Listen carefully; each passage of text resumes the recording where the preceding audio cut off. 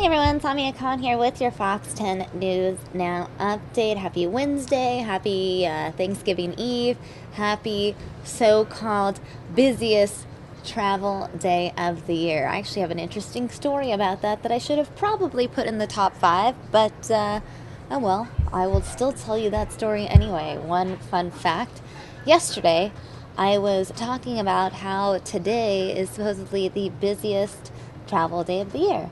And I was trying to prove my point, so I Googled busiest travel day of the year. And then there were all these articles about how the day before Thanksgiving is actually not the busiest travel day of the year, and it's all a myth, at least according to air travel. It actually ranks in like the 100th most busy day. There was a study, and I guess this group analyzed the number of flights on any given day and the number of ticketed passengers. And apparently, the weekends in the summer were far busier, or at least a little bit busier than the Wednesday before Thanksgiving. Now, I'm not saying it's not the busiest travel day in terms of the roads, because I know from experience that if you try to drive out of town somewhere on a Wednesday afternoon, at least in California, you are stuck in traffic for quite a while. I remember trying to get from Los Angeles to Fresno, which normally takes about 3.5 hours, and I feel like it took at least 6. So it's still obviously a very busy travel day. So if you're flying today, obviously allow some extra time to get through security and get through not only security, but then even when you're getting dropped off, the traffic might be backed up. So factor all of that in accordingly. And if you're hitting the road, I would suggest either going right now and then just plugging in your phone to your car so you can still listen to news now, or going early tomorrow morning, because in the afternoon today it is going to be quite busy. Speaking of Thanksgiving, let me know what your holiday plans are in the chat room. We'll talk about that a little bit later on. Also, I'd like to know what your favorite Thanksgiving items are as well. But more on that topic probably tomorrow on the Thanksgiving edition of Fox 10 News Now. In the meantime, here are some of our top 5 stories. This one is huge. I mean, you guys were watching the press conference live yesterday afternoon when the mayor in Chicago spoke about this incident last October in which a Chicago police officer shot and killed this 17-year-old Laquan McDonald. Apparently, Laquan McDonald was shot 16 times, was not posing a threat to the officer. That officer now faces first-degree murder charges, could spend the rest of his life in jail. I'm going to show you that video in case you missed it yesterday. This is the dash cam video that was released from the Chicago Police Department. In fact, they just posted it on their own YouTube channel as well. I'm going to pull this up for you guys. Stand by. And, oh, it's funny, they got a pre-roll ad. I guess they're going to make some money off of this video. No harm in that, I suppose. No harm in that. This isn't what I wanted. Never mind, they did not put an ad. I lied. Let's erase that previous comment and watch.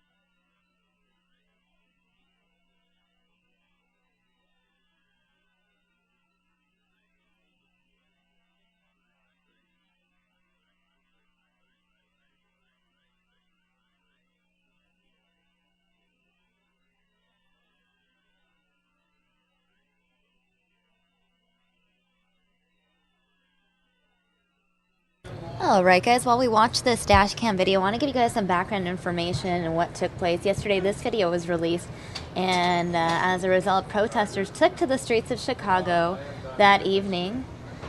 Most of the protests were peaceful. I know that the family of Laquan McDonald had asked for protests to be peaceful. Apparently, his family did not want this video released, but they understood why it was released, why the judge ordered it released.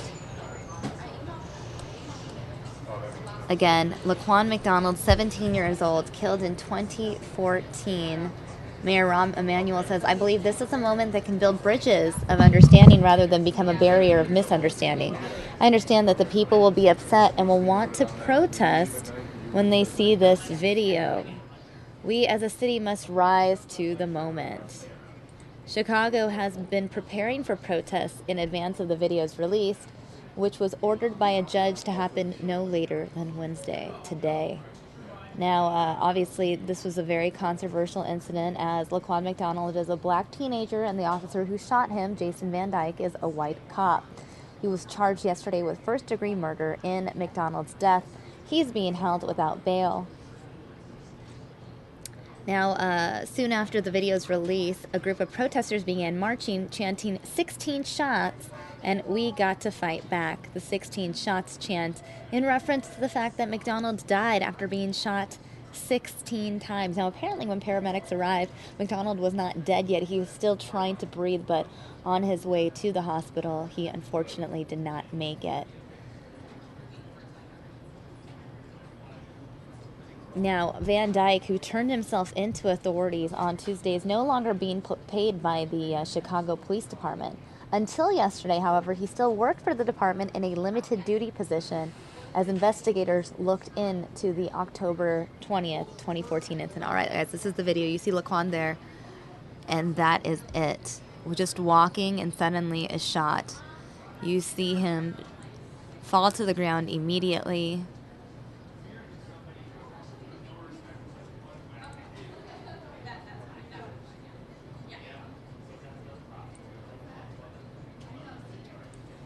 I'm gonna watch it again one more time. So you see Laquan right here running. He was away from cops. He wasn't approaching cops. Wasn't threatening him. And then you see these officers here. And then he's shot for no reason. Let's go back and watch this again.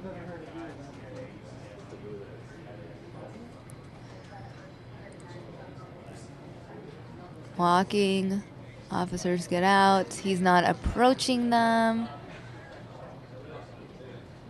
He's shot in the back.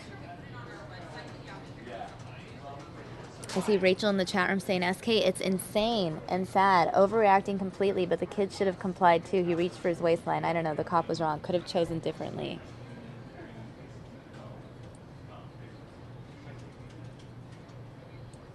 Rachel saying, I don't understand why they protested. He was charged, arrested, and fired, so why are they unhappy? Faceless man asks, why didn't they protest last year?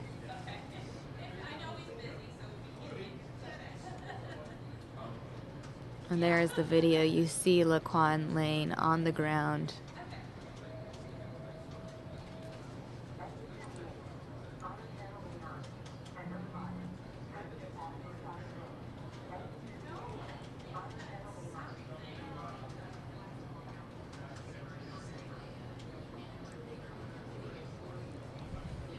Now, the Cook County State Attorney Anita Alvarez said this specifically: it is my determination that this defendant's actions of shooting Laquan McDonald when he did not pose an immediate threat of a great bodily harm or death, and his subsequent actions of shooting Laquan McDonald while he lay on the ground after already being struck by gunfire were not justified, and they were not a proper use of deadly force by this police officer.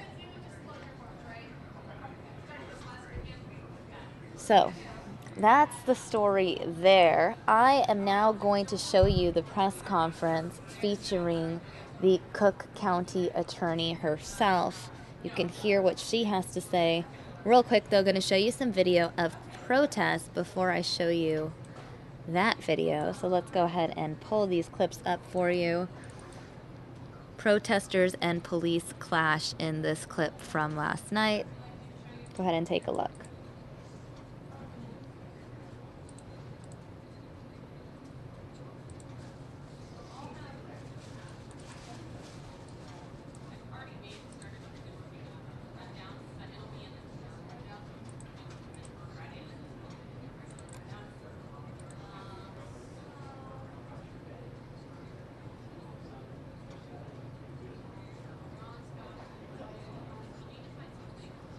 Again, though most of the protests were peaceful, in this incident right here, it shows video of the protesters and the police clashing.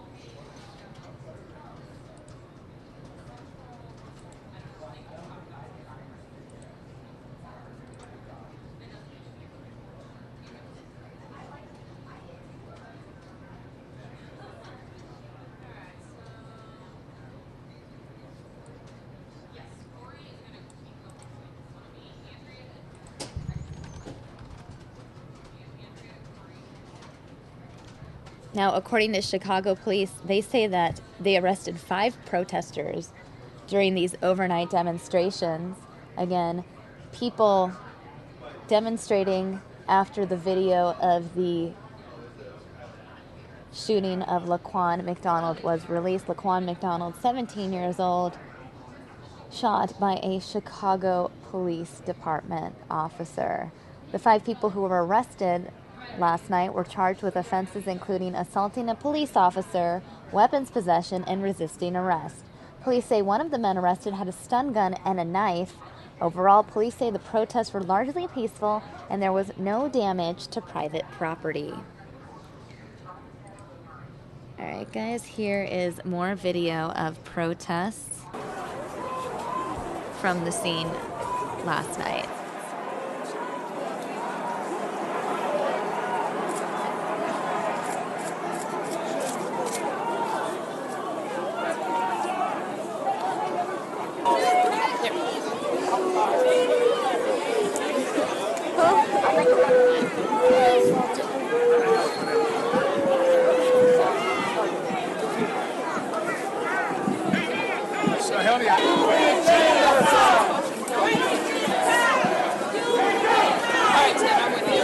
I'm coming around. All right.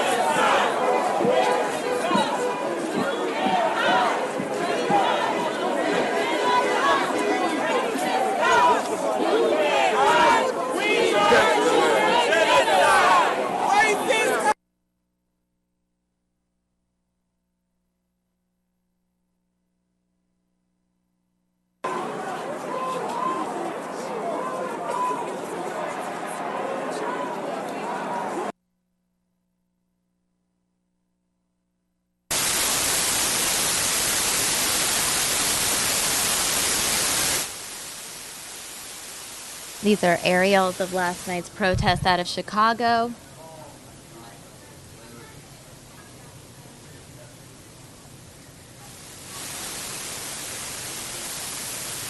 Again, hundreds and hundreds of people took to the streets to protest the release of the video. Once you watch the video, some people describing it as very disturbing, you will probably understand why people were very upset that this officer wasn't disciplined earlier and that more action wasn't taken earlier. Some people feel that this cop wouldn't have faced murder charges if it wasn't for the judge who ordered the video be released.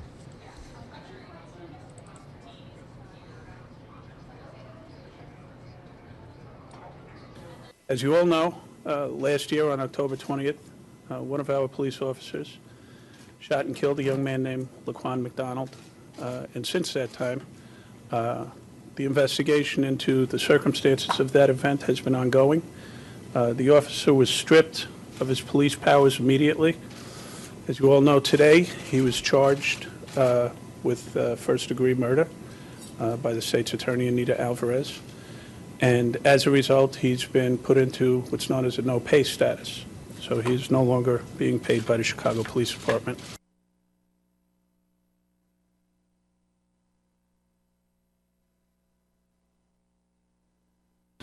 The officer in this case took a young man's life, and he's going to have to account for his actions. And that's what today is all about. Today is about accountability. We're all accountable for our actions. Since I've come to this police department, you've heard me talk about accountability over and over and over again. And we all hold ourselves accountable. In this case, we have a tragic ending to, unfortunately, a tragic life of a young man who was betrayed on a number of different levels.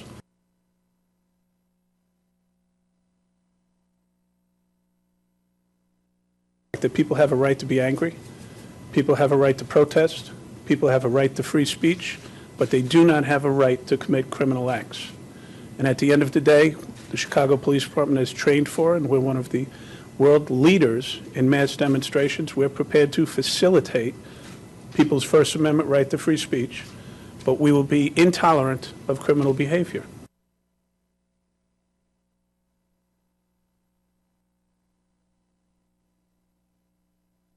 We hold our police officers to a high standard. And obviously, in this case, Jason Van Dyke violated both the standards of professionalism that comes with being a police officer, but also basic moral standards that bind our community together. Jason Van Dyke will be judged in the court of law. That's exactly how it should be.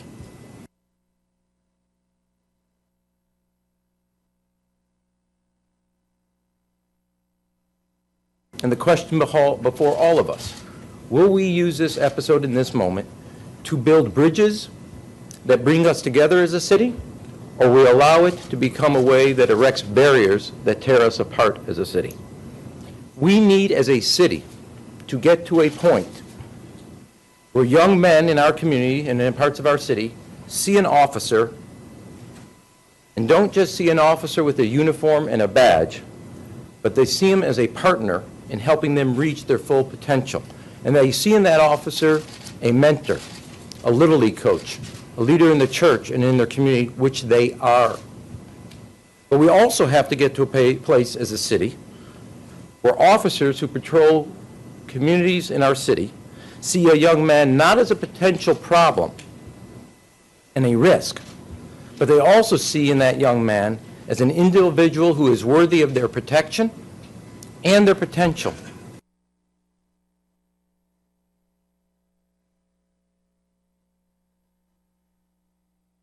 Chilling new video out tonight showing the shooting death of a black teenager in Chicago back in October of 2014. To watch a 17-year-old young man die in such a violent manner is deeply disturbing, and I have absolutely no doubt that this video will tear at the hearts of all Chicagoans. Today, Jason Van Dyke, a 14-year veteran of the Chicago Police Force, is charged with first-degree murder. He faces 20 years to life if convicted. We hold our police officers to a high standard. And obviously, in this case, Jason Van Dyke violated both the standards of professionalism that comes with being a police officer, but also basic moral standards that bind our community together. 17-year-old Laquan McDonald was allegedly breaking into vehicles and behaving erratically. Officers say McDonald would not stop or comply with police commands and brandished a small folding knife. The autopsy shows McDonald was shot 16 times. It also shows he was on the hallucinogenic drug PCP. When you are in a situation where you feel the need to utilize your weapon, you do that.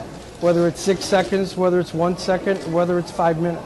Chicago is already a hotbed for violence and racial tension. Protesters taking to the streets tonight. McDonald's family releasing a statement asking for calm as some fear the video could incite violence. We are dealing with a very volatile situation, and we need to get ahead of it, and we need to address the issues that are at hand. Jason Van Dyke is being held behind bars without bond. He's also suspended from the police force without pay. In New York, Steve Rappaport, Fox News.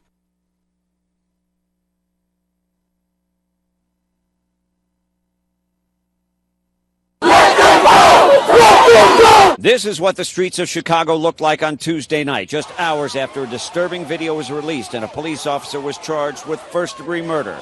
The video shows the final violent moments of Laquan McDonald's life.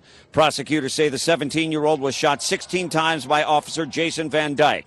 Cook County State's Attorney Anita Alvarez says the officer was on the scene for less than 30 seconds before he started shooting. An analysis of the video establishes that 14 to 15 seconds passed from the time the defendant fired his first shot to clear visual evidence of a final shot.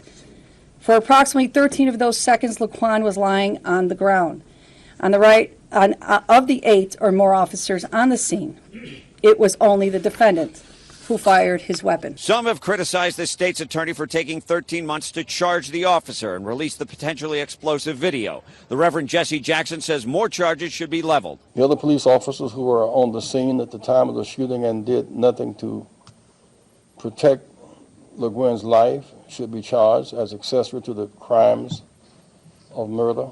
Police were responding to complaints about someone breaking into cars and stealing radios when McDonald was killed. An autopsy report shows McDonald had the hallucinogenic drug PCP in his system at the time. While there have been several arrests, the demonstrations tonight have largely been peaceful. If convicted, Officer Van Dyke could face life in prison. In Chicago, Mike Tobin, Fox News. All right, guys, so those are some of the stories that were sent to us from Fox National. As I mentioned a few minutes ago, I'm going to replay the press conference from Cook County Attorney. She will be going into detail about what happened yesterday and the charges that Chicago cop faces. So let me just pull that up for you. Give me a second while I go ahead and do that. Here she is. And I will be speaking with you guys some more in just a little bit. As a uniformed police officer working with a partner in a marked patrol car assigned to the overnight shift in the Chicago Police Department's 8th District. The circumstances leading up to the shooting that evening began at 9:47 p.m. when a Chicago police dispatcher radioed to an 8th District beat car that a citizen was holding a male who had been caught breaking into trucks and stealing radios in a parking lot near 41st and Kildare. That male was later identified as Laquan McDonald. The radio dispatches were broadcast to all 8th District Patrol units. At 9:53 p.m., a responding beat car related that the guy is walking away with a knife in his hand, and the dispatcher inquired as to whether any available units had a taser. Another beat car responded immediately that they were on their way, although they did not indicate whether or not they had a taser. 1 minute later, a responding officer radioed that the suspect was walking toward a nearby Burger King restaurant located on Pulaski Road. The dispatcher confirmed the location, reminded all units that the individual was armed with a knife, and they then continued to ask if the other units were in close proximity. At 9:56 p.m., one of the responding beat car officers radioed that the suspect had just used the knife to slash the tire on their squad car. Seconds later, beat car 845R radioed that they were 2 blocks away from the incident. Beat car 845R was the responding police unit in which Officer Van Dyke was a passenger. The squad was being driven by his partner. Seconds later, 2 additional police officers responded through radio transmissions that they were on their way as well. At that point, a total of 8 officers, including this defendant and his partner, had arrived on the scene in 4 vehicles to assist the officers who had the initial contact with Laquan. None of these officers were equipped with tasers. The dash camera of one of the responding beat cars captured the shooting, but no audio was recovered. Although some of the other responding units had operating dash cams, due to their positioning, they did not capture the actual shooting, nor do they contain audio recordings. Investigators recovered video from a local business that showed Laquan walking away from the initial officers at 40th Street. Attempts to download video from another local business were unsuccessful, but it was determined that the cameras at that location would not have captured the scene of the actual shooting. Finally, video from a 3rd local business was recovered, but due to the distance and obstructions, that video was deemed to be very limited evidentiary value. The dash camera video shows Laquan McDonald as he jogs south on Pulaski Road, passing the Burger King, At the 9:57:25 p.m., timestamp is on that video, the recording shows two other marked Chicago police SUVs on the scene. At that time, Laquan was walking, and as he passes one of the responding police units, he waves his right arm, and a knife is visible in his right hand. 5 seconds later, Officer Van Dyke and his partner park their vehicle and immediately draw their weapons. At that time, Laquan McDonald is approximately 1 foot from the white lane divider in the middle of Pulaski Road going southbound, and his body appears to be moving slightly away from the officers toward the west side of Pulaski. At 9:57:36, McDonald has crossed over the white lane divider away from the officers, and Officer Van Dyke has taken at least one step toward McDonald with his weapon drawn. The officer then opened fire on Laquan, whose arm jerks, his body spins around, and he falls to the ground. While Laquan is falling to the ground, the defendant takes at least one more step towards him, at which point the angle of the dash camera changes and we can no longer see the officer within the frame of the video. 2 seconds later, Laquan McDonald is lying in the street on his right side, and the video captures what appears to be two puffs of smoke coming from the ground near his body. These puffs of smoke were later identified as clouds of debris caused by the fired bullets. At 9:57:51, McDonald is still lying on the street, and the last visible shot is fired. In the 13 seconds that he has been on the ground, his body has jerked and his arms have moved slightly. There have been 3 visible clouds of debris indicating shots hitting the pavement near Laquan McDonald's body. At 9:57:54, Officer Van Dyke's partner approaches McDonald and kicks the knife out of his hand. The knife, later recovered by police, had a 3-inch blade that is folded into the handle. Officer Van Dyke's partner reported that there was a brief pause in the shots when he looked at Van Dyke and saw that he was preparing to reload his weapon. Officer Van Dyke's partner related that he could hear McDonald struggling to breathe, and he told Van Dyke to hold his fire so he could approach McDonald and kick the knife away. Officer Van Dyke was armed with a 9mm caliber semi-automatic pistol and had a 16-round capacity. Chicago police investigators later recovered 16 fired cartridge cases from the scene, and the Illinois State Police determined that all those cartridge cases had been fired from Officer Van Dyke's weapon.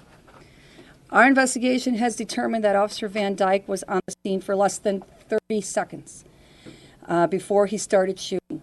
In addition to the fact that all evidence indicates that he began shooting approximately 6 seconds after getting out of his vehicle. An analysis of the video establishes that 14 to 15 seconds passed from the time the defendant fired his first shot to clear visual evidence of a final shot. For approximately 13 of those seconds, Laquan was lying on the ground. On the right, of the 8 or more officers on the scene, it was only the defendant who fired his weapon. Laquan had a pulse at the time Chicago Fire Department paramedics arrived at the scene, but lost his pulse during transportation to Mount Sinai Hospital. Once at the hospital, life-saving efforts were unsuccessful, and he was pronounced dead. According to the interviews with officers on the scene, Laquan McDonald never spoke to the officers, never responded to their numerous verbal commands to drop the knife. The first responding officers stated that they did not see the need to use force against McDonald when they encountered him, and that he began running away towards Pulaski when sirens could be heard. Several civilians also witnessed the shooting. One was a motorist stopped in traffic on Pulaski when he saw McDonald walking in the street immediately before he was shot. The motorist described McDonald as looking for a way to get away from the police. The motorist stated that McDonald never moved toward, lunged at, or did anything threatening towards the officers before he was shot and fell to the ground. This witness stated that he heard a pause in the shots after McDonald fell to the ground, but then heard more shots. He also said that he did not see McDonald do anything threatening while lying on the ground that would cause the officer to continue to shoot. Based upon this and other evidence, it is my determination that this defendant's actions of shooting Laquan McDonald when he did not pose an immediate threat of great bodily harm or death, and his subsequent actions of shooting Laquan McDonald while he lay on the ground after previously being struck by gunfire were not justified, and they were not a proper use of deadly force by this police officer. Before I take questions, I would like to make a couple of important points. My office was made aware of this shooting by the Independent Police Review Authority within 2 weeks of the incident. We received a copy of the video on November 4th, 2014, and we immediately opened an investigation and began working with the Independent Review Authority to gather information on this case. On November 19th, 2014, we were contacted by the FBI regarding the shooting, and we provided a copy of the video to the FBI the following day. At that time, the FBI offered to work with our office, and we accepted that offer. Subsequently, I met with the FBI Special Agent in charge and United States Attorney Zach Farden in December of 2014. And from that time on, we were engaged in an active, joint, ongoing criminal investigation at both the state and the federal levels. The public needs to know that while it would seem to some that the 12 months of investigation with our federal partners has taken too long, investigations of police shootings and misconduct are highly complex matters that carry with them very unique legal issues that must be fully examined and taken into consideration. For example, almost all cases of police misconduct and excessive force include Garrity issues. And let me explain that to you. When we investigate police shootings, it's not like one civilian shooting another. It's much more complex and involved. There are many things that you need to know as the investigating agency, as a prosecutor. One of those things are the use of force model. You need to know what that use of force model is. You need to know how officers are trained, what it means, in particular what the department is trained, what are the rules and regulations, what are the specific trainings that Chicago police officers receive in regards to use of force. You have to know the relevant case law. And there's a controlling case called Garrity, and maybe this might be a lot to explain, but I think it's extremely important.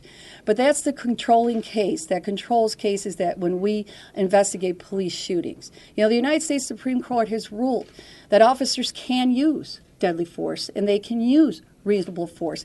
But you must look at it at the point of what is the perspective of the officer at the time of the shooting.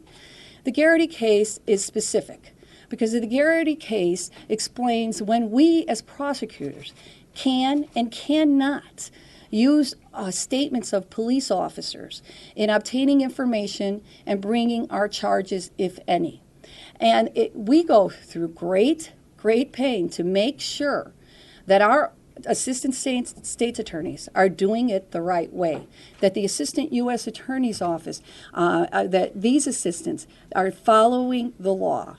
We have to make sure that there's only certain people who are able to read these statements. We have to make sure that the assistant state's attorney making a decision on the case is not tainted by a statement that falls under Garrity protection. So we have, I know this may sound, it's very complicated.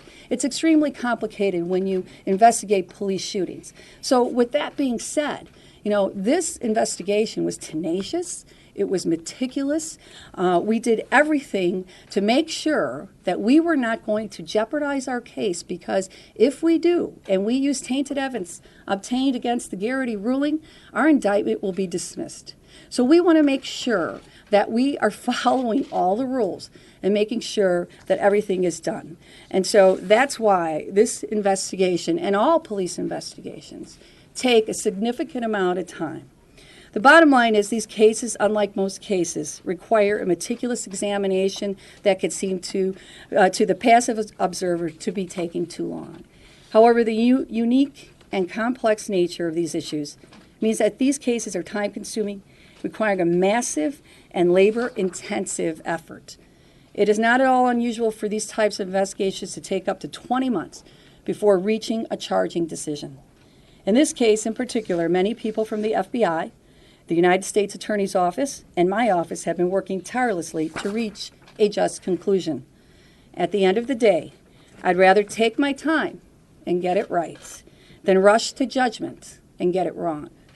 Rushing to judgment simply has no place in a professional investigation of this magnitude and could only serve to jeopardize justice being done. Throughout the course of this investigation, it was our intention to announce our charging decisions and our conclusions jointly and simultaneously with the United States Department of Justice, the U.S. Attorney's Office, and myself. That was our goal, to stand up here together jointly announcing our respective decisions. In order to do, we wanted to speak with one united voice with everyone who was involved in this very, very thorough investigation. However, I made the decision after that plan that the Cook County Judge Valderrama ruled last week that the videotape would be released to the public as a result of the civil litigation with the city of Chicago. While we would have preferred for the investigation to have run its full course and enabled our federal partners to complete their evaluation in its entirety, I felt compelled, in the interest of public safety, to announce these state charges today. Maintaining public safety is my number one job, and I do not want the public to view this video without knowing this very important context that with these charges, we are bringing a full measure of justice that this demands. To be clear, the judge's order that the city of Chicago must release the video by November 25th certainly moved up the timing of our announcement, but it did not in any way dictate our decision to charge this defendant with first-degree murder. I made that decision internally weeks ago. As you know, the citizens of Chicago will soon have the opportunity to view the video for themselves. Throughout the course of our investigation, I've seen the video on a number of occasions, and I can tell you, it is everything that has been described to be by the news accounts. It is graphic, it is violent, it is chilling. I've been a prosecutor for nearly 30 years. I have personally investigated and prosecuted numerous cases of police misconduct and public corruption. I've been involved in hundreds of murder investigations and trials, and I've seen some of the most violent and graphic evidence and crime scene photos that you can only imagine. To watch a 17-year-old young man die in such a violent manner is deeply disturbing, and I have absolutely no doubt that this video will tear at the hearts of all Chicagoans.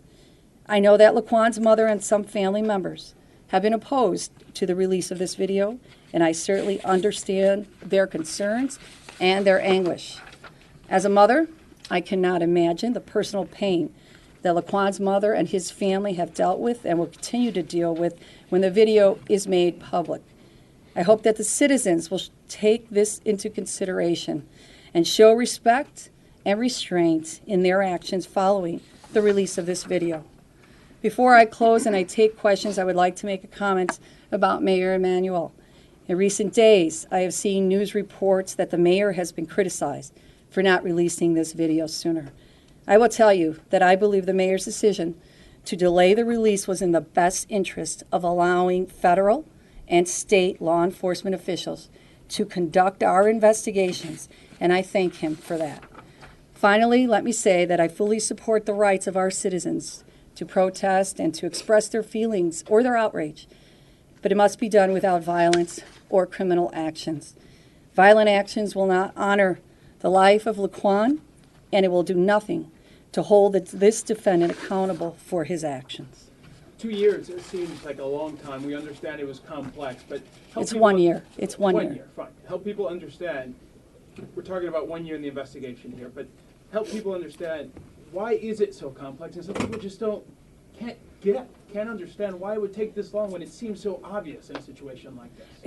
As I explained, when you're investigating police officer cases, it's not the same as you're investigating one gang member shooting another. It just isn't.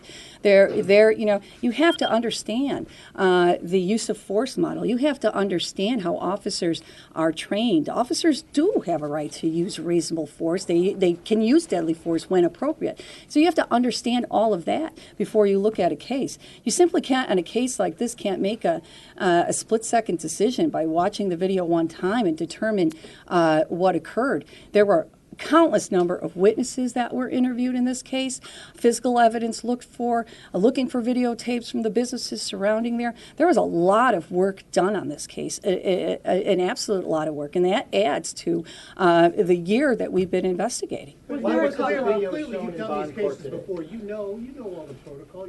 It's not like you had to learn the police protocol and model and what they're allowed to do and what they're not allowed to do. You said it yourself, you've brought many of these cases before. I mean, it still seems to the general public that this is way out of line and that you were pressured into this because of those... Absolutely not. I was not pressured into anything. This has been a long-term, tedious, meticulous investigation with the FBI being our investigative partner and the United States Attorney's Office being our investigative partner. When we started this investigation, that was our goal. Our goal was to be able to stand up here together and announce our respective decisions. Pressured? This is no pressure. Why? I would never be pressured in making any kind of decision quickly. This is an extremely important case for a lot of reasons, and I'm going to take my time because I want to make sure that I'm going to get it right. Did the FBI and the U.S. Attorney's Office, let's start again, did the U.S. Attorney's Office hang you out to dry by not being here when you're announcing this? They have not completed their review of their statutes and they have not made their decision yet. So did they hang you out to dry or not? No, I don't believe they're hanging me out to dry. I made the decision to come forward first because I felt with the release of this video that it's really important for public safety that the citizens of Chicago know that this officer is being held accountable for his actions and what he has done. I made that decision and called Zach Fard and told him that this is what I'm going to do. He's charged with first-degree murder. It could go from 20 years to natural life. This video didn't change. This video didn't change from the day you got it a year ago. The witnesses interviewed immediately afterward didn't change. Garrity, the determining factor in this case, didn't change and was there all along. Do you think the people of the city of Chicago buy your explanation that it really took this long? This is my explanation because it's the truth, Jay. And, working with our federal partners at the U.S. Attorney's Office and the FBI, there's pluses and minuses when you do a joint investigation. The pluses are you get the resources that are available to the FBI that wouldn't necessarily be available to local law enforcement or to my investigators in this office. It's a tremendous plus. However, I think the minuses are you move at the rate that they move. And sometimes things take longer on the federal. You've been covering these courts for years, Jay. You've been covering federal court. I think you see how long it takes when cases get tried and charged on the federal level. So we were working together. That was our agreement, and I stuck with it. Would have been much quicker without them? I don't know. I don't know. I don't know. How long have you been ready with these charges? You acknowledge that these cases could take up to 2 years to investigate and that you have sped this up. Are there any worries you have that there are holes in this, or are you 100% rock solid? No, and just to be clear, this, as I stated earlier in my remarks, this happened last year. This has been 1 year, coming up on a year. It's not even quite a year. It's coming up on a year of the joint investigation. Absolutely, it could take up to that long. The reason it takes up to that long is because we want to get it right. I don't believe I am very confident. Right now, I'm very confident with the charges that I have just charged, that we will be able to meet our burden, and I'm confident that we have the evidence available to do it. If the release of the video forced your hand, which is what you said, how long might it have taken for charges to have come otherwise? And how would that, time span, how would that have served the cause of justice? I had already made my decision internally. It wasn't going to be much longer. It really wasn't. It wasn't on my end, absolutely So not. how much longer is not much I longer? you know, I would say within a month. Madam State's Attorney, how long ago did you make the decision on first-degree Weeks murder ago, charges? weeks ago, How many weeks internally. ago? I can't give you the exact date, but it was well before the judge made his ruling on this civil matter. Are you investigating allegations that some police officers destroyed evidence? That's been reported, that there are reports that the Burger King video, for example, there's a gap in it. Are you investigating allegations? Expect more charges. You know, that came up. The video at the Burger King was something that came up, and it was something that was looked at. But it should be noted that the cameras at the Burger King would not have captured the shooting, would not have captured the actual shooting. But there was a 46-second the cameras, I mean, the Burger King is a half a block south of where the actual shooting took place. So it would not have captured the actual, but we have looked. We have. Can I finish his question, please? We have looked at those videos, and as a result of the information that we obtained at forensic testing, it seems that at this point we don't know whether or not there could be any other evidence obtained from them. It doesn't appear that they've been tampered with, and did not reveal any of that kind of evidence. However, the investigation will always continue. There is a 46-minute Has gap. a police There was officer sitting ever been charged for murder in Chicago? Not that I'm aware of. May I ask you a question? Would you consider requesting not to release the video in the interest of not tainting a jury? You know, any prosecutor doesn't want evidence released prior to charging, prior to the completion of an investigation, prior to trial. With that being said, I think this is a unique situation. The video, I am not opposing the release of this video. The video is coming out, and I think we're in a unique position here nationwide. And I think the public clearly has spoken, and they demand to see it. It's going to be released. I will not oppose it. As we go along with the trial, things such as you're just alluding to, we'll deal with that when we get to it and see whether or not it'll be an issue. Was your office ever asked by another entity, another office in the city or the county to delay you pressing charges and bringing these charges? No, not at all. I mean, making the decision to charge is my decision.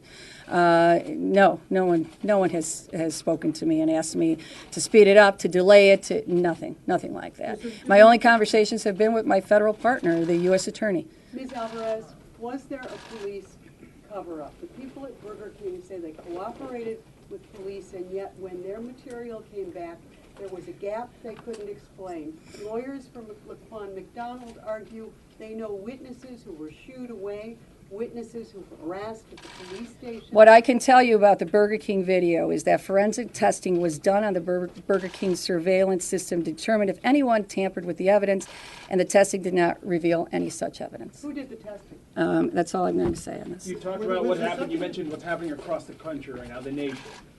How did that play a role in this and in your investigation?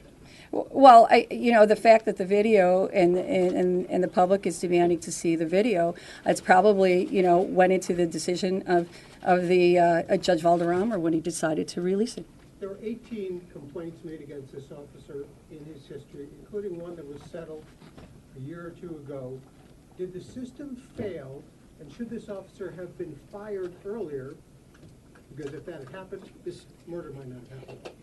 I'm not going to comment on what his history is. I don't know what all of his prior incidents are. All I know is that in looking at this case and looking at the facts and the evidence and the law, I am bringing charges based on what I feel is appropriate. Would we be here without the tape, or did you have enough evidence against the officer to bring charges without it? Well, it's not just looking at the tape. It was interviewing many witnesses and doing other work, and so everything goes into place. Were there any witnesses that you had a hard time getting a hold of in terms of this delay and the complication of investigating? Was there anyone that was a holdout? Was there a difficulty in getting the officers to talk with the union, or how did that go? Or was it the case that all those interviews were done very quickly, and it's this? You know, the interviews were done over this past year. The interviews were done, you know, I'm not going to say they were done quickly or the interviews were done within this past year. I can tell you, up until a week ago, they were still interviewing people. So, again, this has been an extremely thorough investigation. There were reluctant witnesses, would that be fair to say? No, that's not what I'm saying. I'm just saying. Why are people being interviewed, just you said, in recent weeks? I said there were many people being interviewed in this case. Many. We live in a world where so many young where so many young people of color do not trust law enforcement. They see how long this took to be investigated for charges to come forward. What do you say to that right now, as all this is unfolding? I think I've explained as to why this investigation, which is not long, by, you know, in my eyes or in the United States Attorney's eyes. Again, I think what's important, and you're absolutely right, you know, there's a distrust in law enforcement. Absolutely there is, and I think it's why it's important for us to make sure we do something to you know, help build the confidence in our police department. And in cases like this, where clearly this officer went overboard, you know, and he abused his authority, and I don't believe the force was necessary. And it's taking a stand today and making the statement today to charge this officer on duty with first-degree murder, I think is a good sign that we are looking at this, we are concerned about this, and we need to establish a better relationship so that officers who are out there every day doing their job and doing it correctly, you know, get the respect that they deserve, and in return respect the communities that they serve. You're also not only la complejidad de este caso y por qué es que está decidiendo hoy dar estos cargos. Es importante porque el video va a estar mañana en todo, bueno, tú vas a tener el video mañana, ¿no? En todo el mundo. Entonces es importante que tenemos que hacer hoy para decir a la gente, a la pública, que estamos haciendo algo, ¿ok? Estamos haciendo algo entre una policía que abusó sus poderes. Do you think the video will hurt a fair trial? You know what? By summarizing the facts of the case, as we proffer. All right, guys, that is a wrap on that clip of the press conference featuring the Cook County Attorney laying it all out there yesterday. Wanted to play that for you guys in full in case you missed it. We are now officially on podium watch. President Obama expected to make a statement on national security any minute now. His statement was scheduled for 9:40 this morning. Looks like the president is running a few minutes late. As of right now, he's 18 minutes late. But we are currently waiting for President Obama and his statement on national security.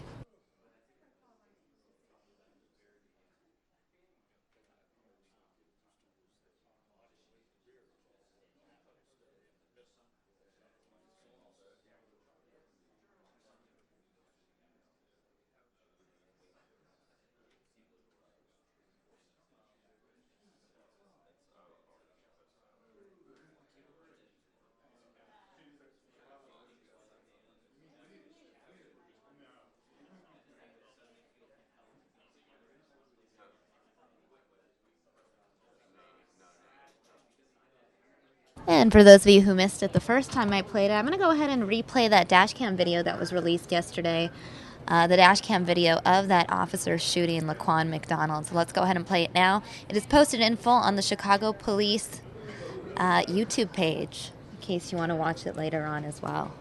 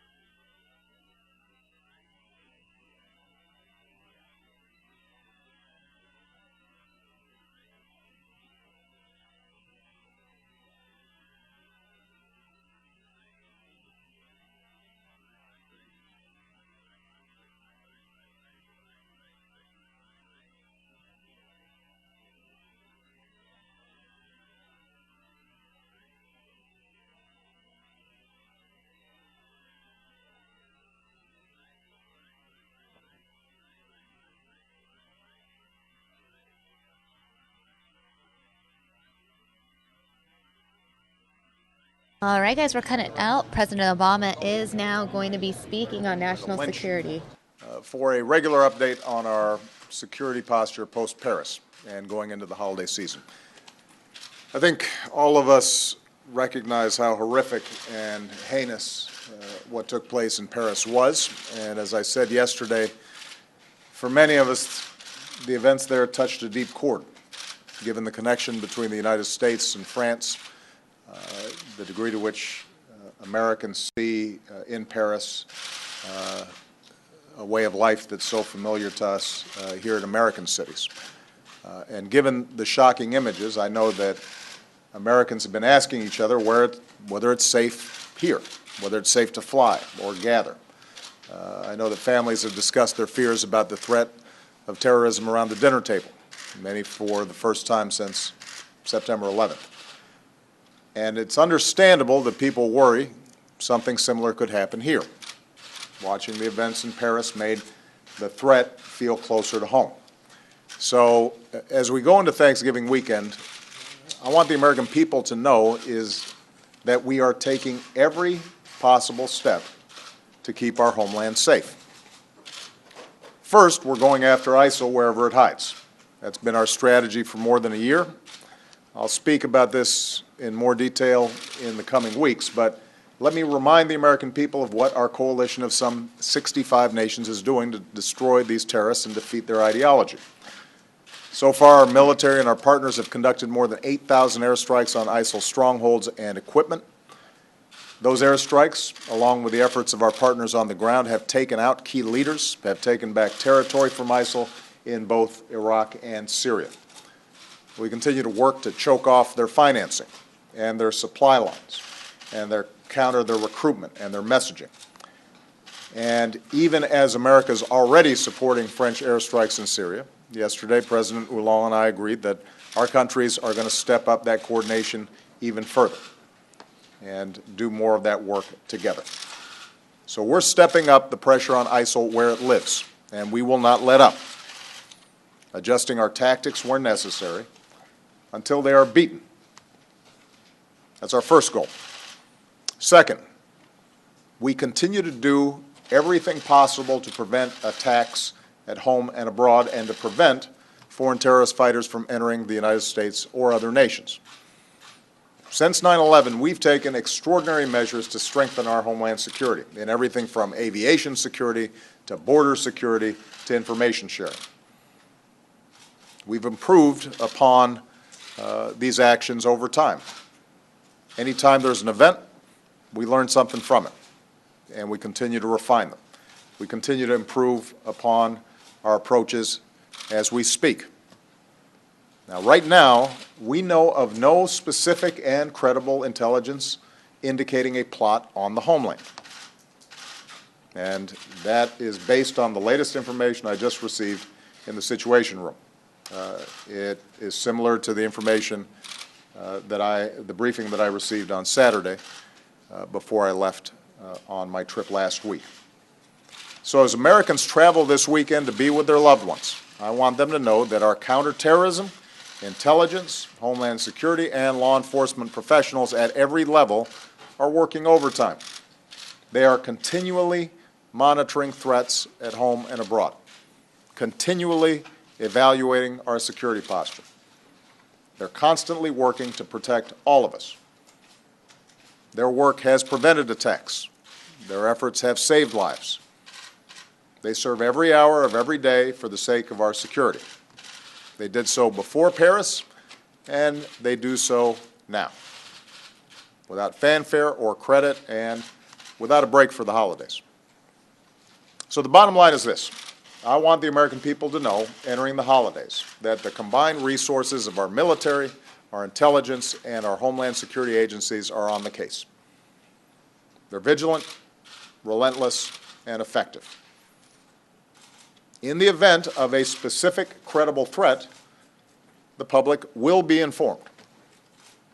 We do think it's useful for people as they're going about their business to be vigilant. If you see something suspicious, say something. That's always helpful. But otherwise, Americans should go about their usual Thanksgiving weekend activities, spending time with family and friends and celebrating our blessings. And while the threat of terrorism is a troubling reality of our age, we are both equipped to prevent attacks and we are resilient in the face of those who would try to do us harm. And that's something we can all be thankful for. Happy Thanksgiving, everybody. Thank you, Paul. Thank you, guys. President, response to the Kunduz. Thank you, Juan McDonald video. Thank you, Paul.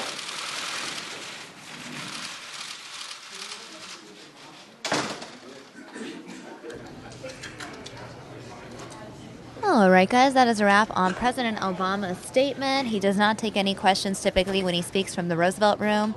We are now going to go back to our regularly scheduled programming, that being Fox 10 News Now and our top 5 stories. I want to get back to this number 1 story we've been talking about throughout the morning.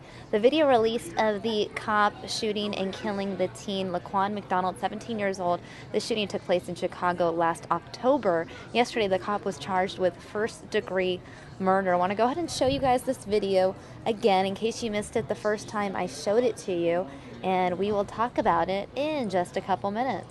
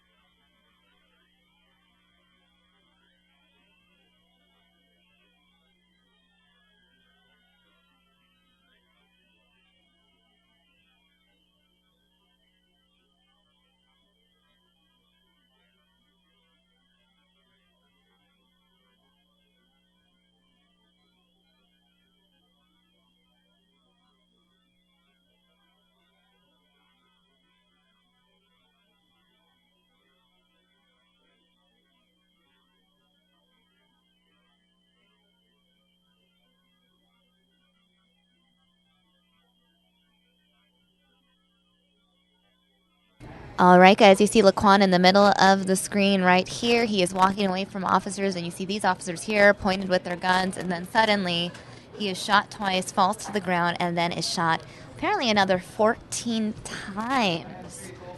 Obviously, a very controversial video. You can watch this video in full on the Chicago Police's YouTube channel.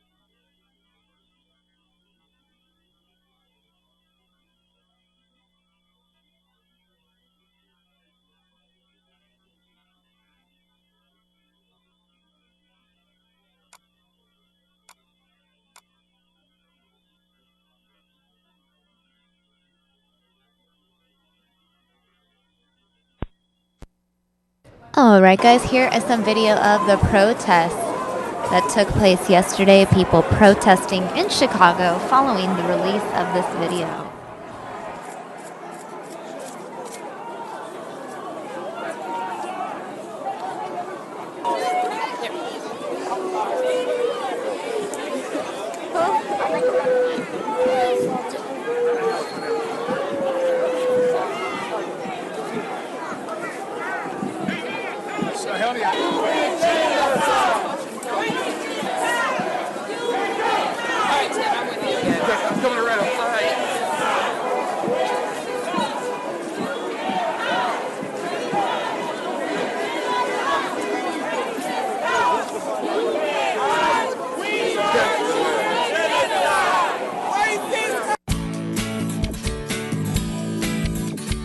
many Andy-specific things?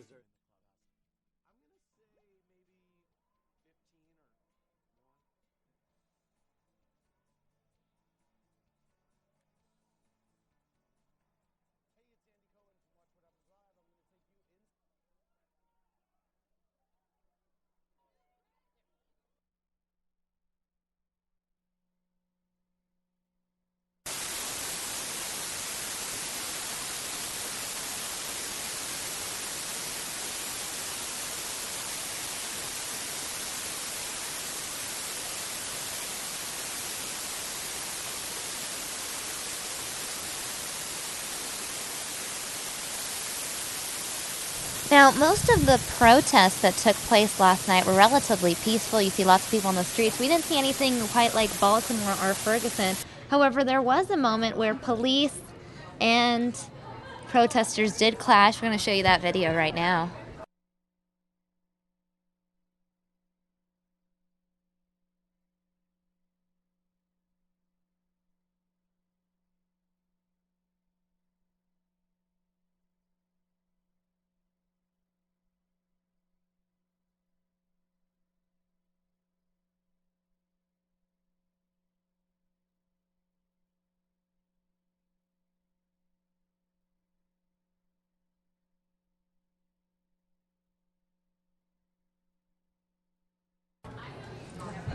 Joining me now is Ron Hoon. Ron. Yeah, saw me. We have been covering one story extensively all morning, and it's the story out of Chicago. Mm-hmm. Ever since that video was released yesterday afternoon, it has been the talk of the country, at least on social media. Sure, and it's just shocking.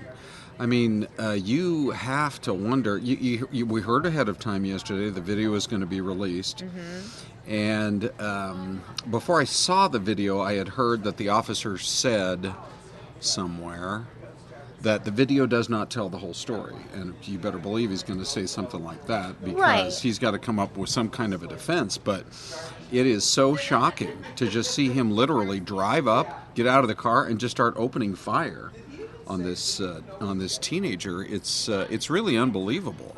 And so the fact, it is still an open question as to why they waited 13 months to release the video and move forward with charges. I mean, I know the wheels of justice sometimes move slowly. And because the judge demanded it be released. Yes. So the question really is, would the video have ever been released had the judge not ordered it released? It seems like these things have a tendency to get out, you know. So I think it would have eventually one way or the other. But it is clearly shocking to watch. Mm-hmm. And the fact that... Have your water. Just eating a little food at the end of the show. Oh yeah, there was a Go ahead, full though. feast What in was the it? kitchen. What were you wanting to say? Oh no, I mean just the whole thing. It was crazy. I want to read Douglas's statement in the chat room saying, I've never seen a guy shot so many times so fast. And that's the controversial part about it. This individual was shot 16 times. Right. What threat does he pose after being shot once even? I know. He wasn't holding a gun. He had a small knife, maybe 3 inches. Once he's on the ground, he can't even do anything with that knife anyways. Plus, you are 15 feet away from the suspect. And it's dark. Did you even see the knife? Right, he didn't. I mean, it's very unclear. But obviously now this officer is facing first-degree murder charges. I don't think the judge is going to go light on him.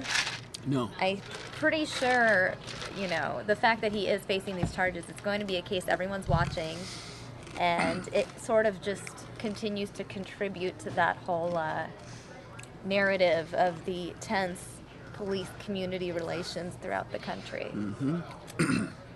Yeah, so what are you seeing in the chat room? Jeff Cotton saying there were reports of a man with a knife. Laquan had his hands in his pocket. Clean shooting is what Jeff Cotton is saying. Cha-Cha Ram saying, SK, I believe if they released the video last year, then this protest would not have been so orderly. That's an interesting point. Laquan's family also asked that protesters be peaceful and not ruin Laquan's legacy. Oh, Interestingly enough, Laquan's parents also didn't want the video released, but they understood that it needed to be. Douglas saying they shot him, seen him spin around again and fold up like a paper bag. Tess saying cop is arrested, no doubt he overreacted. He will spend the rest of his days behind bars. So those are some of the comments in the chat room. I don't know if you saw any of these other headlines that I have in the top 5, but this one relates to an interest of yours, that being football. Just unbelievable. Yeah. Out of Miami. Yeah. Shot in the head, Stedman Bailey, wide receiver with the St. Louis Rams. When I read that he was shot in the head twice, I was like, wow, and he survived that? I'm reading he's in critical but stable condition. I'm gonna be right back. Okay, I'm gonna go ahead and pull up a picture of him in the meantime so viewers have a visual of who I'm talking about. Give me a second while I pull this up.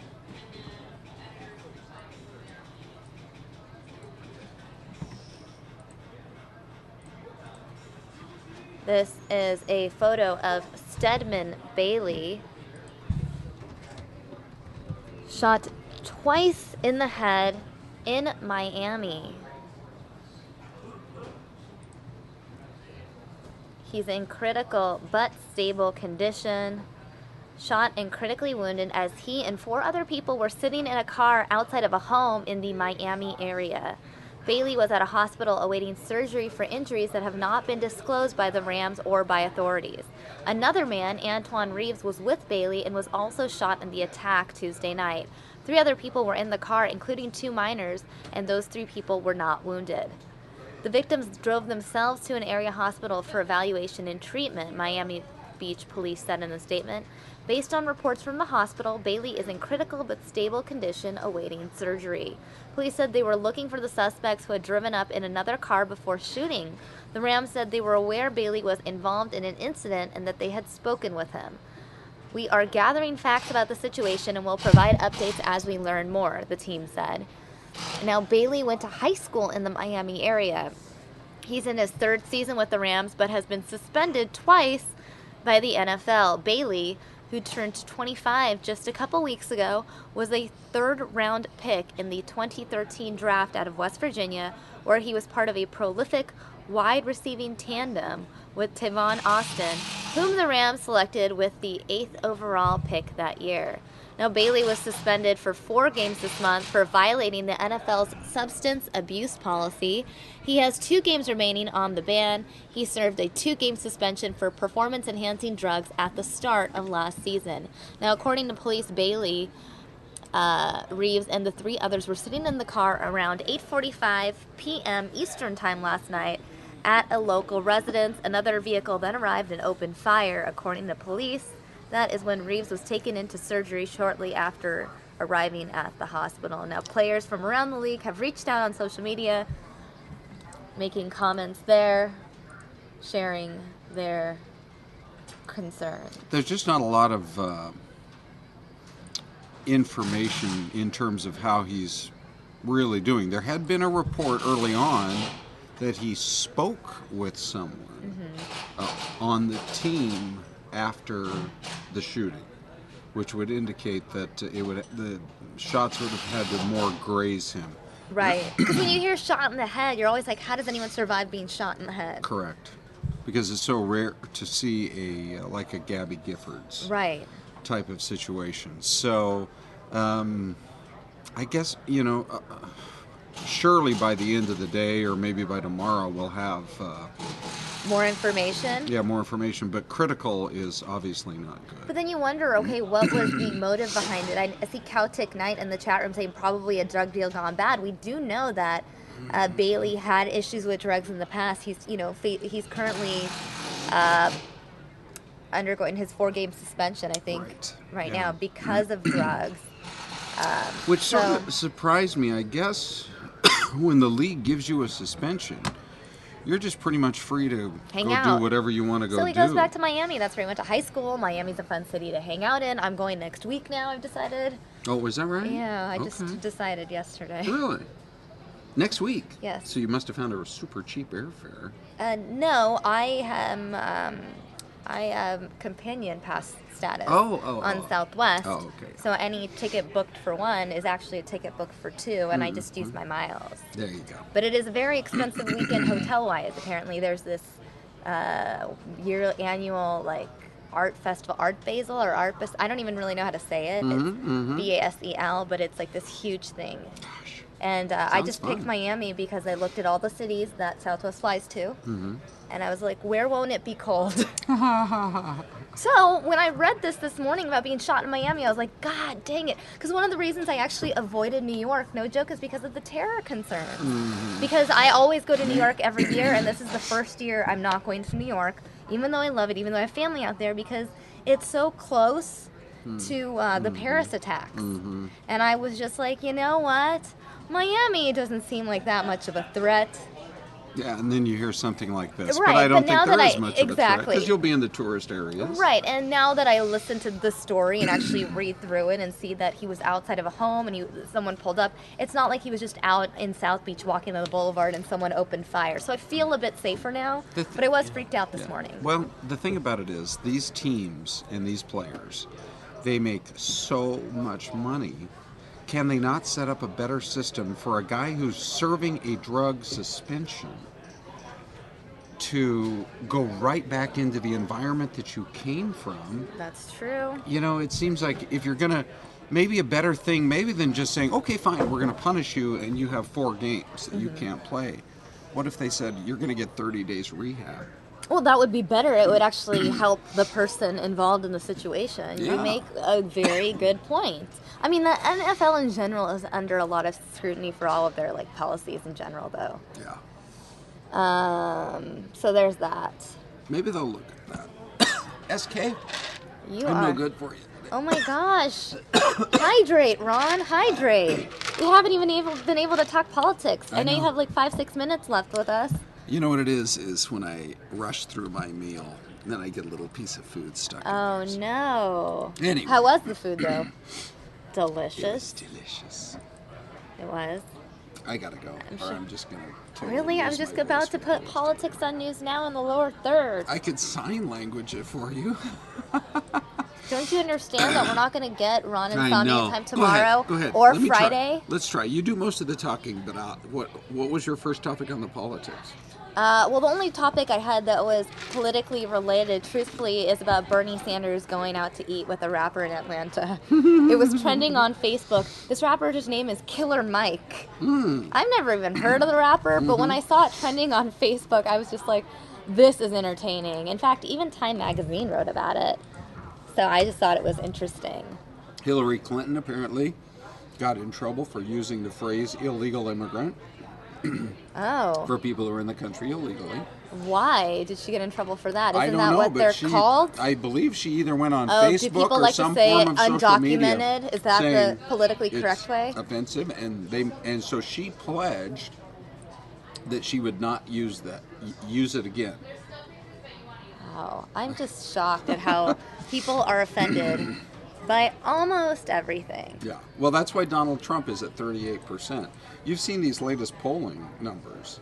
He is so far outdistancing himself.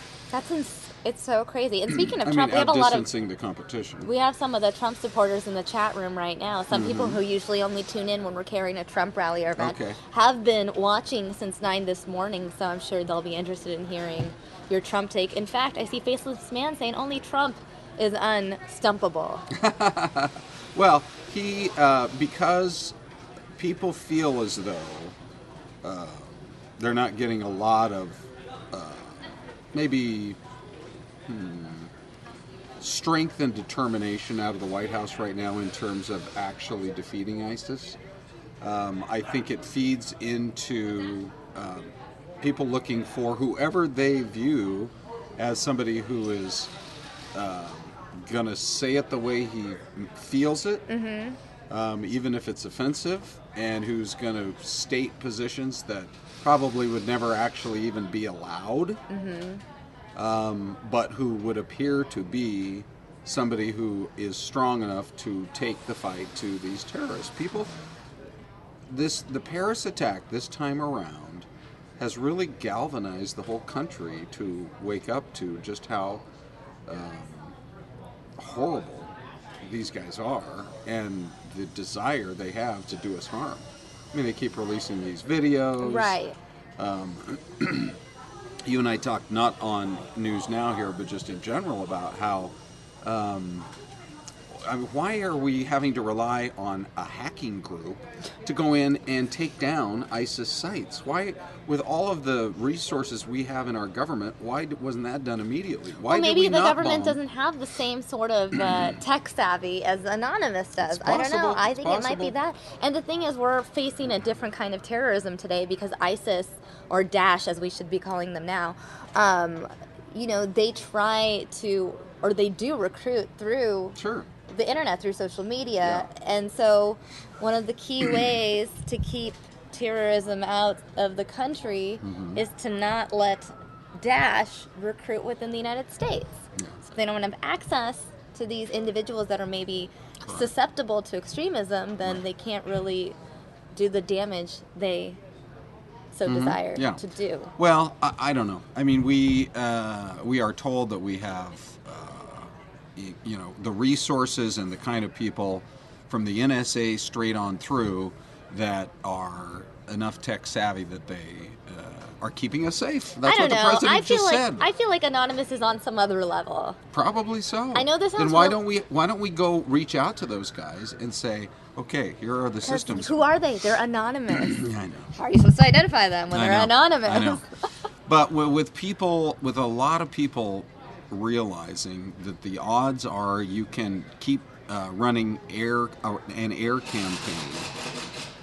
What is going on in this room? Oh, they're doing some construction out toward the atrium. Did you know about that construction I job? didn't, but now I know about it. They should have given News Now a little bit of a warning. I agree. But it's increased security. Ah, See? so it's for the greater good of the newsroom. It is for the greater good. I do believe that Donald Trump's numbers are rising because people are feeling kind of left behind in terms of the fear that they have.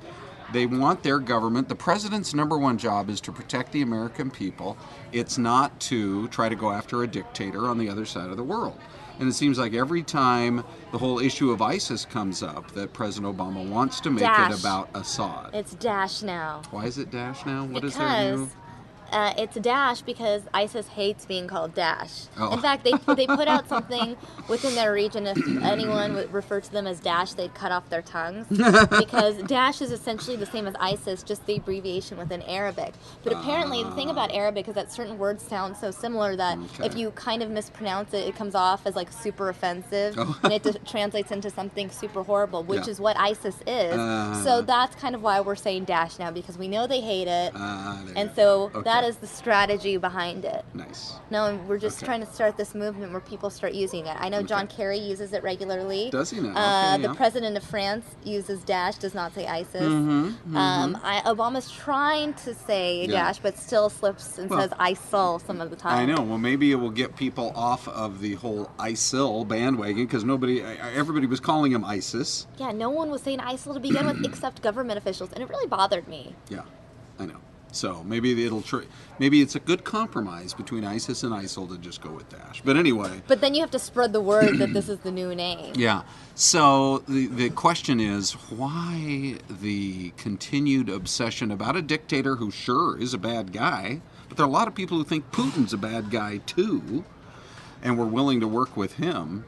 I just have the sense that people feel as though the focus has to be 100% on ISIS, and even if you don't like this guy, and even if you drew a red line and said, here's the red line, he better not use chemical weapons or anything of that nature, or we'll go after him. He did it, you didn't go after him, so now it's personal.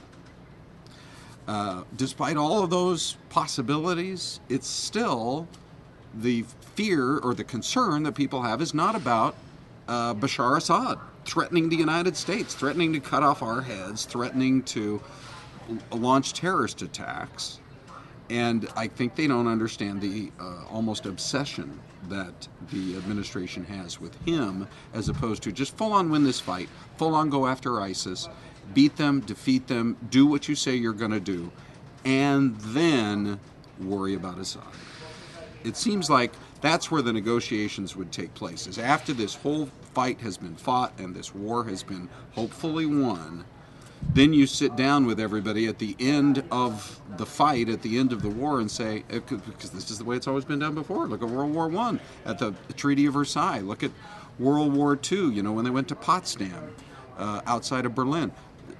It's after all the fighting is over and you have vanquished the foe that all sides come together and say, now, what do we have to do with these thorny issues, and everybody gets on the same page. I guess he's just trying to avoid a World War III. Correct. But Is it too late? Do you think World War III is inevitable, Ron? I do not think this is World War III. I do think it's an incredibly important fight that we have to win, and it is a form of fascism, just like we saw with the Nazis 2-3 generations ago. And they do want to dominate the world, but, they're driving around in Toyota trucks. We have Humvees with night vision. We have air power that they could never hope to match in 100 years. We have we have the military intelligence, we have the satellites, we have the AWACS. President Obama says, well, we can't give in to fear by fighting them.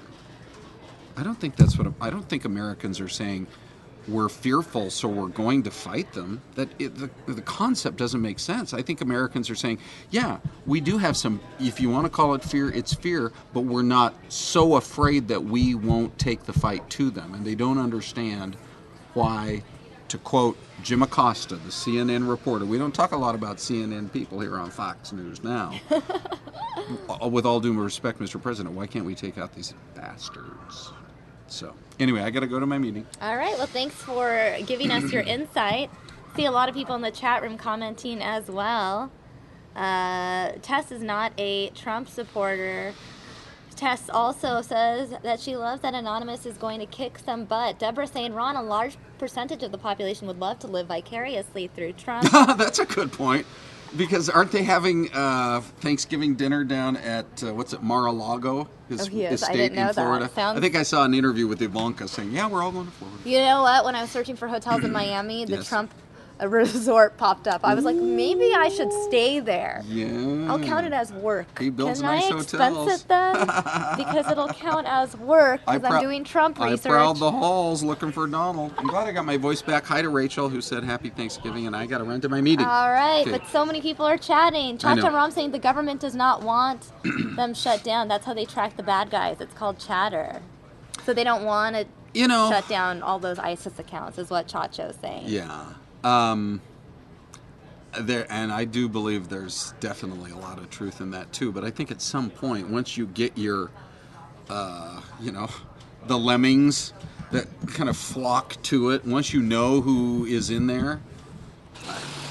All right. All right, bye. All right, thanks for hanging. We'll see you next week, I guess. You got it. Yeah, guys, I just learned a couple hours ago in the makeup room that tomorrow the morning show ends at 8 a.m. So we will not even have Rana News Now tomorrow because the day will be filled with football on Fox 10 for those of you who are very big fans. All right, so speaking of politics, it appears that Marco Rubio is speaking live. So let's go ahead and dip into this and see what Mr. Rubio is talking about live. For her, or for anyone who's retired, or for anyone who's about to retire. But I can tell you this for a fact. My Social Security and Medicare, I'm 44. I feel 45, but I'm 44. My Medicare and Social Security is going to look different than my parents did. My children's is going to look different than my parents did, one way or another. They either won't exist because they went bankrupt, or they work differently. And what do I mean by work differently? Well, instead of retiring at 67, I'll have to retire at 68. I'd still be the youngest person in the Senate, or one of them. I won't be in the Senate, so don't worry about it. Instead, if I've been financially successful, if I made money, my Social Security benefit would not grow as fast as it might grow for someone who's made less money. My Medicare money could very well be the option of buying a private plan that I like better. These are not unreasonable changes. And if we make them, we can save Social Security and Medicare for my children, for me, for your children and you, and we can leave it the way it is without disrupting it for people that are on it now, like my mother, like some of you, and like our parents. And we can balance our budget. And if we can do these things, the American private sector will take care of the rest.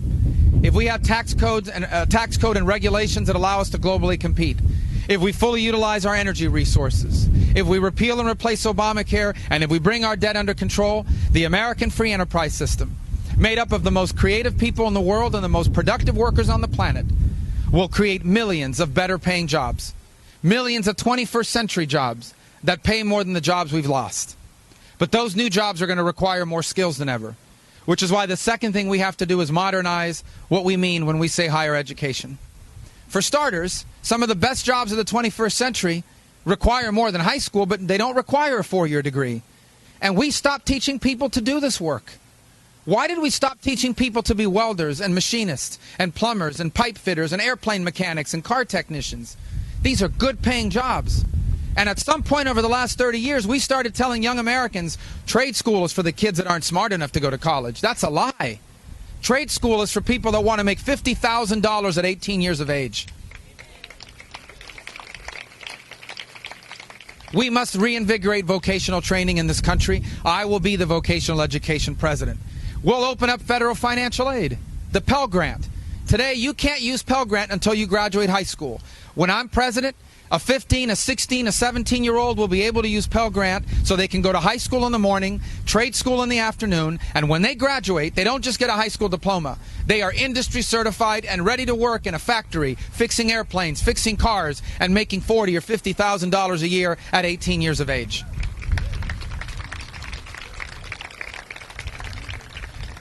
We need to create alternatives to traditional higher education, especially for non-traditional students. Maybe that's you or someone you know or someone you love. You're 30 years old. Let's say you're a single mother. You're raising 2 kids. You work full-time. You make $10 an hour. The only way you're ever going to get a raise is to go back to school, to become a paralegal, to become a dental hygienist, to become a software programmer. But you can't go back to school because you have to work full-time and you're raising a family. You can't just drop everything and sit in a classroom for 2 to 4 years. But imagine if we'd allowed innovation and technology to enter the space of higher education. Imagine if we had an alternative to traditional college that said, we're going to give you college credit for what you've already learned. If you know it, why are we going to make you take a class in it? We're going to give you credit for what you've learned through work experience and life experience and military experience. And then whatever you're missing to complete your degree, we're going to allow you to learn it from a variety of sources, including free online coursework, including weekend classes, including more work experience and life experience. You allow people to package learning so that you give a degree based on competence, what you know, not how many hours you sit in a classroom. And suddenly higher education becomes available for millions of Americans who today are locked out from it because they can't afford it, because they don't have the time. Look, we're still going to have 4-year schools, because how would we have college football without them? But we can't keep having people borrow thousands and thousands of dollars in student loans for a degree that doesn't lead to a job. The student loan problem in America is massive. It's over $1 trillion of student loan debt. I owed over $100,000 myself. It is crippling the lives of young people in this country. It's ruining their credit. They took out a loan for a degree and then they can't even find a job. That's why we need to create alternatives to the student loan, like my student investment plan idea, that allows a promising student, especially graduate students, to have their education funded by a private investment firm who invest in a person the way they invest in a business. And if you're financially successful, you're going to get your investment back with a profit. And if the person decides to drop out and live in a tent, they lost their money and they made a bad investment. But it's better than a loan because it doesn't sit on your credit report and all the risk is on the investment group. That's why I support a bipartisan idea called Right to Know Before You Go, which means that before anyone takes out a loan, the school has to tell you how much people make when they graduate from that school with the degree that you're seeking. And by the way, having alternatives to traditional 4-year schools means more competition. And more competition means these colleges can't keep charging anything they want for you to go to school because you could go somewhere else instead. And I am telling you, that if we can do these two things, if we can give our private sector what they need to succeed, make America the easiest economy in the world to create jobs, and we can make it faster, easier, and cheaper for people to acquire the skills they need for 21st century jobs, we're not going to have an economic recovery. We're going to have an economic renaissance. We're going to have economic growth and prosperity unlike anything you have ever seen. And our children and our grandchildren are going to be the most prosperous Americans that have ever lived. But that is not the only thing we need to do. Because none of those things will matter if we don't do the third thing we need to do. And it is the most important thing the federal government does, and that is keep us safe. And today we are failing in that endeavor. Look at the world around us today. You have a lunatic in North Korea who possesses dozens of nuclear weapons. The Chinese are undertaking the most rapid military expansion in the history of the world. Russia is governed by a gangster who's sowing instability in Europe and now in the Middle East.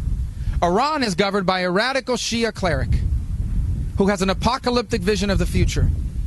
And this president is giving him $150 billion of sanctions relief.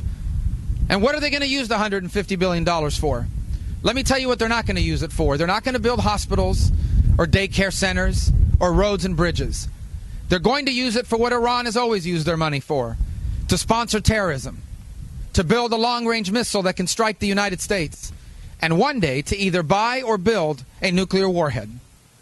These are all significant threats, and as if that wasn't enough, we now face the growing threat from radical Islamic jihadists.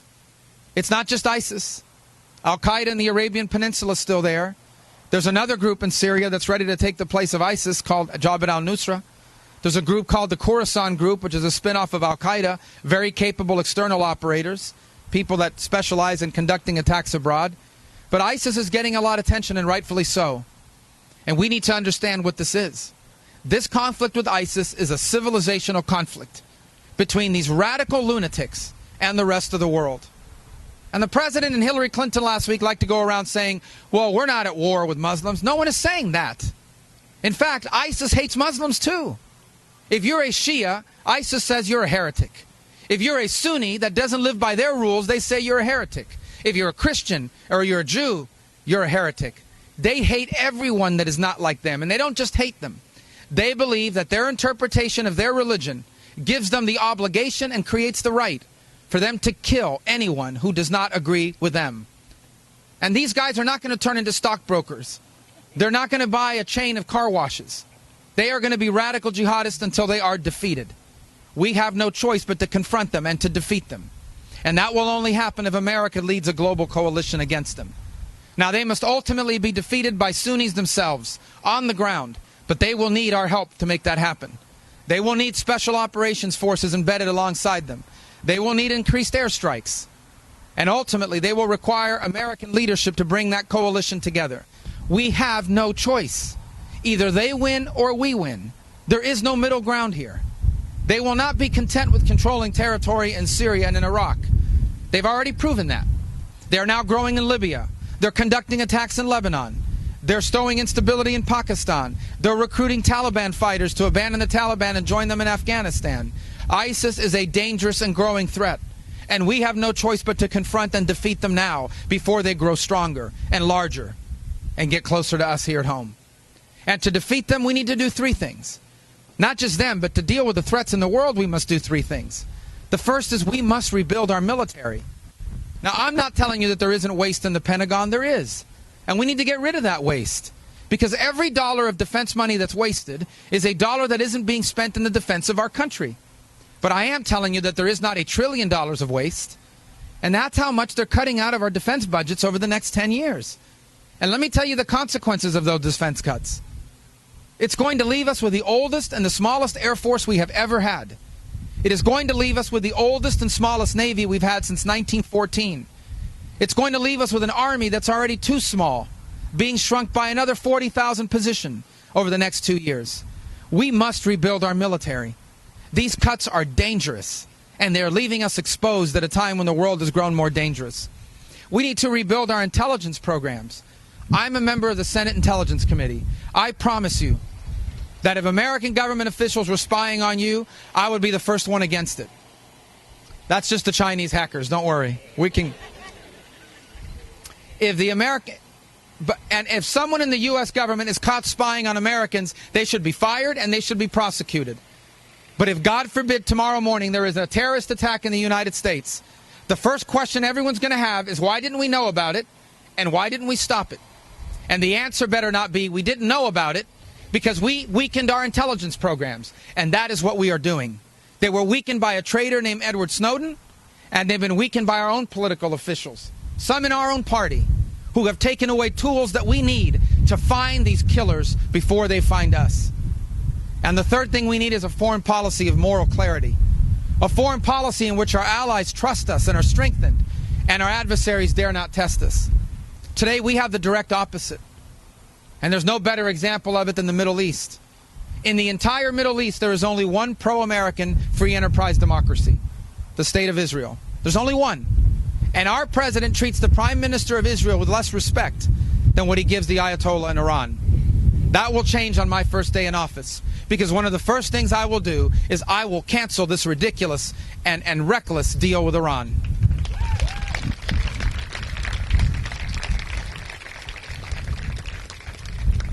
So to wrap this up, these are our challenges, and they're real. Our challenges are real, and they're nothing new.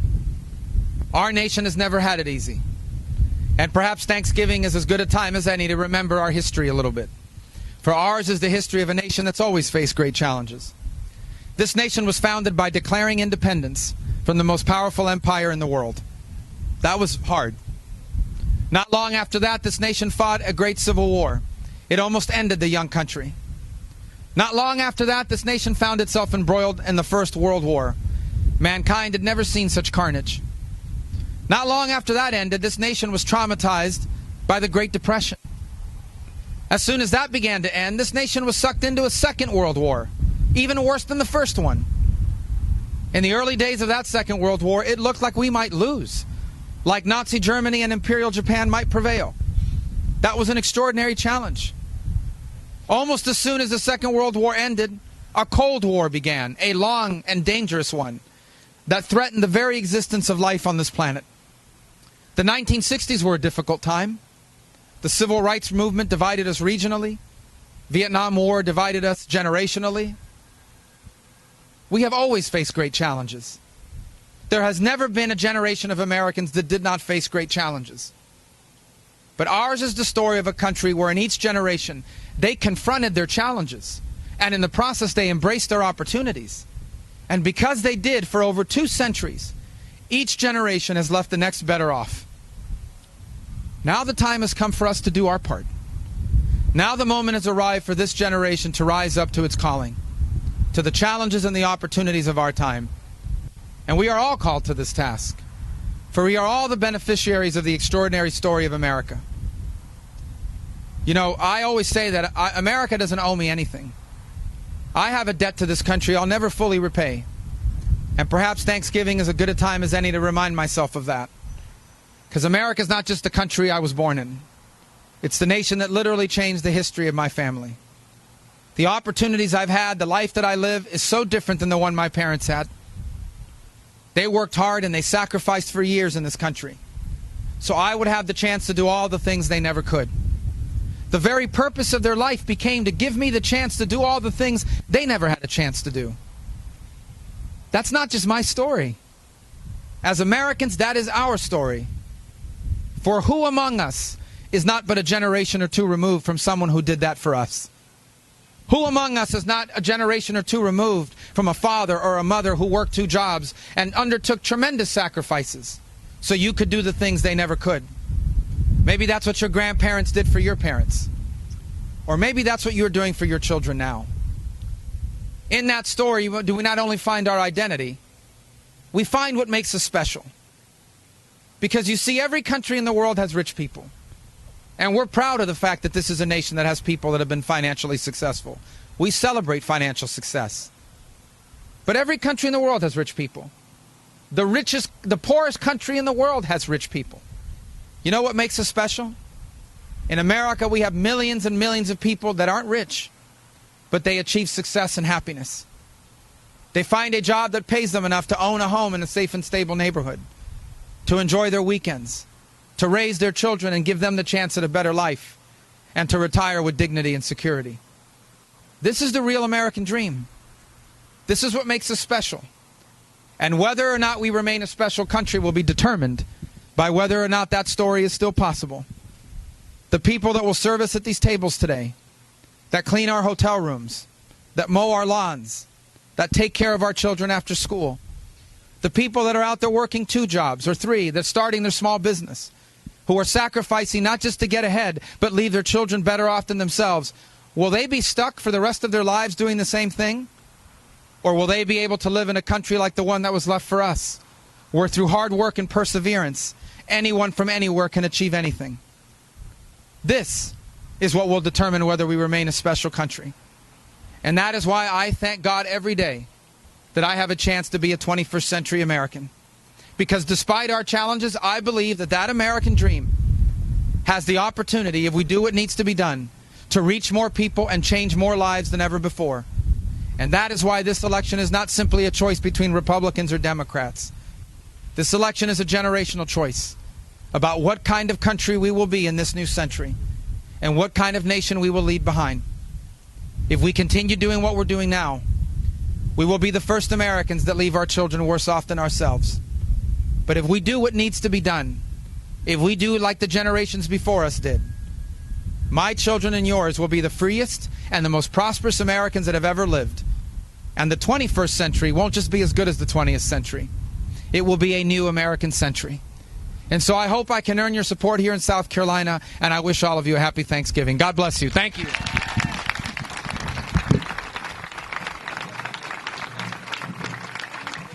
Yeah, if you guys pick out what you want, I'll have them order it, and by the time we're done shaking hands, we'll be ready.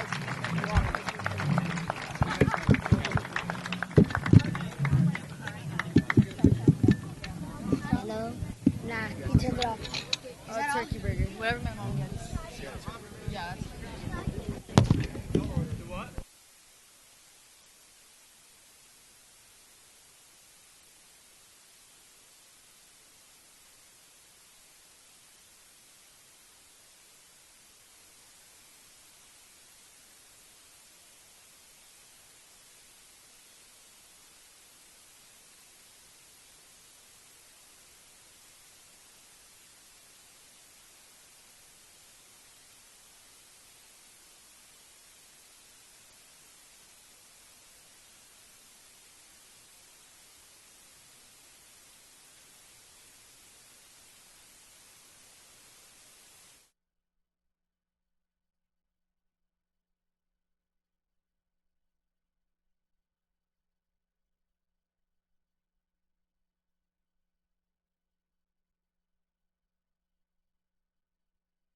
All right, guys, that is a wrap on Senator Rubio's event. Oh, wait, looks like we have the feed still right there.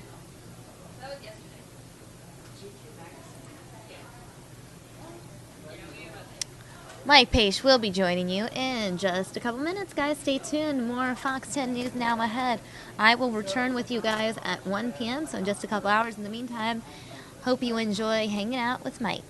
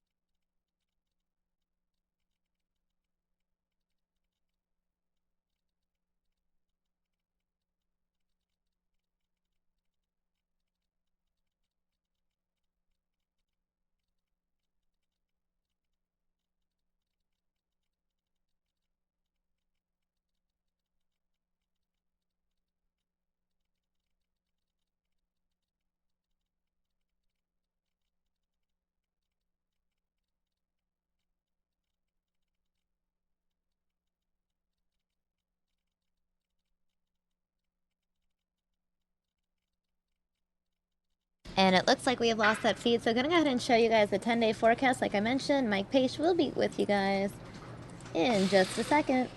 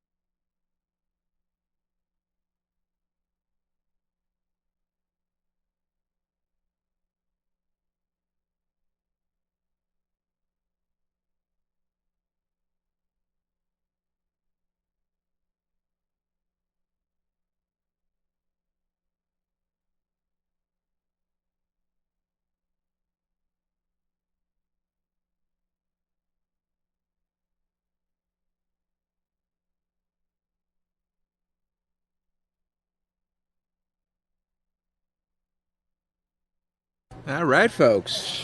Welcome. My name's Mike Page. Happy to be here with you. You can see the 10-day Foxcast.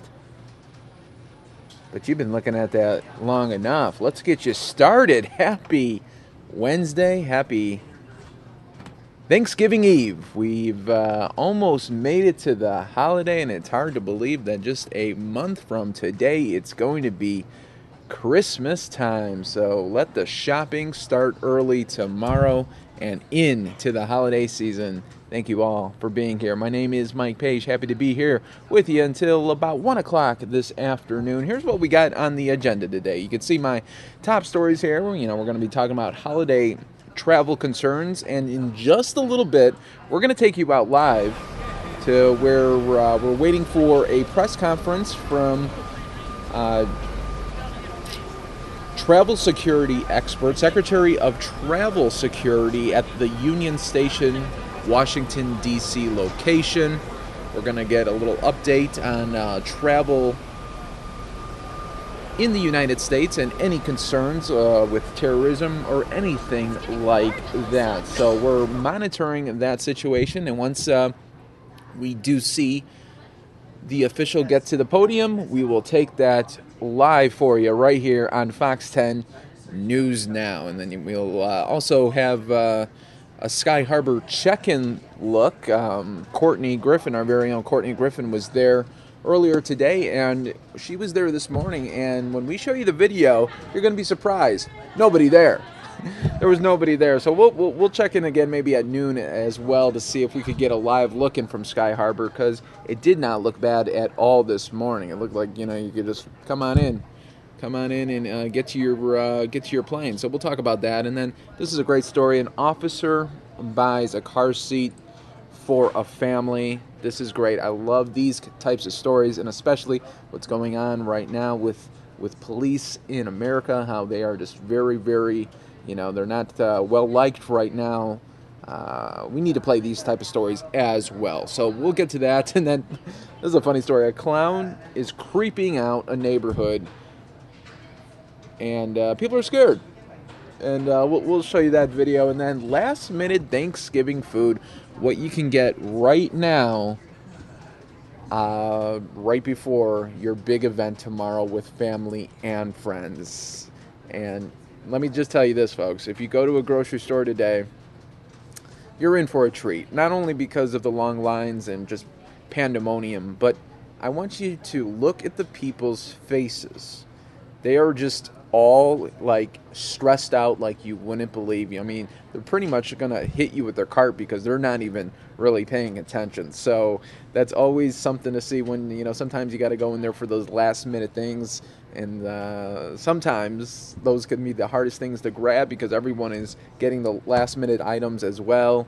People are forgetting, maybe they need more drinks or whatever, utensils, whatever the case may be. It's always something to see how really just how stressed people are to get them to this day where it's supposed to be stress-free, right? You're supposed to have the day off, and you're supposed to be with family and friends, and you're supposed to enjoy each other and be thankful for each other. But at the same time, people are stressed out, maxed out. So we'll get to that, and then we'll talk about that as well. Hope everyone's setting up for a great holiday weekend. I'll be here with you tomorrow.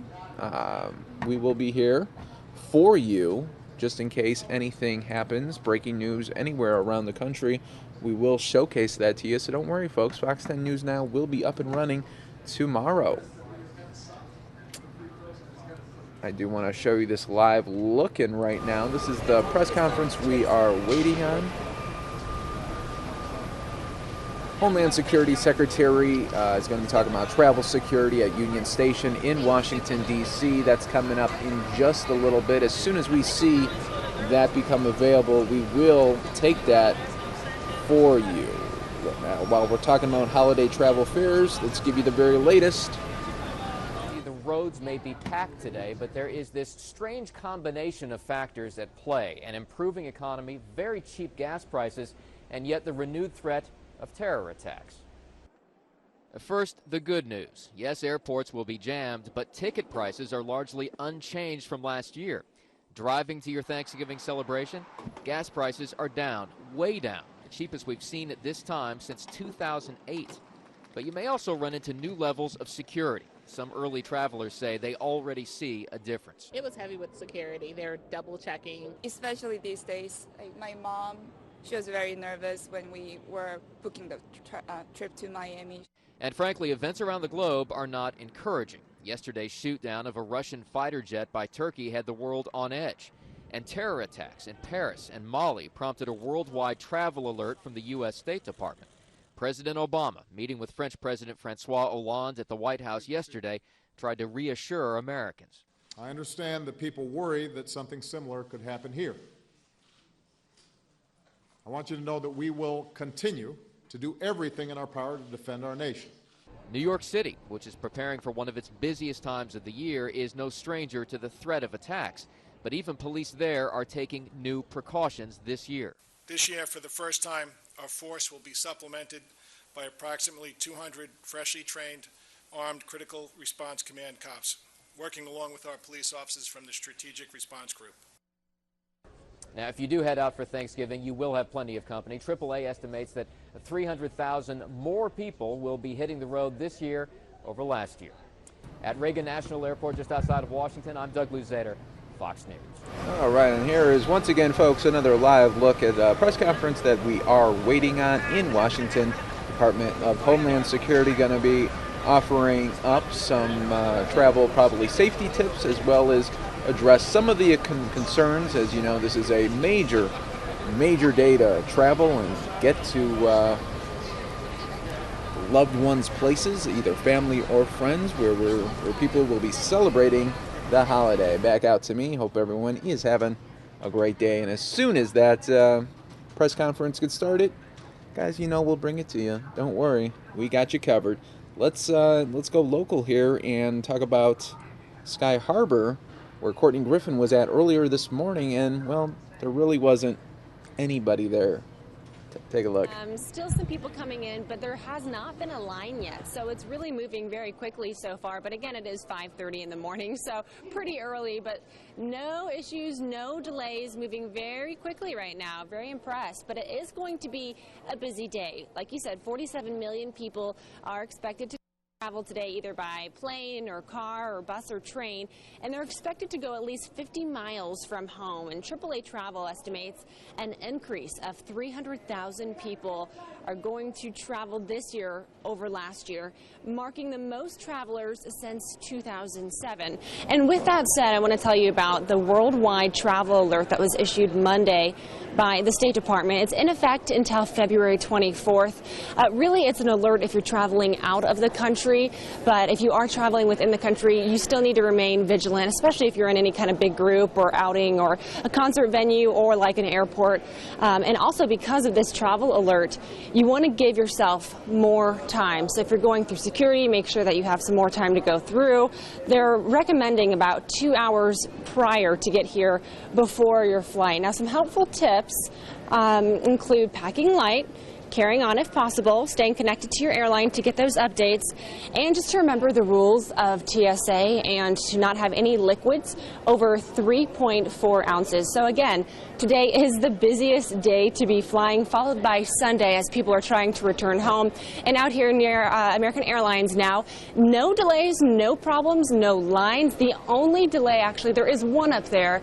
It's going to Boston. It was leaving at 9:50. It is now leaving at 10:30. So pretty good so far, but we're going to keep you updated throughout the entire morning and let you know how it's going here at Sky Harbor. You guys. I'm with Chief Hansen of Amtrak Police and Chief Dine of the Chief of the Capitol Police here. As the President said a few moments ago, we continue to know of no specific credible threat of a plot on the U.S. homeland by a terrorist organization.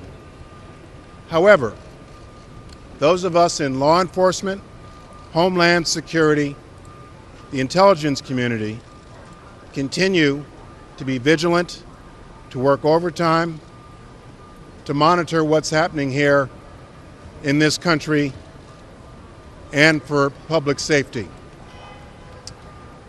We are working overtime to protect the homeland, to evaluate and reevaluate what we see.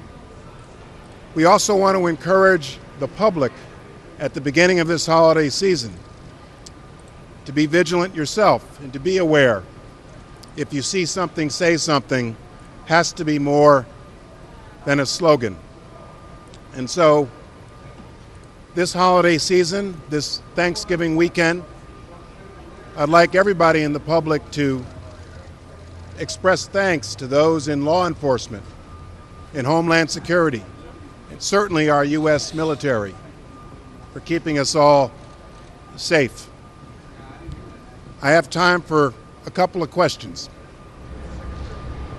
Yes, sir. I understand two families of Syrian refugees came to America to the south of Morocco. Are you aware of that? How do you plan to deal with them?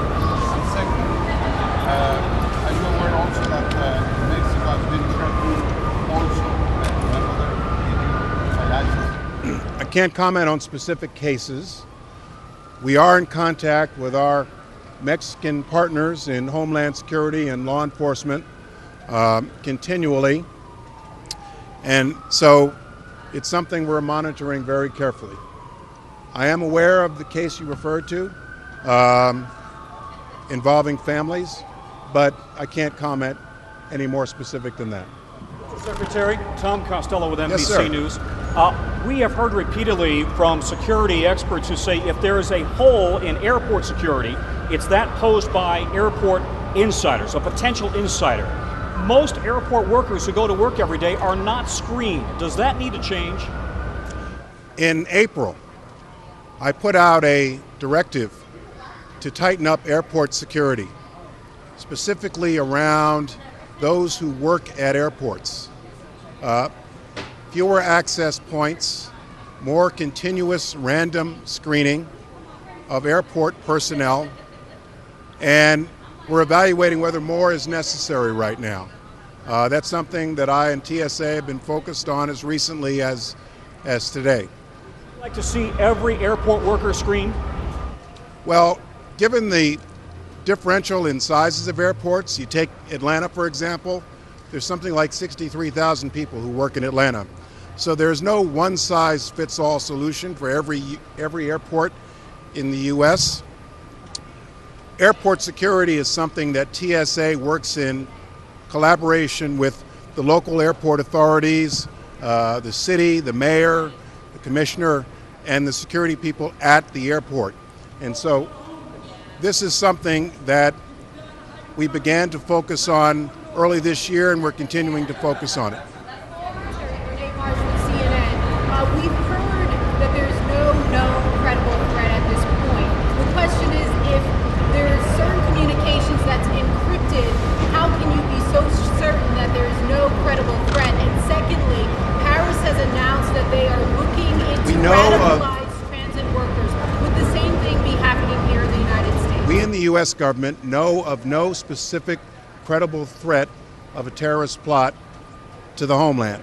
What we are focused on and continue to be focused on, as we have before Paris, are potential copycat acts similar to things that occur overseas. We're focused on the lone actor as well, and we've seen some of that overseas and here in recent months. And so this is something that our law enforcement community, the FBI, does a very good job of detecting, investigating, interdicting, and prosecuting. And we're going to continue at this. But we are vigilant. We are aware around the country at different events. Basically, there is a reinforcing of existing security measures, and it should be obvious to the public that there's a heightened presence in places like here, like Union Station here, at airports, other places, other public events, other public gathering places. And so there's a heightened presence by law enforcement, by security personnel. But in general, we want to encourage the public, as the holiday season begins, to travel, be with your family, celebrate the holidays, go to public events, go to public gatherings, but be vigilant and be aware. Thanks a lot.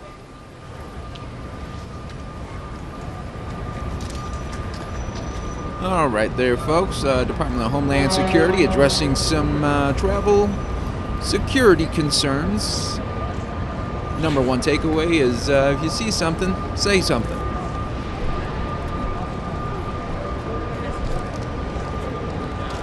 So that just wrapped up there.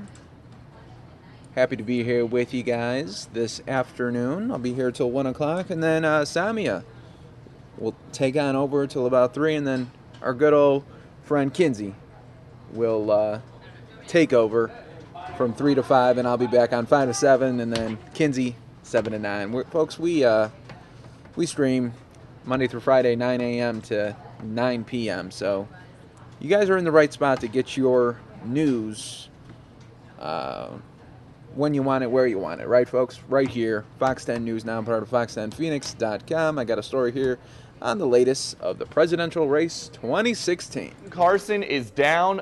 Donald Trump is back up. That's according to a new Quinnipiac poll of likely Republican Iowa caucus goers, who just 1 month ago favored the retired neurosurgeon over the billionaire real estate mogul. In fact, Carson's popularity has fallen sharply, putting him behind Texas Senator Ted Cruz, who came in a close second at 23% to Trump's 25%. Every time we listen to the voice of run to the middle, we get clobbered. Cruz credits his rise to conservatives uniting behind his campaign. But in the wake of the Paris terror attacks, voters have shifted their focus to terrorism, national security, and foreign policy, areas where both he and Trump have been highly critical of President Obama. At the end of the day, he still refuses to utter the words radical Islamic terrorism. He still has no strategy for defeating ISIS.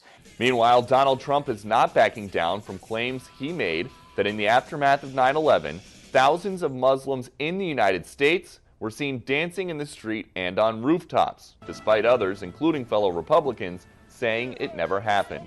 This country was under attack, and people were angry and they were in mourning, but there was no cheering. Look, he doesn't know what he's talking about. The same poll shows Hillary Clinton is still the #1 pick among Iowa voters for the Democratic nomination, although those voters believe Bernie Sanders is better suited to handle the economy. In Washington, Peter Ducey, Fox News.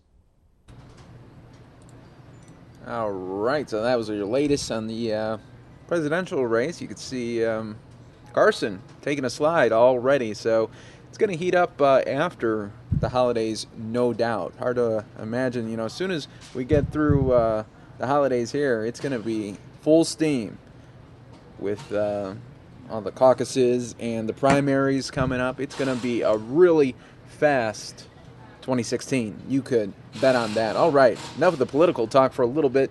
Let's get you set up on this one story I wanted to talk to you guys about. The officer that bought a car seat for a family. I love finding some inspirational stories for you when I can, and when I do, I play it out for you. This one's for you, Rachel, right? You like these type of stories? We got you covered, Rachel. Don't you worry. Here we go. This is from Texas. Officer buys a car seat for a family. Gotta love this type of story. He's so much fun. He's so sweet. At only 9 months old, baby Kyler gets around pretty well. He can handle the occasional tumble just fine.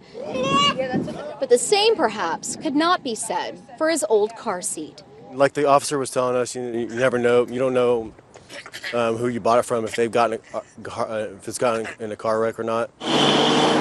On a traffic stop last Saturday afternoon in Louisville, Officer Jeremy Raina noticed Kyler in the back, strapped into a car seat Raina was not sure was safe. I felt really bad.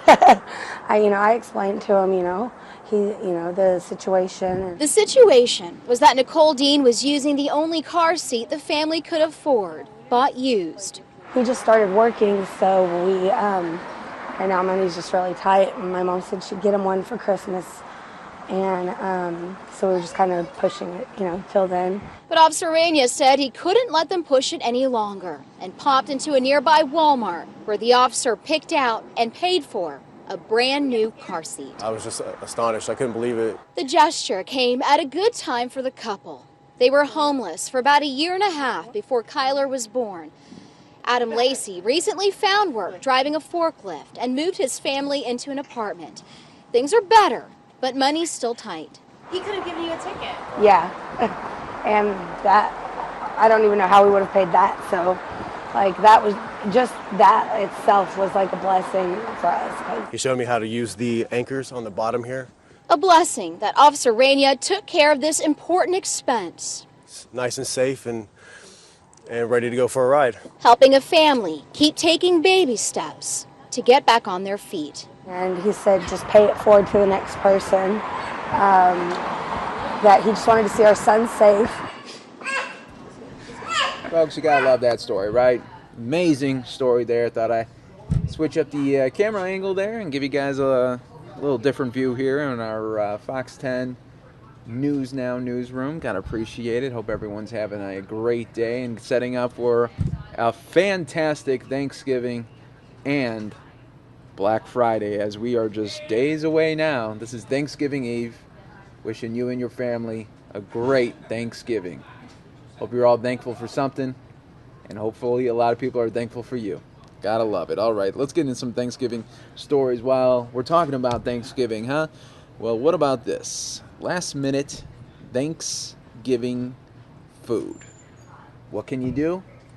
Well, you gotta listen. This is Anita Roman talking. By Walmart yesterday. Me too. On the way home from the range. Yeah, And it wasn't too bad. No, The Walmart in my wasn't. area wasn't terrible. Yeah. Like as far as busyness. You can expect a big run on stores today as people grab all those last-minute items. Okay, so Anita is out with the early bird shoppers this morning, picking up a few last-minute items. Hi, Anita. You know, I just talked to one gentleman who was buying his entire Thanksgiving dinner this morning. He just decided last minute, I'm going shopping. And you can see the lovely employees here at the Safeway on 7th and Osborne stocking shelves to make sure that everyone gets exactly what they need. They're not going to run out of any necessities. I actually made a list this morning, and I will call him out. Johnny ate the entire pumpkin pie that I bought earlier this week for Thanksgiving dinner. So now I have to pick up another one because you can't have Thanksgiving dinner without pumpkin pie. And I thought, Andrea, I know you're going to yell at me, but just once I'm going to have a sliver of pecan pie on Thanksgiving because that's my favorite, and then I'll bring the leftovers to work, I promise. And so I'm not the only one who, one more thing on my list, you guys, right here. This is the last thing on my list that I have to pick up because I don't have one of these. This is Nancy, and these are the common items people actually forget. Right. And they're so common you would think it's the first thing on your list. Absolutely. You know, make a list. That's our number one tip. When you come in, be organized, have a list with you, and you will not forget these, hopefully. Okay. If you do, and you're at the register, let us know. We'll run and get it for you. Fantastic. Rolls is a common one. We see a lot of folks coming back into the store midday on Thanksgiving. Olives, pumpkin, Martinelli's. Not everyone likes wine, so right. have an alternative for folks. Okay.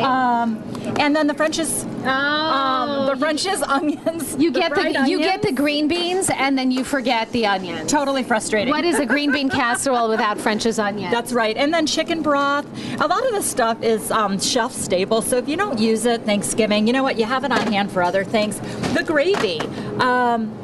Green beans, canned green beans, all this stuff is critically important to have when you are prepping. And it's always that one item that you get home and you're unpacking and you think, forgot the corn. That's right, every year. And we see a lot of customers coming back, and we're here to help. If you come in Thanksgiving and you just don't want to deal with the crowds, let us know, tell us up front, and we'll run and get it for you. Is today busier than Thanksgiving Day, or do you see more people popping in Thanksgiving Day? Today is going to be really, really busy, so get out early. That is the key. Come with a list. We will get you in and out. And if you're at the register, whether it's Safeway or Albertsons, and you forget something, tell us. We'll run back and get it for you really quickly so you don't have to return to the store. All right, and you guys, coming up at 7:45, we're going to talk about this beautiful meal That's here gorgeous. and how you can actually, I know, save yourself from cooking. And then also Fox 10 has a nice food drive that we are working on. So we're going to talk about that at 7:45 as well. Okay. And I'm going to go run to the aisle and pick up my turkey pan. Okay, go get your and don't forget, you got to put something in it. And poor Johnny this morning getting called out on that pie. Don't eat the pie then. Just don't eat the pie. Do you guys need anything? No. I think I'm good. I've gone to the store twice in the last day and a half, actually. Okay. No. Yeah, I'm good. Tomorrow's Thanksgiving. Tomorrow is the day. Well, the year's over. I know. Year's over. Another year almost gone. Yeah. Right? They go faster every year. I know. I don't know what it is. But but I explained it. I know. Remember? Yeah, and I can attest to it. Because the older you get, the year becomes less of an increment in your life. It does. When you're a year old, the year is your entire life. When you're 2 years old, 1 year is half of your life. I know. When you're 71 years old, that tiny, it's only about that big. Think about it. He's true. He's right. Yeah. Okay. Well, while many of us will be having a big feast with family, not everyone is as fortunate. That's true. So we are so thankful for our friends at the St. Vincent de Paul. They're getting ready to serve Thanksgiving meals to families in need. So Courtney Griffin is out there live this morning as they are getting ready for the big dinner. Courtney? Oh yeah, it's definitely big. They have about 4,500 meals that they're prepping for. And I'm getting a little hungry, guys. Look at this turkey. It looks just perfect, really. The slices are phenomenal. So I'm going to bring in Mary Jo Thompson. Thanks for joining us, your marketing director. Tell us a little bit about all of the work that goes into prepping these meals. Yeah, so Thanksgiving is tomorrow, but prep actually starts days in advance. And our kitchen crew has started slicing turkeys and thinking about what they're going to put on the plates tomorrow. Okay, so you have a list here of all the turkeys and everything that you have. Let's list it off. Sure. So, how many turkeys? So we have 2,000 pounds of turkey that's going out. 2,000 pounds of turkeys.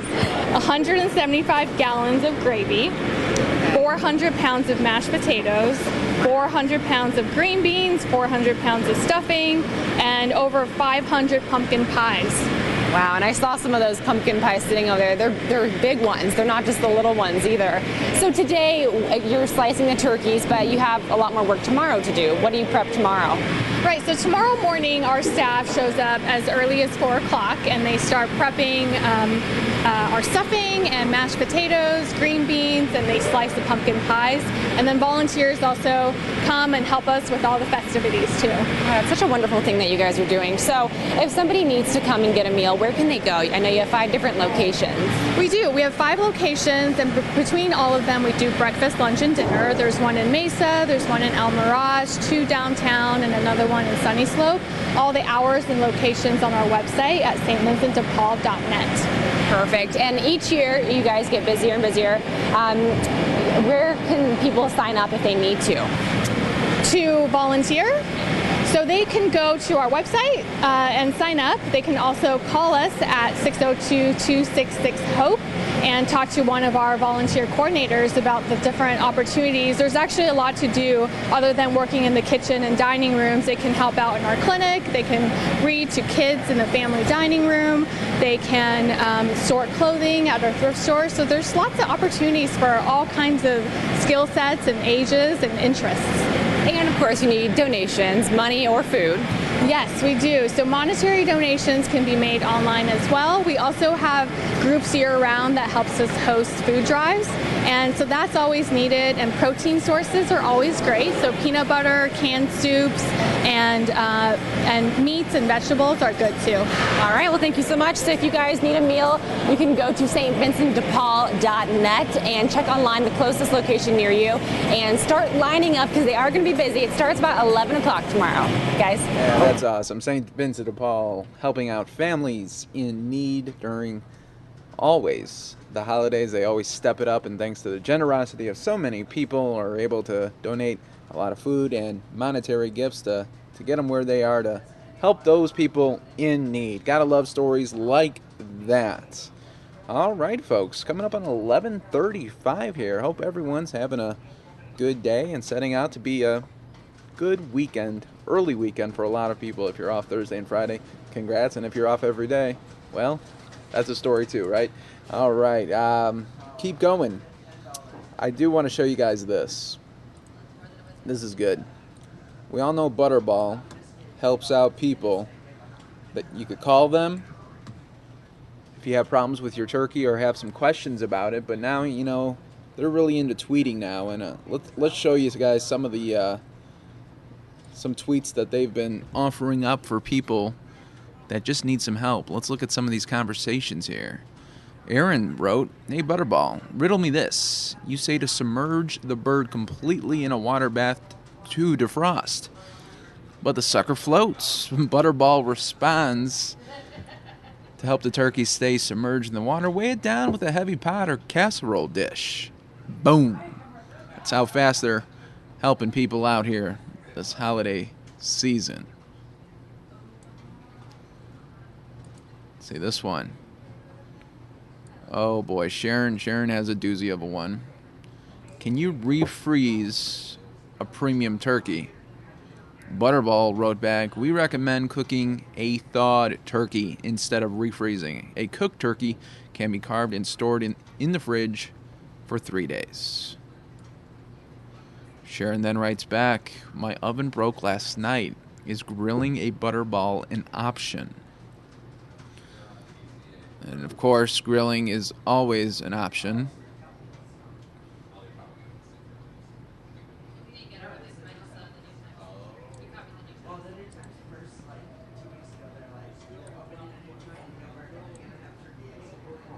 Oh boy, look at this tweet someone put out. "My turkey has feathers instead of seasoning." Wow, feathers still on that turkey. Never know what you're going to get, you know, especially in social media. Wow, some people are just very forward. Look at this one. "I need a 30-pound turkey. Where can I find it?" Hey, buddy, why are you worrying about this the day before? That's what I would write back. So yeah, so that is just some of the things that people are asking Butterball. Now you can call them or tweet them. That is interesting there. So weird some of the questions they must get sometimes. Felt really bad for that one girl that her damn oven broke the day before Thanksgiving. Ouch. It's called what you would call a Thanksgiving burn. That's when you just, you know, the stars aren't aligned for you that time to host a party. Maybe you should take the party somewhere else, preferably someone that has an oven. Ouch. All right, let's keep you going on this holiday area here in California. Surprise holiday lights. I like these type of stories, guys. Let's enjoy it together. An unexpected thing has happened on Bandoni Avenue in San Lorenzo. Since a Christmas Grinch stole 86-year-old Natalie Conkle's light display. That's a great idea. Let's do that. Neighbors, once cordial but distant, have become like family. This one's broken. Everybody wanted to do something to get her Christmas spirit back. A call went out to the neighborhood on social media. Oh, that's great. To not only replace the light, but make Conkle's house sparkle. When you hear that it happens in your backyard, it makes you feel that much worse. So you want to come out and support as much as you can. Support they did. They donated money and decorations and gathered Tuesday night to work their holiday magic while Conkle was at dinner with her son. I love this. They secretly strung colorful lights, put glittering gold and red ornaments in the shrubbery, and hung a homemade wreath on the front door. We've been like little elves decorating everything, and now we're just waiting for them to come home. Soon, Conkle arrived to see her house aglow. Oh, my. This is wonderful. I mean, really, I am really shocked, surprised, and very thankful to have such wonderful neighbors. As she stood on her porch looking at the tinsel and candy cane lights, Conkle said she once again believes in the holiday spirit. Now I can celebrate Christmas. Now it'll be much better. Yes, yes. Great story there, folks. Just a great story. Awesome with those holiday lights, huh? Gotta like it. Gotta like it. All right. Another video I want to show you guys is turducken. You know, a very now famous dish that you can have for Thanksgiving. Let's take a look at it right here in our Fox 10 studios today. It's Table here to help us ward off kitchen emergencies. But before we talk about that, you told us something during the break which is amazing. You're going to be on Twitter tomorrow. Oh, yeah. From 10 to 2 o'clock, I'll be available to answer all of your Thanksgiving cooking emergencies. Great idea. This is the best. Like a local Butterball hotline or something, right? You are. Yeah. Okay, so we can just fire them off on Twitter. Where do we find you? Yeah. I'm at Chef Beckett AZ on Twitter. Chef Beckett AZ on Twitter. Yep. Okay. Cool. So you're going to help us if we get in a jam tomorrow, but ahead of time, you're going to cover some of the basics, things that we probably have or will run into at some point in time as far as problems. So the first question, how do you make a good gravy, right? Yes. Okay, so there's a couple components. You need a great stock, and what we have here is called a double stock. So we make a stock, and then we make a stock with the stock. Okay. So it's not just watering down the flavor. So you reduce it down. We reduce it down, yep. So we have this. And then the way to thicken it is with a roux. It's spelled R-O-U-X. And this is just butter and flour. And I've been cooking it slowly, so it has that nutty kind of smell and that taste. So watch how this is going to splash just a little bit. That's why it got that brown color, right? Yep, exactly. And usually you just throw flour in here, right? And it gets lumpy and it's weird and all that. And it tastes floury And it tastes floury. So all the flour taste is cooked out of this. You just have that toastiness. And you see how you have to pour it in slowly, or else it'll get very angry at you and splash all over your beautiful blouse, of course. But so you just put as much roux in there, and it has to be boiling for it to activate. And then it thickens up and turns into this beautiful, tasty gravy. Could you make that like ahead and save it for down the road when you have another gravy? You can keep this in a little container in the freezer forever. Oh. So yeah, you can do them in little ice cube trays, and that way you just add one ice cube at a time. Brilliant. Tip number one. Love that. Okay, all what's right, next? So moving on. Mashed potatoes, you guys were talking about it earlier. Yes. All right.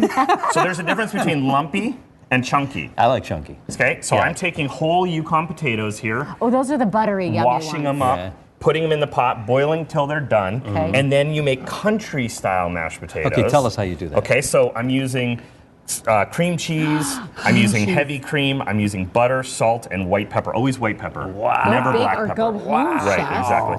So you just whip it all up, and it's nice and lumpy with the skins in there, and it's beautiful. So then you save time I love it that because way. you don't have to peel. You don't have to peel I them. hate peeling potatoes. All right, rustic is in, right? Rustic is in. You know, I was going to ask you a question, though. That turkey looks awfully skinny over there. I know. All right, so this is our next topic here. On a diet. These are the turkey bones that I took out of the turkey, and I roasted them all, and I used this to make the stock. Okay, so you're getting, again, that toasted flavor. Right. And all right, I'm not going to push you out of the way here, but I got to show you this. This is an entire turkey. Okay? Dark meat, white meat, everything. Everything. So I took it all apart, I rolled it all back up, and I roasted it. So you can ask your butcher to give you a boneless turkey.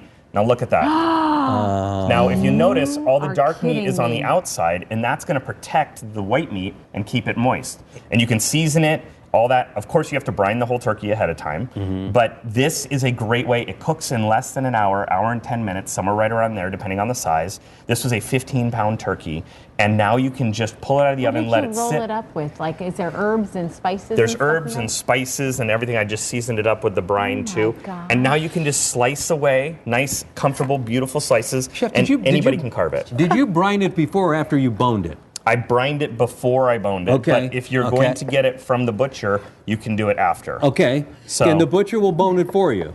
You can find, yes, some butchers will do that for you. If they don't do it, go to another butcher, right? Right, exactly. So look at how, I mean, look at the presentation and the gorgeous. Yeah, that's beautiful. And you said this is a 15-pound turkey in an hour and... Hour and 10 minutes it cooked. You just put it like on a roasting pan or something? On a roasting pan, I put a little bit of oil, salt, pepper on the outside. And of course, when it comes out, the skin is beautiful, crispy, crackly.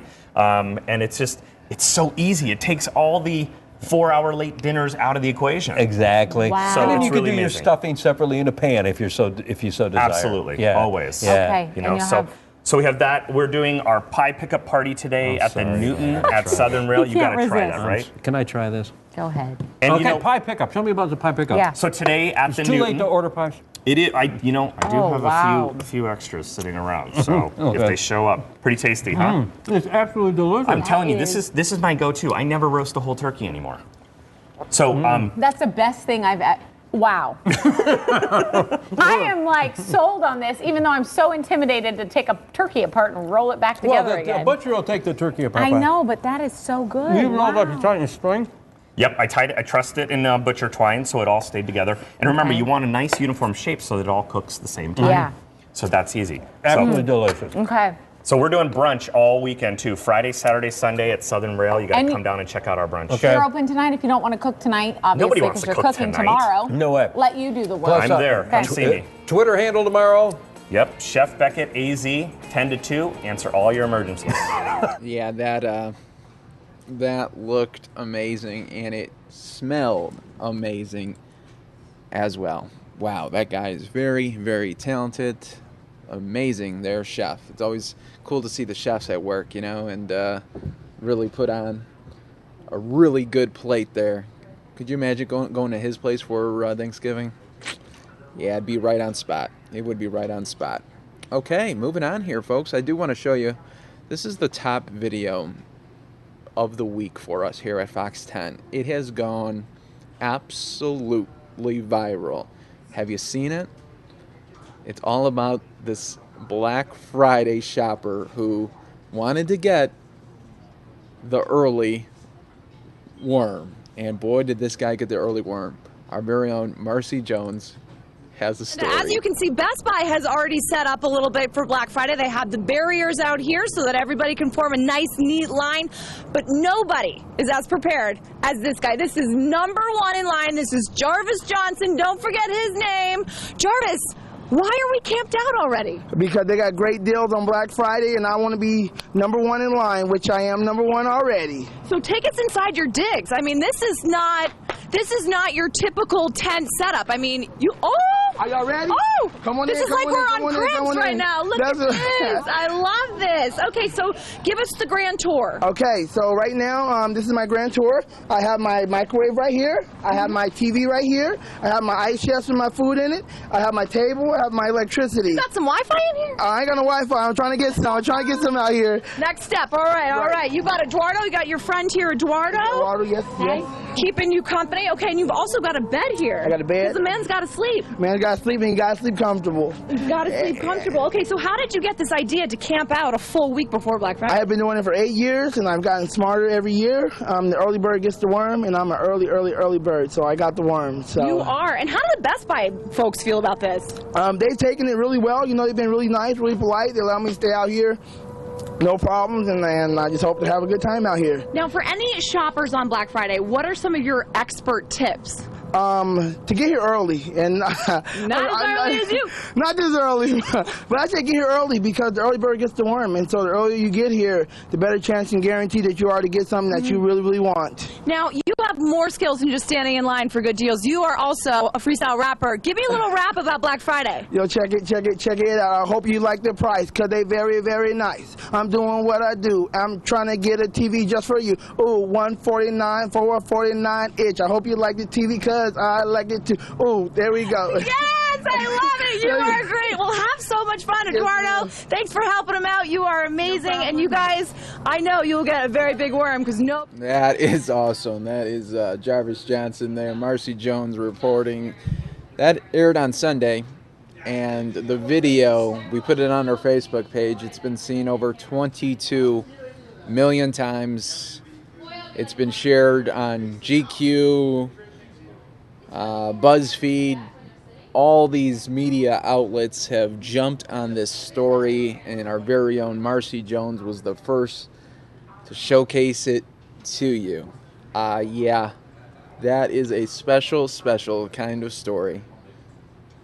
Awesome, though. Very, very cool.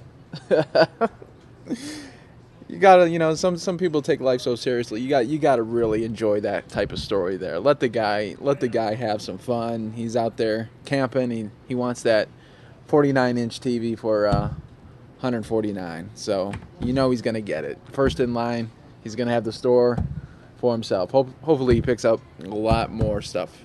That is awesome. Love that kind of story, though. Marcy did a really well job, too. Really great job.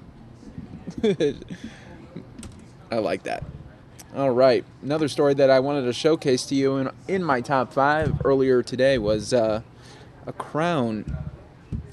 In Wisconsin, a clown is creeping out a neighborhood. I don't like clowns, and I don't think a lot of people do either. Well, here's the story. Anna Lindy says if anyone's seen a creepy clown near her Main Street house, that would be her 15-year-old son. He's doing it for laughs and to make people smile. I don't think his intentions are trying to upset anyone. Lindy concedes it's a strange sight this late in November and says police have even had a talk with her about it. They were getting a lot of calls, and it would help them out if he would give it a rest for a couple days.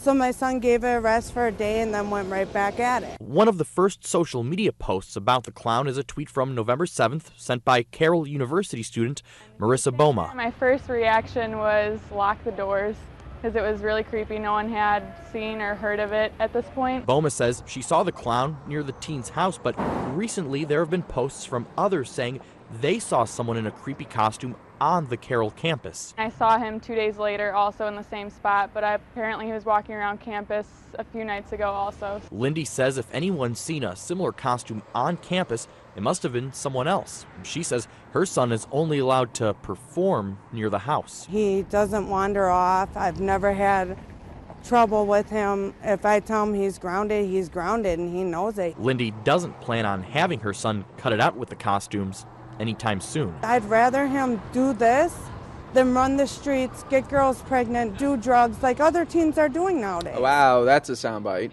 There we go. So, clown terrorizing the neighborhood there, and mom's just happy he's not doing bad things, I guess. Wow.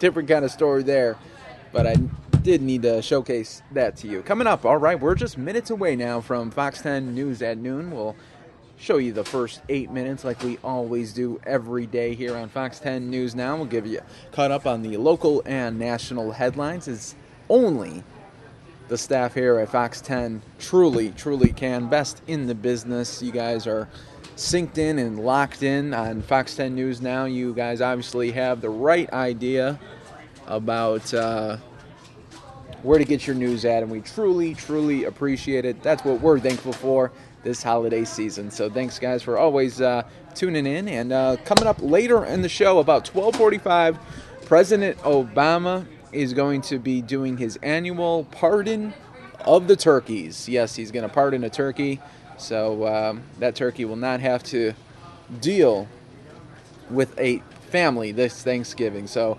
we'll check in with him during that annual pardon coming up at 12:45 this afternoon. Hope you can still join us for that one, and who knows what else is going to happen as far as any type of breaking news that happens. That's why you really always need to have it glued to Fox 10 News Now, because whenever there's a breaking news situation out of Arizona or nationally or the world, we bring that to you. So yeah, you guys are in the know, and we really appreciate that. How many people, though? I want to get, we have a couple minutes here before Fox 10 News at Noon starts. How many people are going to be shopping tomorrow on Thanksgiving? I just wish they wouldn't do it on Thanksgiving. The stores, I mean. They should let everybody be off. There's no reason to be open for retail on Thanksgiving. Remember when that was sacred? Remember when you couldn't even get close to a mall because nobody was even there or open, and now it seems like every other store is open on Thanksgiving, and that's a shame, because really at the end of the day, do you need to get that TV right then and there? Can't you enjoy yourself with the family? But here's what I think people do. Shopping on Thanksgiving, it's really for the lonely people, the people that didn't get invited anywhere or don't have family in the area, so they go to the mall so they could be with others, even though they're not really with anybody else, at least they feel some kind of connection with someone. That is my idea of why these stores are open, and obviously to capitalize on more money coming in. Obviously, that's a big component too, but it's really made for the people that are lonely, I'm thinking. Because could you imagine if you're there with your family eating Thanksgiving dinner and you're trying to wrap it up early? Why? Because you got to go out and get something because there's a supposed deal? Come on now, folks. Come on. You don't need to leave your family or friends because you want to go get a TV or you want to get a new iPad. Because you know what, you may be gaining and saving a little bit of money, but you know what's happening? You're losing memories. So good luck with that if that's your game plan. If you don't really want to deal with your family too much, you just want to and try to get the latest gadget. Hope that makes you happy too. Hope that gadget is there for you when your family isn't there because you were out shopping. Is it really, at the end of the day, you got to think, is it really worth saving the $30 or $40 while you ditch your family for those deals? A lot of people, some may think, well, we go with our whole family. Because that's nice to be stressed in line, stressed in the store together. I guess if you want to do that together, that's an option. But I'd rather be with my family and watching some football games, just like how it used to be, and connecting with them and making memories, not just talking and shouting at each other across the mall about saying which store has that, which store is open, which has the shortest line. Because the holiday season is upon us, folks, and there's time for that. But it's Thanksgiving. You don't really need time, to blow it all on Thanksgiving and ruin the holiday there. Hope it's worth it, though. Hope it's worth that savings of $25 to $30. Hope you really feel like you really got a solid deal there. Like I said, Thanksgiving shopping is more for the lonely people, I guess. People don't have anybody or didn't get invited anywhere. They're like, well, I might as well go shopping, try to get a deal for myself, because if I'm not with someone on Thanksgiving, probably I'm not going to be shopping for anyone else this holiday season. That's probably the mindset they have. Wow. That's just my thoughts. As we're coming up on 12 o'clock here, we're going to get you caught up in just a little bit on the top stories happening around Arizona and the rest of the country. Fox 10 News at noon, just minutes away. Then I'd like to say at 12:45, we'll take you out live to Washington, where President Obama will do his annual pardon of a turkey. So get ready for that. It's coming up in just a little bit, folks. You are part of the Fox 10 News Now stream, part of Fox10Phoenix.com. So, guys, we got you all lined up here. We're going to be here tomorrow for you.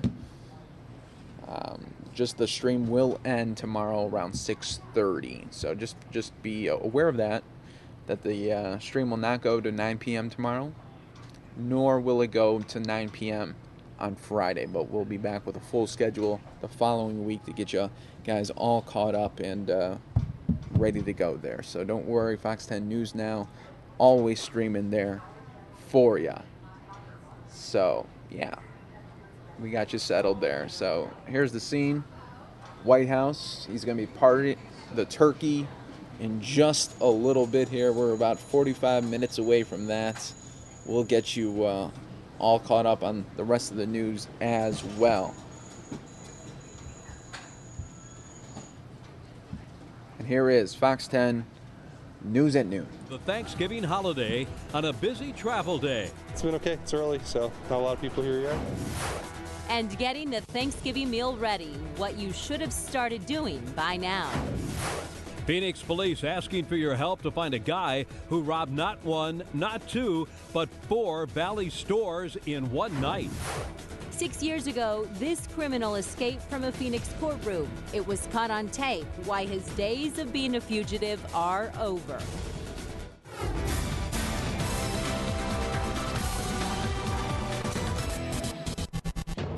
Well, good afternoon. Thank you for joining us. We begin with a Fox 10 News alert. An inmate tries to escape on the I-10 freeway, snarling traffic in the Ahwatukee area. You're looking at video from Sky Fox right here. The inmate was in a police transport van. He kicked out the back door, was able to get out of that moving van there on that very busy freeway. He was injured during the escape, and we are hearing now back in custody. This happened in the westbound lanes of the I-10. Right now, several lanes are blocked by police cars. We see that right now, this live picture here of the ADOT camera, you see plenty going on there in the freeway.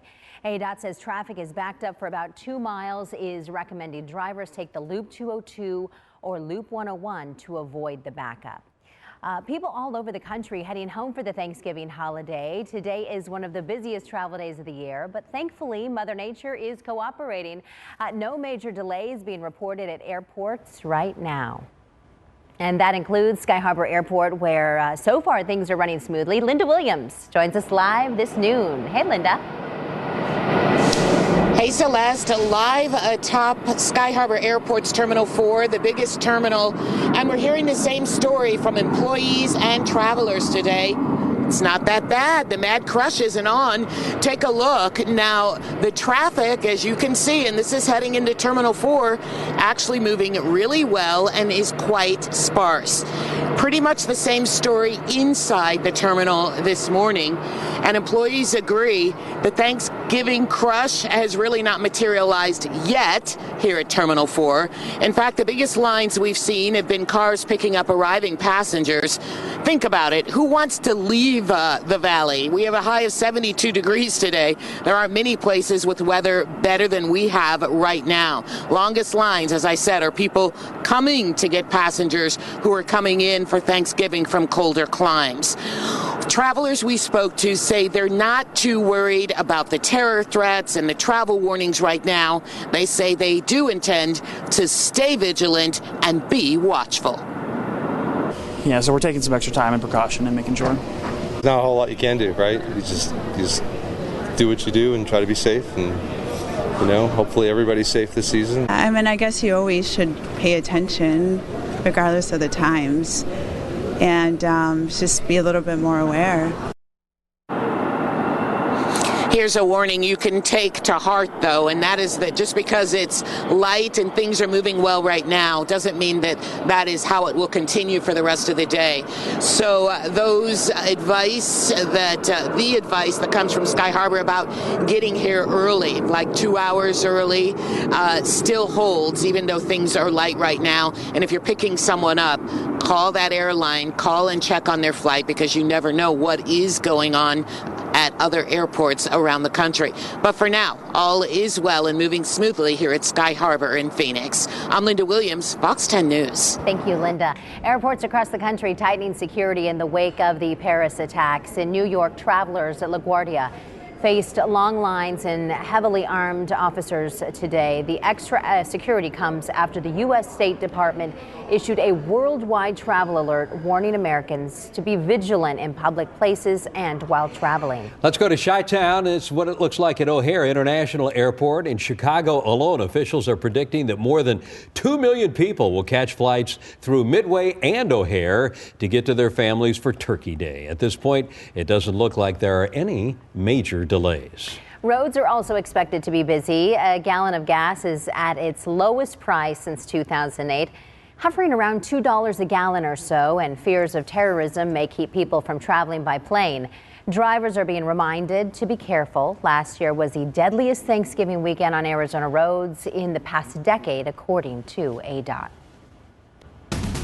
New at noon on Thanksgiving Eve, President Obama is reassuring Americans that there are no credible reports of a terror plot on U.S. soil, like the massacre in Paris 2 weeks ago. Speaking from the White House after meeting with his national security team, the president says they're ready for anything terrorists might throw their way, adding that since 9/11, the U.S. has taken extraordinary measures to improve our homeland security. So as Americans travel this weekend to be with their loved ones, I want them to know that our counterterrorism, intelligence, homeland security, and law enforcement professionals at every level are working overtime. The president went on to say in the event of a specific credible threat, the public will be informed. Also new at noon, police need your help to find a crook who robbed 4 stores in the valley in just one night. It was back on Friday, November 6th. He robbed the first place at 10:40 and continued a string of armed robberies until 3:30 the next morning. A very busy night for this man. He hit a Circle K, a 7-Eleven, a Domino's Pizza from Surprise to Northeast Phoenix, so across the valley. The suspect is wearing a bandana, so it's difficult to see his face. He's about 5'7", 170 pounds. He wore gray jeans and used a silver or chrome revolver. If you know who this is, you can call Silent Witness at 480-WITNESS. One of Arizona's most wanted fugitives is back behind bars. Adrian Cruz was on the run for more than 6 years after escaping from a Phoenix courthouse. Back in 2005, Cruz was convicted of raping and impregnating a 9-year-old girl. While serving a life sentence for that crime, Cruz was also linked to 2 other sexual assaults. In 2009, he was on trial for one of the new charges. And during a lunch break, he was placed in a holding room. He was able to remove his restraints and escape. Well, that escape caught on surveillance tape. He made his way to the judge's empty chamber where he took a leather jacket and walked out of the courthouse. He then fled to Mexico, where he was finally caught by police back in April, but it wasn't until yesterday that he was brought back here to Phoenix. Costco recalls its chicken salad after it's linked to an E. coli outbreak. The CDC says at least 19 people in 7 states have gotten sick after eating the rotisserie chicken salad. Now, most of the cases have been in the western U.S. As of right now, no known cases have been reported here in Arizona. Costco has stopped making and selling that chicken salad. If you haven't started getting your turkey ready for Thanksgiving dinner, you need to get on the move. Whether it's fresh one or frozen one, now's the time to getting it ready. Chris Bernstein from the United States Department of Agriculture says if you bought a frozen turkey, you should be thawing it by now. It takes about 24 hours for every 5 pounds of frozen turkey. So if you have a 15 or a 20-pound turkey and you haven't already put it in the refrigerator, you can use the cold water method to thaw it. If the turkey is partially frozen, you would just want to submerge that turkey under cold water and change it out every 30 minutes until the turkey is sufficiently thawed. And the average American may consume more than 4,500 calories and 229 grams of fat during a typical Thanksgiving holiday gathering. Coming up on Fox 10 News at noon, we know spending too much time alone can be bad for you mentally, but what about physically? Why loneliness can be hazardous to your health. If you ever feel blah in the afternoon, too tired to really want to do anything, you are not alone. The most and least productive times of your day. I'm looking forward to hearing that. Yeah. Temps today, boy, they look good. We're waiting to see that sunshine break out and find out about the rest of your holiday in a couple of minutes. All right, Corey, thank you. All right, and we'll check in back with Fox 10 News at noon. They're going on as you can see, a commercial break. But don't worry, I have some other stories for you in the meantime while we are waiting for Fox 10 News at noon to come back. I have a great story here for you. This is out of Kentucky. This is another inspirational story. I'm going to be throwing these at you a lot today, guys, so be ready for them. Be ready for them. Here we go. Out of Kentucky, this story is great. A grandma hears for the very first time. Yeah, it's like that. Kept getting worse as I got older. And of course, I'm old now, so it's getting worse. Several years ago, Rita Crawley had a cochlear implant put in her right ear, but the electronic hearing device didn't work. I was really disappointed. The 64-year-old, born nearly deaf, found Avada Audiology on Dixie Highway. Ann Bloomfield performed the hearing test. I was excited. I wanted to pull her out before I was even done. The results showed she would benefit from a hearing aid in her left ear. She couldn't afford one, but she did qualify for a state program for low-income residents, meaning a free device. The battery door closing it turns it on. On Tuesday, with support from family, This one is just a little bit different. Rita is ready to hear. Her daughter heads to the hallway to call for her. Mama. What? Oh my God. She's crying. I did it. I did it to her. An emotional moment for the family and everyone in the office. Hugs and tears as Rita heard her daughter clearly. And to be able to hear her voice. No more reading lips, constant text messages, or conversations over Facebook. I wasn't expecting it to work. This didn't work. Why should this? It's amazing. I'm happy. I'm tickled pink for her. I can't believe that she actually can hear me again. It's amazing. You're bringing family back. You're bringing intimacy back. A blessing and miracle. For the first time in 6 decades, Rita will finally be able to hear during the holidays. Oh, yes. It's like Thanksgiving and Christmas rolled all in one. Yes, it is. Yes, it is. And it's just amazing.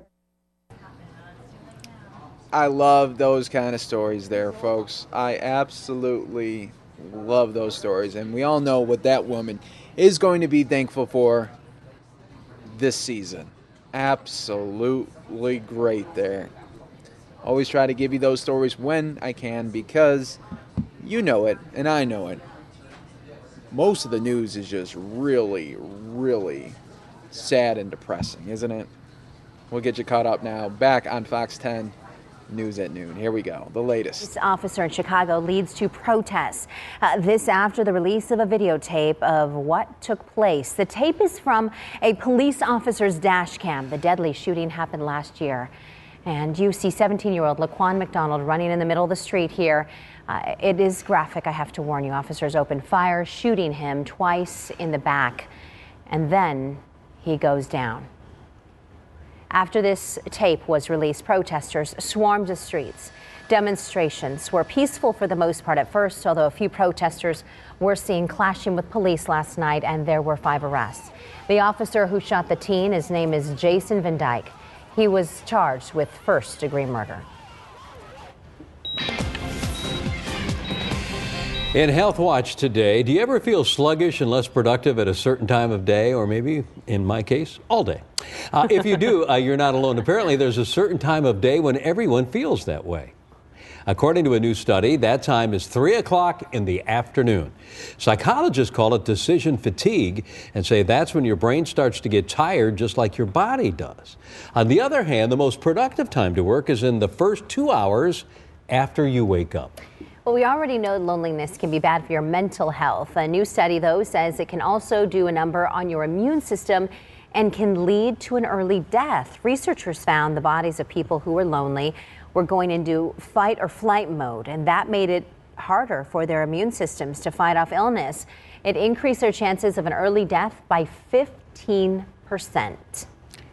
Wow. Still to come here on Fox 10 News at Noon, talk about a holiday Grinch. Someone steals an elderly woman's Christmas decorations. Why this story does have, however, a happy ending. And where some people... We'll check in back with that because I do want to see that story. That's going to be... that'll be pretty cool to see. And then we'll check in with Corey for your Thanksgiving forecast as well, just coming up in a little bit. I got another story here for you. Yesterday I brought you the news conference of that story out of Pennsylvania where a trooper was shot at on the freeway during a pursuit. Here is the latest update. Between 10 and 15 shots were fired. That's how many shots Barbara Larkin heard outside her apartment this morning before racing down to the street below to see this, a fiery scene on Route 676 eastbound. A car into a school bus, both on fire, and armed police trying to arrest the driver of that car. When I came up on it, I saw the police with their guns out, and there was a suspect standing next to a car. I saw all the state troopers surrounding it, guns drawn everywhere, rifles. Andy Ocasio also watching the drama unfold from his apartment window. State police say it all started at Route 76 and University Avenue when a routine traffic stop for an expired inspection sticker went bad and the 17-year-old driver took off. The pursuit went westbound on 76 and then eastbound on 676. And that's when state police say the teenager started firing at Trooper Patrick Casey, who'd been called as backup. hitting Casey in the shoulder before then crashing into the bus. You can see the trooper's windshield shattered from the gunfire.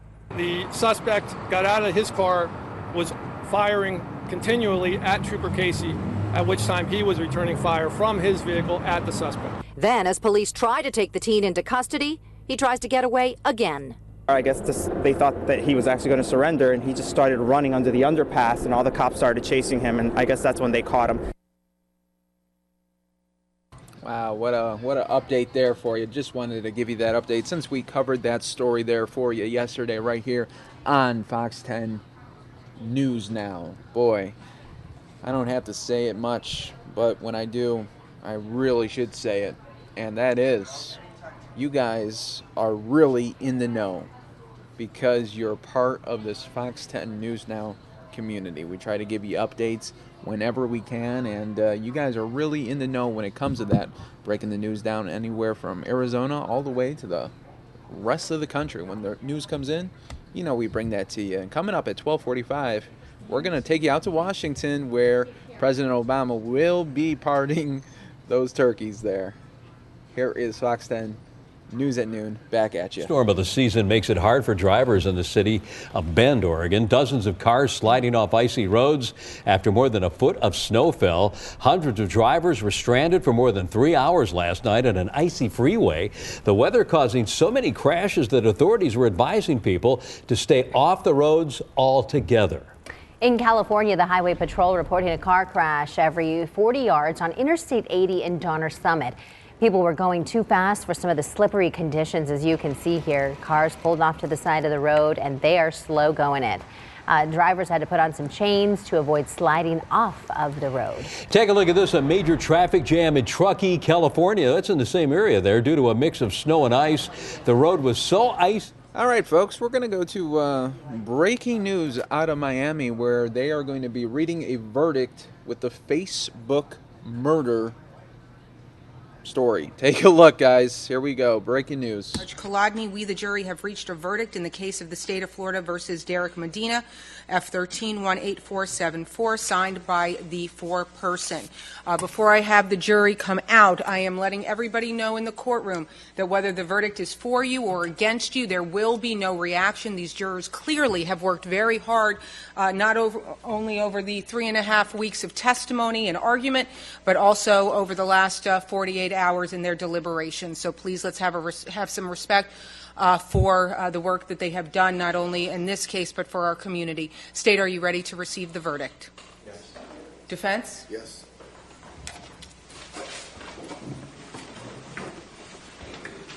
Please rise. Okay. Okay. You'll have to mark it. Okay.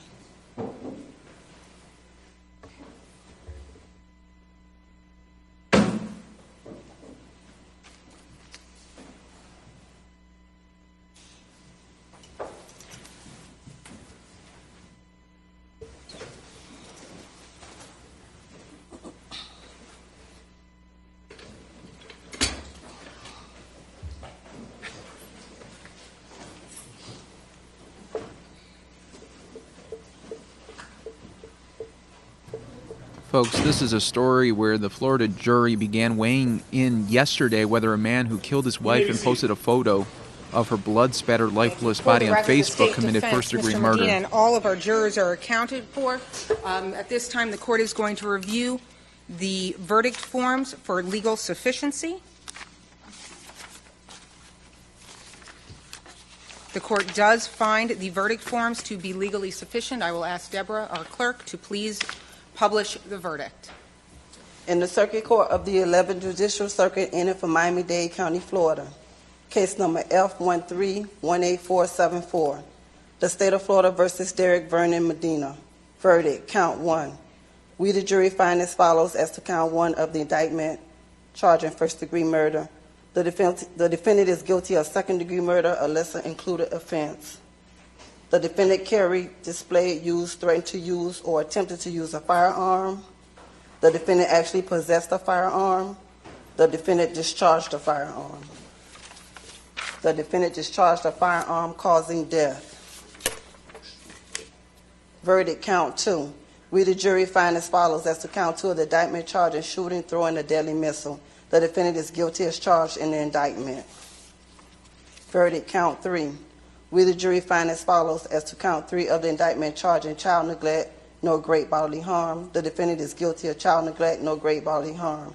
So say we all at Miami-Dade County, Florida, this 25th day of November 2015. Signed by the foreperson. Signed by the foreperson. WG. That's correct, Judge. Do either party wish to have the jury polled? Yes. Okay. Ladies and gentlemen, because of your request to be anonymous to the media, I will have the clerk poll you, and she will explain to you what that means. She will address you by your juror number and your initials. Please listen carefully to Deborah. Members of the jury, you have heard me read the verdict. As I call your summons number and your initials, if this is your verdict, answer yes. If this is not your verdict, answer no. Juror number 502, RT. This is your verdict? Yes. Juror number 817, initials RB. Yes. Juror number 839, initials LV. Yes. Juror number 1030, initials RS. Yes. Juror number 1396, initial WG. Yes. Juror number 1583, initials EB. Yes. Juror number 564, initials YL. Yes. Juror number 776, initials FS. Yes. Juror number 1013, initial AF. Yes. Juror number 1100, initials MJ. Yes. Juror number 89, initials KV. Yes. And juror number 1694, initials NM. Yes. Your Honor, the jury has succeeded in the verdict. Thank you. Ladies and gentlemen, I wish to now thank you for your time and your consideration of this case, and I also wish to advise you of some very special privileges enjoyed by jurors. No juror can ever be required to talk about the discussions that occurred in the jury room, except by court order. For many centuries, our society has relied upon juries for consideration of difficult cases such as this. We have recognized for hundreds of years that a jury's deliberations, discussions, and votes should remain their private affair as long as they wish it. Therefore, the law gives you a unique privilege. You okay? Gives you a unique privilege not to speak about the jury's work. Although you are now at liberty to speak with anyone about your deliberations, you are also at liberty to refuse to speak to anyone. A request may come from those who are simply curious or from those who might seek to find fault with you as a juror. It will be up to you as an individual to decide whether to preserve your privacy as a juror. At this time, Jose, I will ask you to escort the jurors across the way. Their lunch is waiting. Ladies and gentlemen, you are excused from jury service. Please follow Jose. Please rise.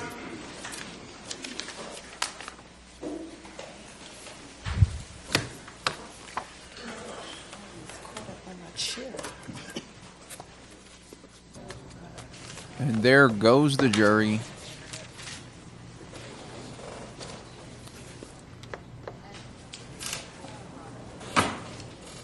This was a trial that lasted 2.5 weeks. This is all coming back from 2013 when this happened.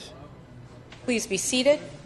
Mr. Medina, with the jury having found you guilty of second-degree murder, shooting or throwing a deadly missile, and child neglect, no great bodily harm, you will remain remanded in the Dade County Jail. At this time, is the defense requesting a PSI? Yes. Okay, so a PSI will be ordered. I believe that will take us directly into the Christmas vacation. It will be 30 days, which will be December 25th. So would you like to set it, I don't know what anybody's holiday plans are, but would you like to set it for the first week of, we'll receive the PSI the week of Christmas, but shall we set a sentencing date at this time? Let us set a sentencing date of January 15th. Any objection from the state? No. Defense? Judge, I'm sorry. I'm going to be traveling out of the country on January the 14th, so could we set it before that, please? Yes, Judge. I'd like it before, and I'm starting a federal trial in front of Judge Ungara that's specially set on Get the exact date, Your Honor. So, Judge, you want to... On the 18th, so if we could set it... Okay, let's do it January 11th. Judge, when the PSI coming back? Excuse me? When you want the PSI back the same day? I would like the PSI back, no, the PSI shall be back by December 23rd. Okay. And sentencing will be set January 11th. January 11th at 11 a.m. Okay? Anything else from the state? From the defense? Not at this point, Judge. Okay. Everybody have a wonderful Thanksgiving. Thank you all.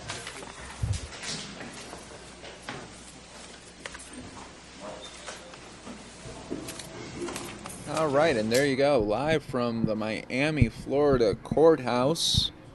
Suspect guilty. Suspect, this is what happened. A little background just on the story. I knew we just threw that at you, but like I was telling you guys, with Fox 10 News Now, we sometimes get these feeds in right when the moment's going to happen, and we send that to you. So that's what happened there, and we were able to see that verdict right there. This is back in 2013. The suspect wrote on Facebook shortly before turning himself in. He said, in quote, "I'm going to prison or death sentence for killing my wife. My wife was punching me, and I'm not going to stand anymore with the abuse, so I did what I did." He then added to the post. So that is what happened there. We'll take it back out live really quick as family members and friends are happy to see this verdict for the victim's family and friends there.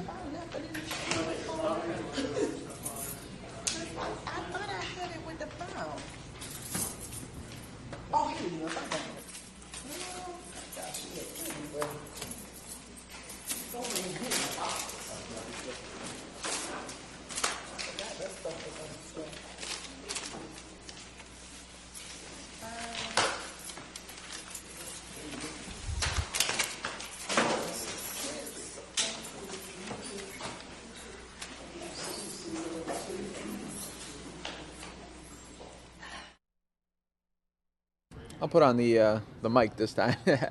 Yeah, there we go. So guilty in Miami. This was coming from a 2013 killing of his wife. He posted on Facebook saying that his wife was abusing him and he just couldn't take it anymore, so he decided to shoot her. That is the latest there. We were able to bring that to you live right here on Fox 10 News Now. We have some other stories that we want to bring to you right now, but oh, look what I'm seeing in the corner of my screen here. But we're going to peel them. Terry the turkey is back. I just saw Terry the turkey back. Take a look, guys. Oh, Terry already left. And Terry's back. Glad I could bring that here to you guys. Terry the turkey giving us the 10-day Foxcast. As you can see here, it's going to be an awesome Thanksgiving holiday weekend. 68 on Thursday, 69 on Friday. Terry is breaking it all down for us here. Weekend looks absolutely gorgeous with 68 and 69 sunny skies. Then the next week looks the same as well, folks. We are in the right place at the right time. We know how to celebrate Thanksgiving Arizona style when you can put up a numbers like that. Boy,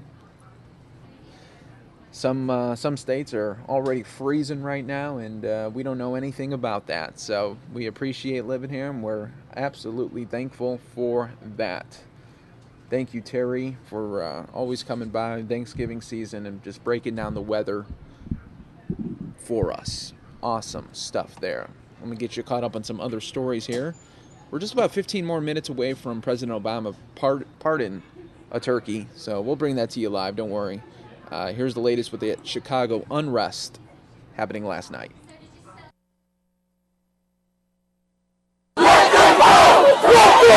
This is what the streets of Chicago looked like on Tuesday night, just hours after a disturbing video was released and a police officer was charged with first-degree murder.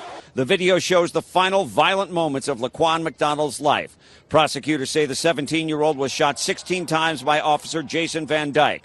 Cook County State's Attorney Anita Alvarez says the officer was on the scene for less than 30 seconds before he started shooting. An analysis of the video establishes that 14 to 15 seconds passed from the time the defendant fired his first shot to clear visual evidence of a final shot. For approximately 13 of those seconds, Laquan was lying on the ground.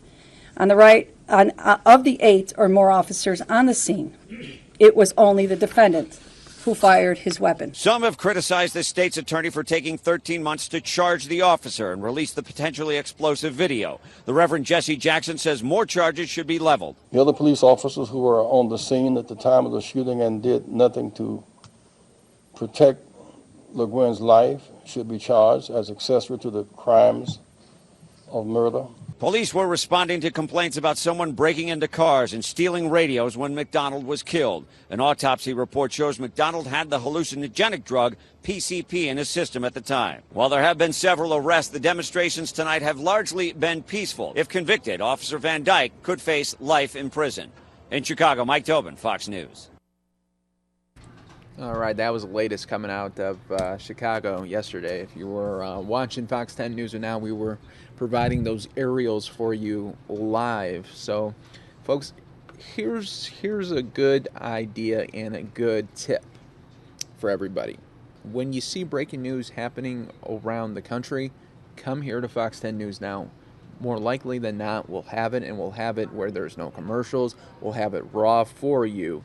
And we won't dip in and out of coverage when we do go wall-to-wall coverage there. So be on the lookout for that. Whenever there's breaking news, big-time breaking news, come right here, Fox 10 News Now, part of fox10phoenix.com, and we'll set you up with some of the best coverage around as far as breaking news is concerned. So be on the lookout there for that. That's a great tip that you can tell your friends about on Thanksgiving and probably be the smartest one at the table, all because of Fox 10 News Now. All right, you see the top stories of the day that we are covering. And number one, obviously, a lot of people are traveling today. Holiday concerns with traveling. Hopefully everybody is going to get there safe and no terrorism efforts are there, which the President of the United States said earlier today that there is no credible threat to America or Americans traveling this holiday season here.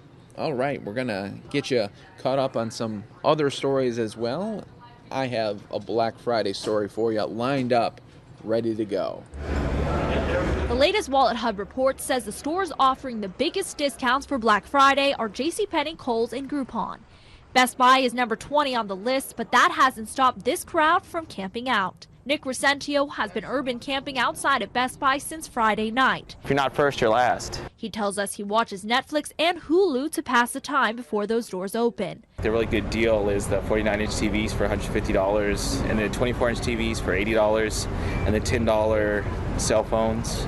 But none of this stuff is for himself. Yeah, I already have whatever I want and my family has whatever they want. We just want to give back. He is choosing to donate all the electronics he can get his hands on to a charity called Castaway Kids, an organization dedicated to helping school kids in Mexico. It's pretty much about helping people. That's what it's all about, and that's what Thanksgiving's about, is being appreciative, you know? A lot of people are in it for the electronics. However, according to Wallet Hub, electronics are the 5th worst thing to buy on Black Friday, which is an average 17% discount. The number 1 items to buy? Books, movies, and music. That's about a 28% discount. Best Buy has been setting up for Black Friday for the past 2 months. All the big ticket items, we try to have those presented in a way where people don't have to trample over themselves to get to it. As for the prices, he says, we're going to try to give you the best deal in town. Of course, you know, we already have a lot of our ads online, so I can't give you any pricing or anything of that sort, but a lot of our specials are going to blow your mind. There you go. That's the latest tips from Best Buy as we are just getting very, very close to big holiday spending starting off tomorrow and then going into the weekend, obviously. And then, you know, Monday, they call it Cyber Monday, but who knows? You could always shop online anyway. There shouldn't be that big of deals, but there are. You know, Amazon always comes through with some crazy deals, so hopefully everyone's able to get everything that they need for everyone in their life. Okay, we got another story for you lined up. Book sales are going up through the roof. We got the latest for you. In a sea of words, the way we read depends a lot on who we are. I really like this book. And it's books, the ones with pages we can turn and words made of ink, that are again flying off the shelf. This year, for example, has been a very good year for us. At Minneapolis bookstore Majors and Quinn, business is strong, in part because Americans are increasingly moving away from ebooks and turning back to print. According to the Association of American Publishers, ebook sales are down 10%, while paperback sales are up 13%. We might have like 400 holds on like the latest John Grisham in the ebook, but for the print, it'll be over 1,000 holds. At the Hennepin County Library, the trend is hard to miss. With more than 100,000 books available digitally, the selection is better than ever. But digital demand is starting to level. I feel like I can get more into like a book itself. I feel like I can get more into it. For these, it's taken me a while to kind of get into the storyline. Even committed e-readers will tell you nothing replaces a book. A combination of rising prices and perceived lack of cool have helped pulp overtake the Pixel. And the age group leading the charge may not be the one you think. It's really interesting to me that the younger the millennial generation has made it very clear that their preference is for print. Experts will tell you the e-book is here to stay, but so too is the book. A reminder that old and new can coexist, and some things never change. Yeah, there's nothing better than the real thing, right? Being able to hold it, being able to really turn a page instead of a damn swipe. Yeah, that's awesome when you can really hold on to a book and go old school, right? Absolutely. I love hardcover books too. They're so great. Hardcover, gotta love it. There's something about them. It's like you're getting into like a little bit of treasure. A little bit of treasure talking on this beautiful Wednesday afternoon, everybody. Happy to be here with you. We're about 10 minutes away from the president going to pardon a turkey, annual, happening on the White House lawn. So as soon as we get that shot for you, you know we're going to bring it to you. Here's a look at beautiful D.C. right now of the White House. Looking great this fall afternoon, as it is 2:36 on the East Coast there. Awesome. So just a little bit, we'll be getting that feed in for you, and we will bring that to you live.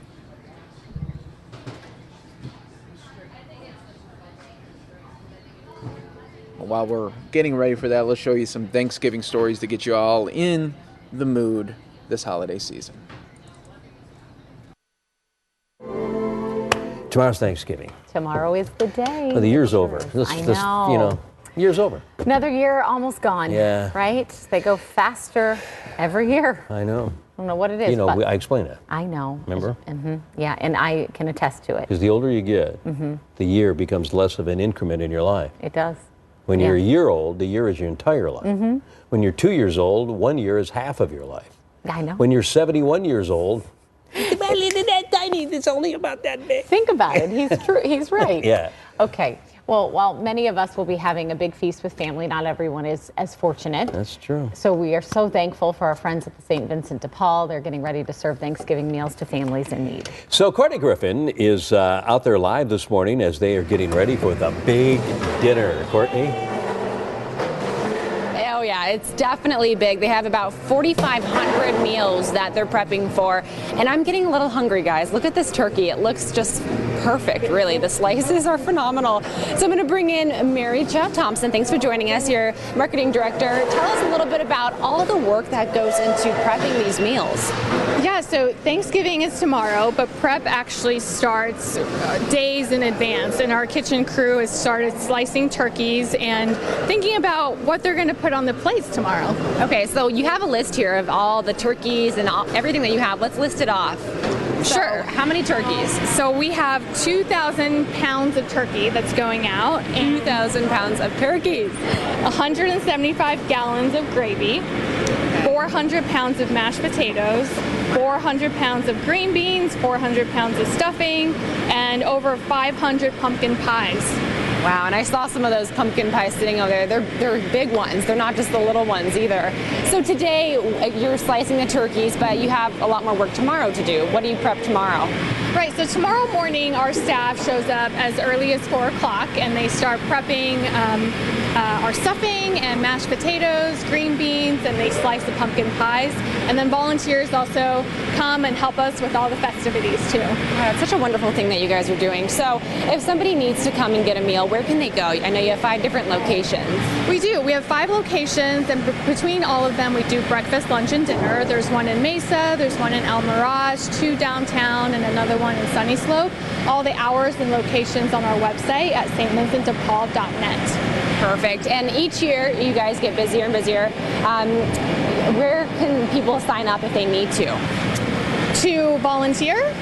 So they can go to our website and sign up. They can also call us at 602-266-HOPE and talk to one of our volunteer coordinators about the different opportunities. There's actually a lot to do other than working in the kitchen and dining rooms. They can help out in our clinic. They can read to kids in the family dining room.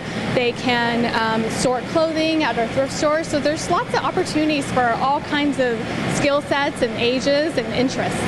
And of course you need donations, money or food. Yes, we do. So monetary donations can be made online as well. We also have groups year-round that helps us host food drives, and so that's always needed. And protein sources are always great. So peanut butter, canned soups, and meats and vegetables are good too. All right. Well, thank you so much. So if you guys need a meal, you can go to stvincentdepaul.net and check online the closest location near you and start lining up because they are going to be busy. Week as people pick up their Thanksgiving fixings. I stopped by Walmart yesterday. Me too. On the way home from the range. Yeah, it wasn't too bad. No, the Walmart in my area wasn't terrible. Yeah. Like as far as busyness. You can expect a big run on stores today as people grab all those last-minute items. Okay, so Anita is out with the early bird shoppers this morning, picking up a few last-minute items. Hi, Anita. You know, I just talked to one gentleman who was buying his entire Thanksgiving dinner this morning. He just decided last minute, I'm going shopping. And you can see the lovely employees here at the Safeway on 7th and Osborne stocking shelves to make sure that everyone gets exactly what they need. They're not going to run out of any necessities. I actually made a list this morning, and I will call him out. Johnny ate the entire pumpkin pie that I bought earlier this week for Thanksgiving dinner. So now I have to pick up another one because you can't have Thanksgiving dinner without pumpkin pie. And I thought, Andrea, I know you're going to yell at me, but just once I'm going to have a sliver of pecan pie on Thanksgiving because that's my favorite, and then I'll bring the leftovers to work, I promise. And so I'm not the only one who, one more thing on my list, you guys, right here. This is the last thing on my list that I have to pick up because I don't have one of these. This is Nancy, and these are the common items people actually forget. Right. And they're so common you would think it's the first thing on your list. Absolutely. Make a list. That's our number one tip. When you come in, be organized, have a list with you, and you will not forget these, hopefully. Okay. If you do, and you're at the register, let us know. We'll run and get it for you. Fantastic. Rolls is a common one. We see a lot of folks coming back into the store midday on Thanksgiving. Olives, pumpkin, Martinelli's. Not everyone likes wine, so have an alternative for folks. Okay. And then the French's onions. You get the green beans, and then you forget the onions. Totally frustrating. What is a green bean casserole without French's onions? That's right. And then chicken broth. A lot of the stuff is shelf stable, so if you don't use it Thanksgiving, you know what? You have it on hand for other things. The gravy. Green beans, canned green beans, all this stuff is critically important to have when you are prepping. And it's always that one item that you get home and you're unpacking and you think, forgot the corn. That's right, every year. And we see a lot of customers coming back, and we're here to help. If you come in Thanksgiving and you just don't want to deal with the crowds, let us know. Tell us up front. We'll run and get it for you. Is today busier than Thanksgiving Day, or do you see more people popping in Thanksgiving Day? Today is going to be really, really busy. So get out early. That is the key. Come with a list. We will get you in and out. And if you're at the register, whether it's Safeway or Albertsons, and you forget something, tell us. We'll run back and get it for you really quickly so you don't have to return to the store. All right. And you guys, coming up at 7:45, we're going to talk about this beautiful meal here and how you can actually, I know, save yourself from cooking. And then also Fox 10 has a nice food drive that we are working on. So we're going to talk about that at 7:45 as well. Okay. And I'm going to go run to the aisle and pick up my turkey pan. Okay, go get your and don't forget, you got to put something in it. And poor Johnny this morning getting called out on that pie. Don't eat the pie then. Just don't eat the pie. Do you guys need anything? No. I think I'm good. I've gone to the store twice in the last day and a half, actually. Okay. Yeah, I'm good. Welcome back. Chef Justin Beckett, owner of Southern Rail and Beckett's Table, here to help us ward off kitchen emergencies. But before we talk about that, you told us something during the break which is amazing. You're going to be on Twitter tomorrow. Oh, yeah.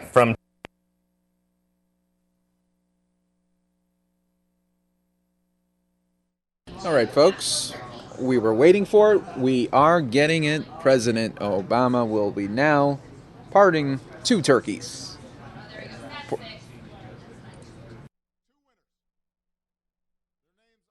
Honest and Abe. I confess that honest looks like good eating, but this is a democracy. Abe is now a free bird. He is TOTUS, the turkey of the United States. Yes. Seamus, is he attacking you? Are you okay? My political director is getting pecked by TOTUS. I want to thank the chairman of the National Turkey Federation, Dr. Douglas, as well as farmer Joe Hedden, who personally raised this turkey in California's Central Valley. America is, after all, a country of second chances, and this turkey has earned a second chance to live out the rest of his life comfortably on 1,000 acres of open land, complete with a barn called the White House on Turkey Hill, which actually sounds pretty good. If, for some reason, Abe can't fulfill his duties to walk around and gobble all day, Honest is in an undisclosed location, ready to serve as the TOTUS, in the TOTUS line of succession. Yeah. Oh, boy. Okay, that's funny. By the way, can I just, I'm going to publicly thank Malia and Sasha for once again standing here with me during the turkey pardon.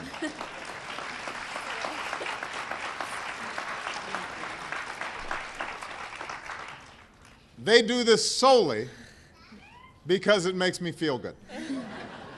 Not because they actually think that this is something I should be doing. And you know, as you get older, you appreciate when your kids just indulge you like this. So I'm very grateful. Where was I? Later today, Michelle, Malia, Sasha, and I will take some of the less fortunate turkey brothers with us. They will have been packed and frozen to help serve a Thanksgiving meal to homeless veterans here in D.C. And it's a reminder.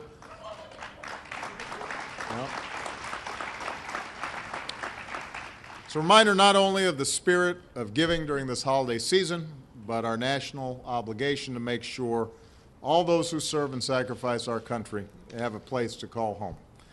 My administration considers this one of our top priorities, making sure that we're bringing about the reality of zero homelessness for our veterans. And I want to thank Jane Doe Turkey Farm in Pennsylvania for donating the turkeys for us to share with others for the 7th year in a row.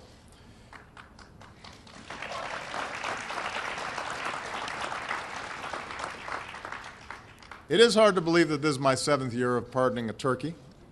Time flies, even if turkeys don't. That was good. That was good. I thought it was pretty good. You think it's funny too, don't you? I know some folks think this tradition is a little silly. I do not disagree. I've got to listen to my critics say I'm often too soft on turkeys.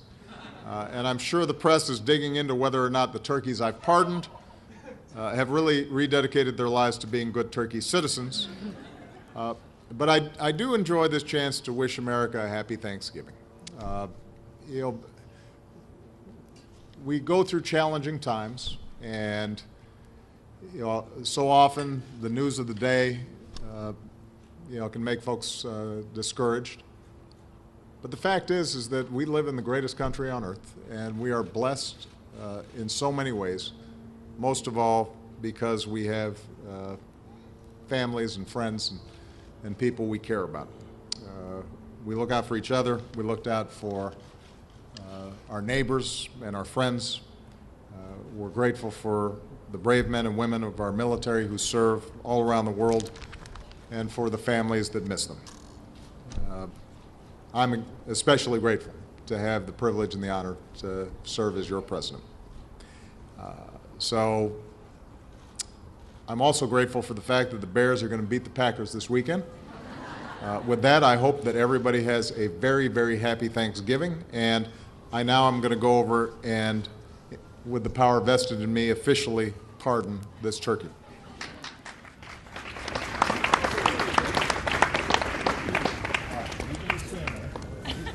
Are we going to put him on the pardoning? Stay on the pardoning. Stay away. All right. Yes. All right. Don't interrupt. Power vested in me. You are hereby pardoned. Give Abe a big round of applause.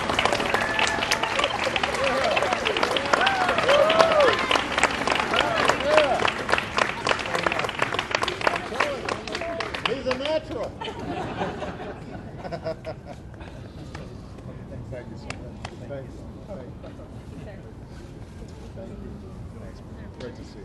Thank you so much. Thank you. Happy Thanksgiving. All right, see you guys. And there we go, folks. President of the United States pardoning the turkey during his 7th annual now. 7th time he's been able to do this.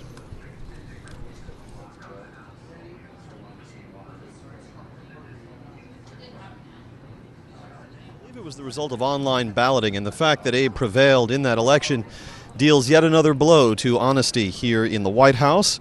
But nonetheless, we are informed that both birds will be serving out the rest of their days at a nearby turkey farm.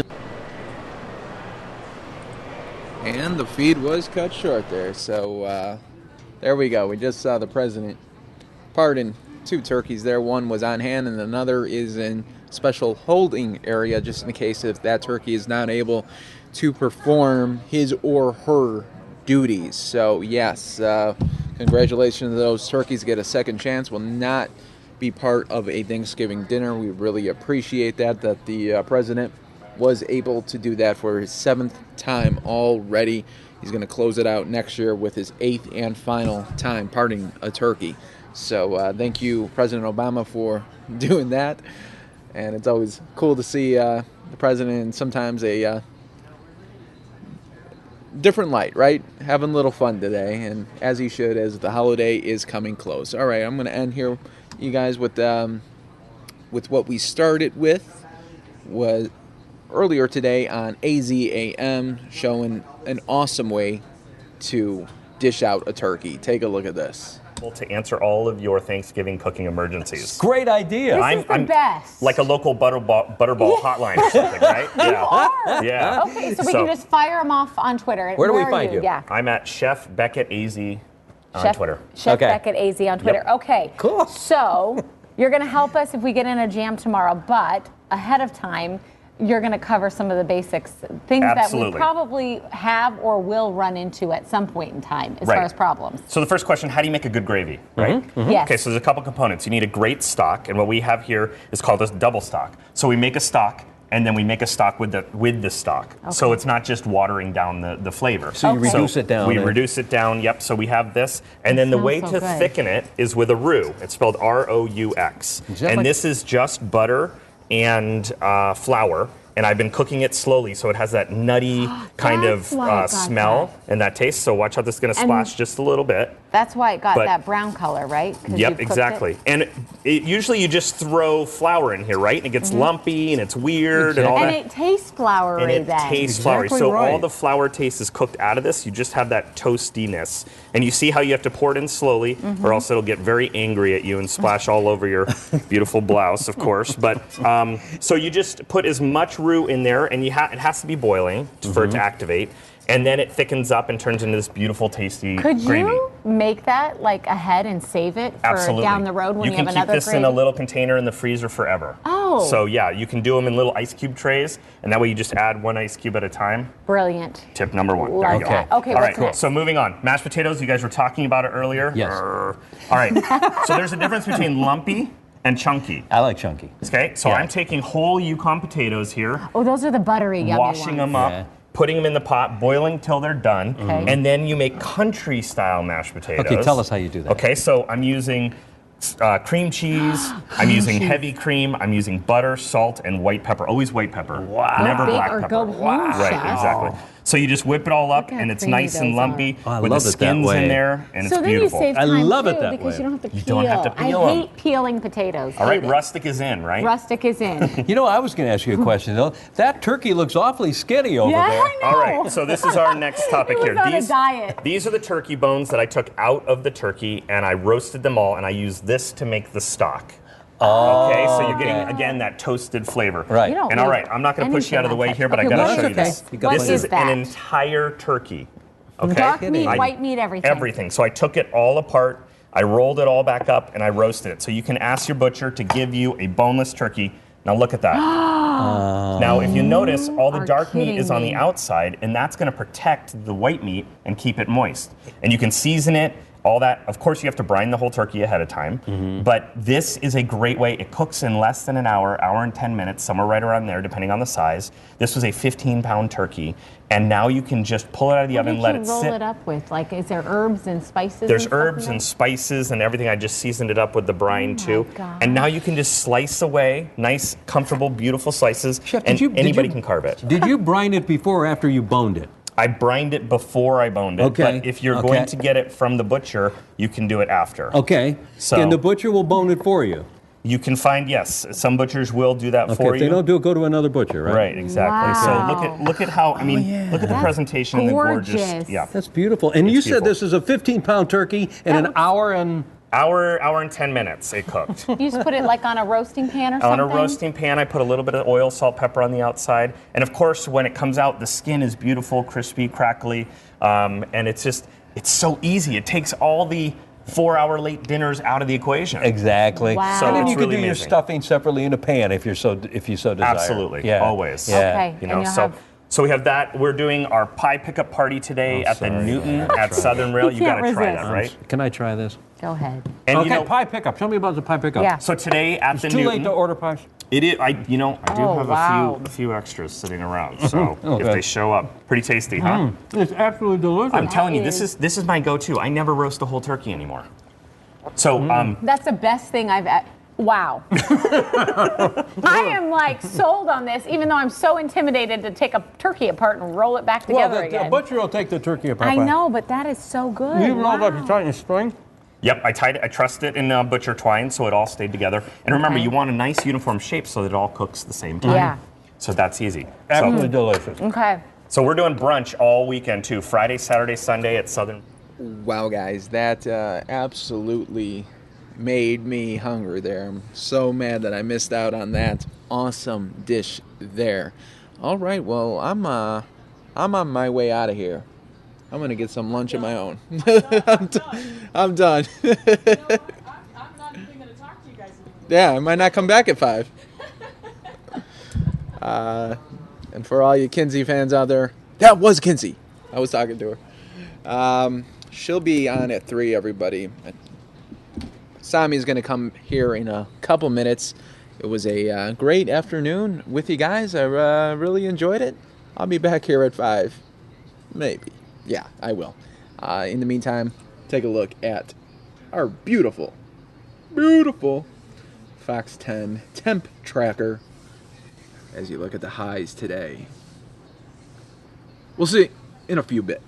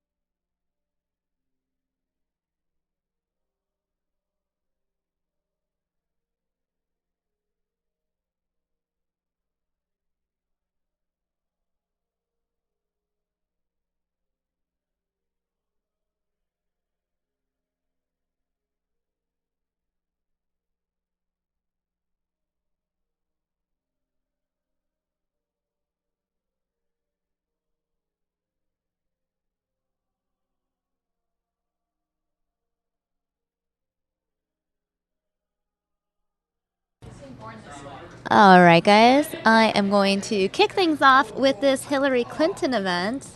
I'm going to play this for you right now. This is out of Nevada. So I believe there is a crowd awaiting her arrival, singing some music.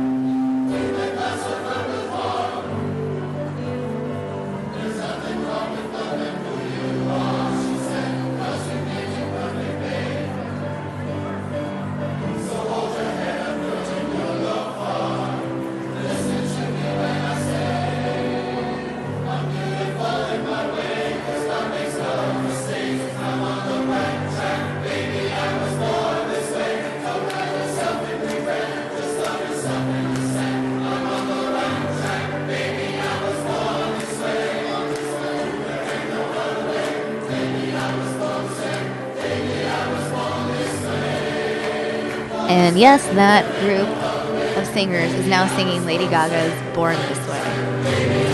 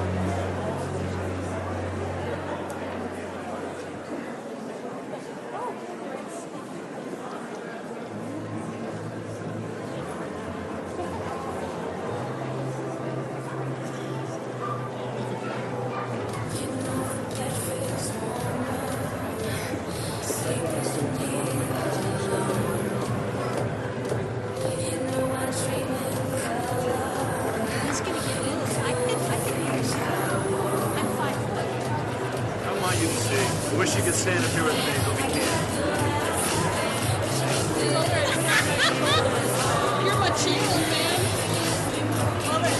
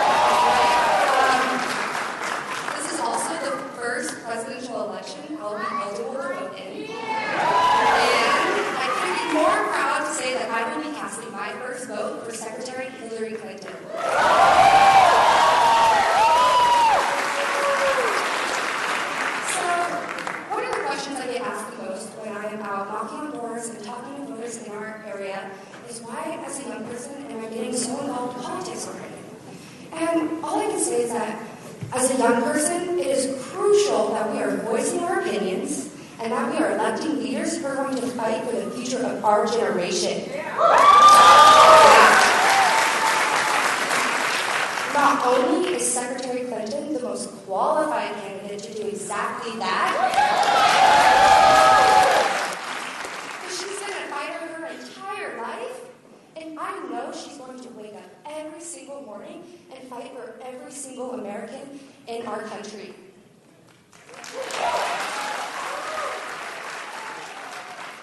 She's going to make sure that the cost of college tuition doesn't hold young people like myself back.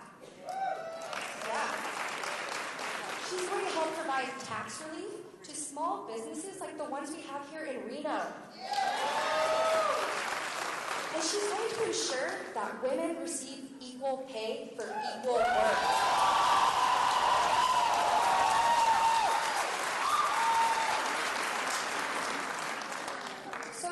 Stand with Secretary Clinton like I do, I need you guys to do me a favor tonight. I need you to pull out your cell phone right now. I need you to open up your text messages. I need you to start a new message, and I need you to text the word Nevada to the number 47246. All right, guys, we're going to cut out of that Hillary Clinton event because we are graced with the presence of Kinsey Schofield, and I think you guys would rather hang out with me and Kinsey than that teenager who was voting for the first time in 2016. She's very excited, apparently, though, yeah, that she finally gets to take out their phones and text. That's what you need the kiddos to do on the campaign trail. They need actually Snapchat.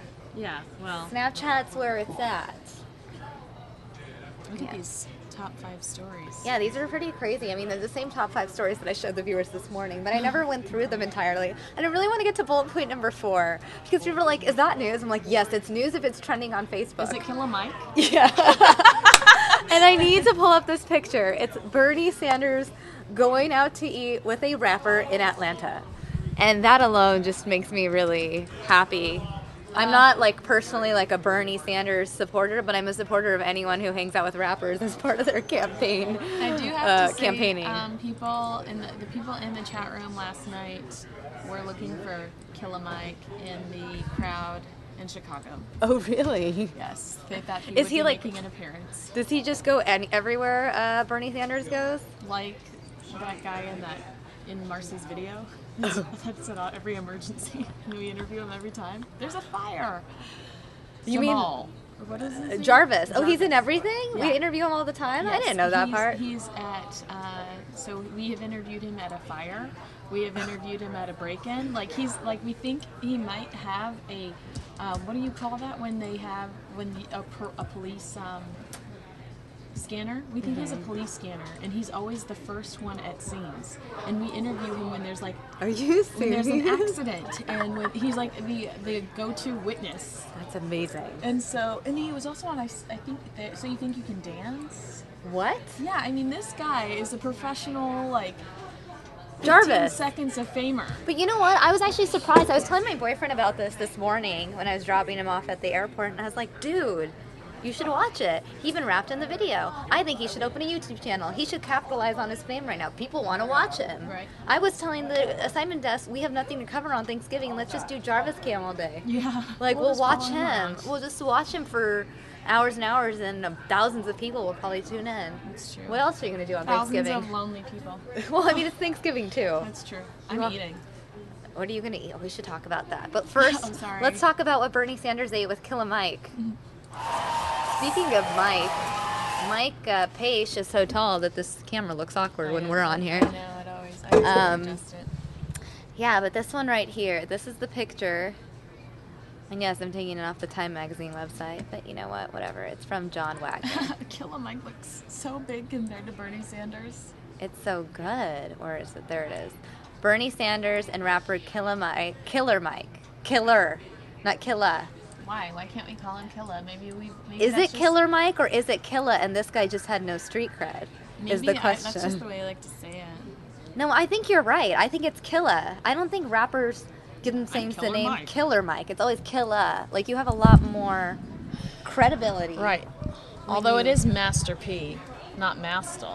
Master P, but I feel like it would be Master P doesn't actually really pronounce the R in Master. That's true. So Bernie Sanders and rapper Killer Mike. I'm just entertained by this. As you should be. Who's on the wall, too? Is that Tony Braxton? Is it? No, is it? I think it might be. I think no, I think it's Monica. Monica! Oh my God, from Brandy and Monica, The Boy Is Mine fame. Which in adulthood, by the way, I just want to complain to them for a moment. As a kid, I thought the right thing to do was to fight with a girl over a guy. Right. And in now reality, I'm like, you can have him. You shouldn't have, and I just feel like I blame Brandy and Monica for all of my troubles in my 20s. I agree with you. They really misled me. No, exactly. No, if somebody is dating somebody else and they don't choose you, kick them to the curb. The song Monica should be called "The Boy Is Yours." Yeah, you can have him. They should be fighting over that. That's right. Someone needs to make a remix. We should make a remix like "The Scarf Is Mine" because I would fight you for clothing, but not a man. Cool. You can have the scarf. I want to pull up this article because it goes into detail as to what exactly. All right, now Time refers to him as Killer. They do say Killer Mike. And because in this photo taken by John Wagner, he's referred to as Killer Mike. So he feasted on fried chicken. Bernie? Yes. He had fried chicken with Killer Mike. They went to Busy Bee on MLK Street in Atlanta. This was on Monday. Killer Mike is a member of the hip-hop supergroup Run the Jewels. What makes you a supergroup? Do people have to know about you to be a supergroup? People have to know about you to be a supergroup. I personally have never heard of Run the Jewels. No, they're not Run DMC. Don't care. I think supergroup's the name you give to somebody you've never heard of, so it's not just like group, because then it's not special. If you throw in the word super, it's like glitter. It's word glitter. Yeah, it's it word makes glitter. It feel special. So Sanders ordered fried chicken, macaroni, and yams, according to ABC News. Killer Mike's real name is Michael Render. He's an Atlanta-born artist and activist. Later delivered an impassioned 6-minute speech supporting Sanders for president. Did you carry this live? Oh, you did. Oh, wow. It was amazing. He said, "I have to tell you that in my heart of hearts, I fully believe that Senator Bernie Sanders is the right man to lead this country." Killer Mike also likened Bernie Sanders to Jesus. Which is, I think that's totally normal. Sanders is the only candidate right now. He's the absolutely only candidate where if you line up his political campaign next to the words of Jesus Christ, it lines up. It lines up. Can we always watch this introduction again? Yeah, duh. He's like, you know what? Jesus would give you free college. This is on Bernie Sanders' YouTube page. Let's watch Killer Mike. You know, doing what he's got to do. I'll hide us for a second.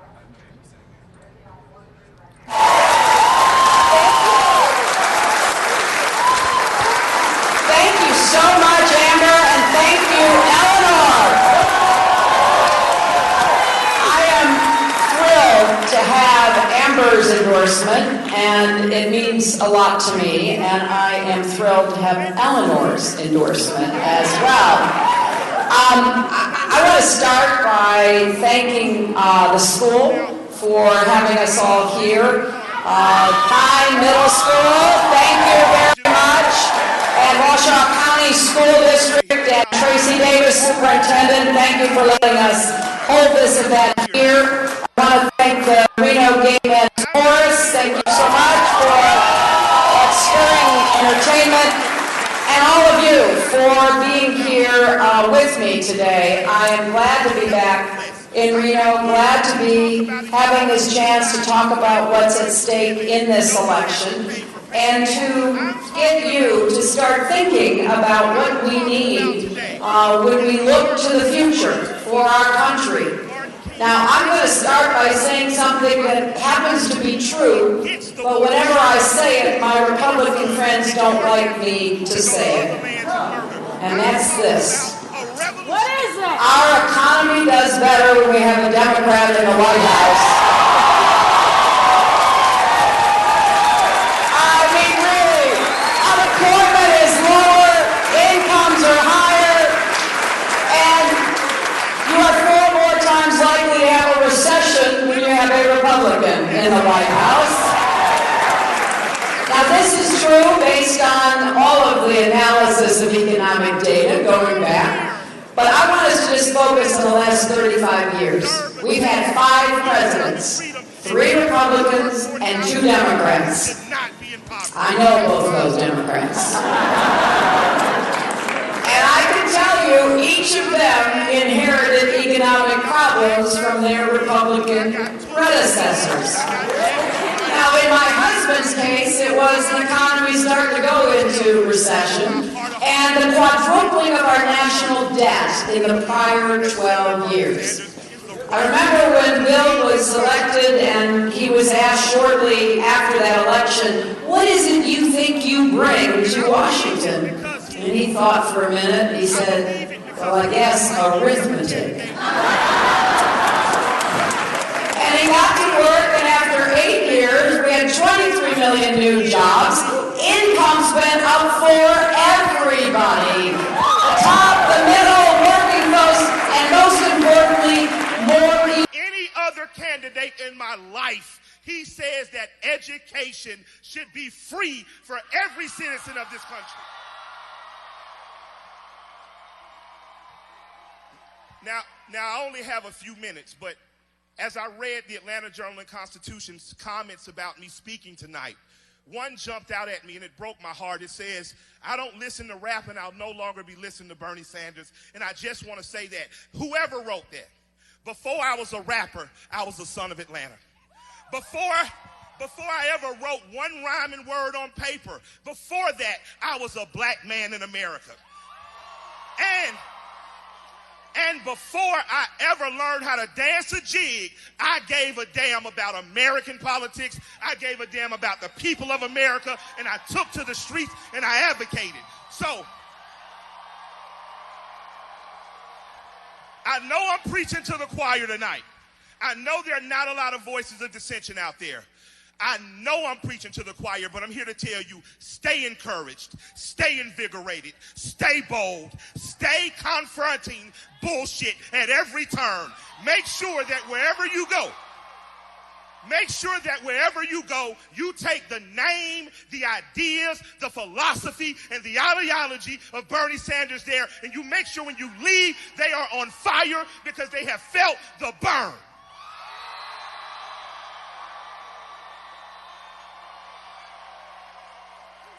I have a line from one of my raps, and I'm going to get out of your way.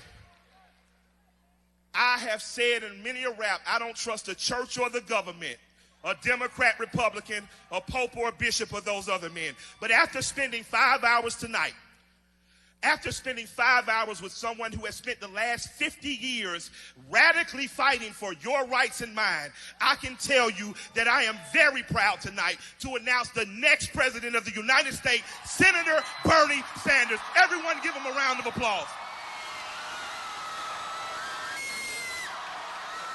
Well, guys, since Hillary Clinton interrupted most of that, we're going to replay that for you so you can hear everything that Killer Mike had to say. Killer He's Mike. Killer Mike to us and in our hearts. I am truly honored to be here. I am from Atlanta, Georgia, and I say that proudly. I repeat, I am from Atlanta, Georgia, and I say that proudly.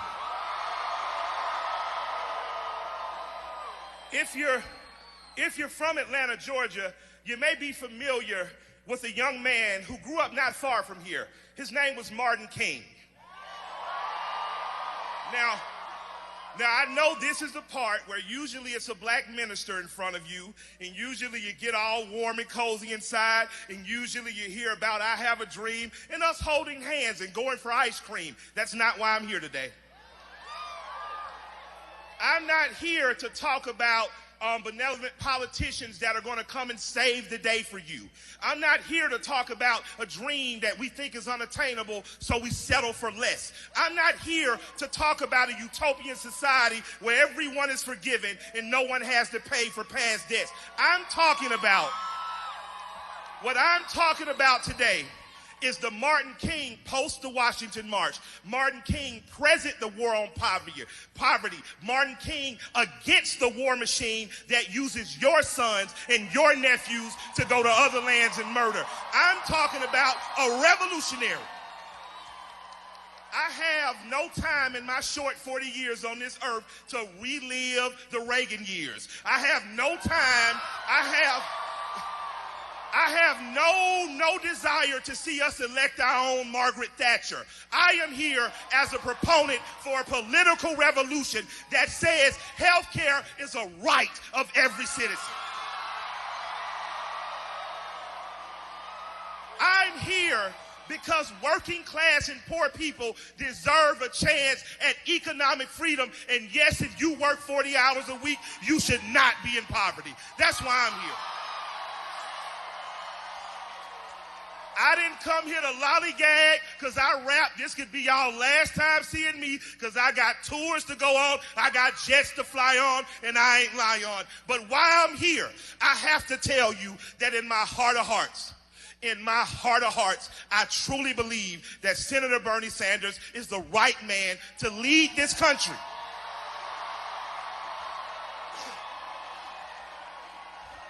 And I believe it because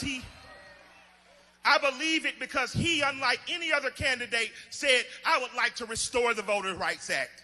He, unlike any other candidate, said, I wish to end this illegal war on drugs that disproportionately targets minorities and poor. Unlike any other candidate in my life, he says that education should be free for every citizen of this country. Now, I only have a few minutes, but as I read the Atlanta Journal-Constitution's comments about me speaking tonight, one jumped out at me and it broke my heart. It says, I don't listen to rap and I'll no longer... All right, guys, so Kinsey's joining me because we're going to break down Killer Mike's introduction. Now, my question for you, Kinsey, is how effective is a Killer Mike endorsement? Here, obviously, they're going for a specific demographic. Hey! Sure, in Atlanta. In the ATL. I feel like you could have gotten Ursher.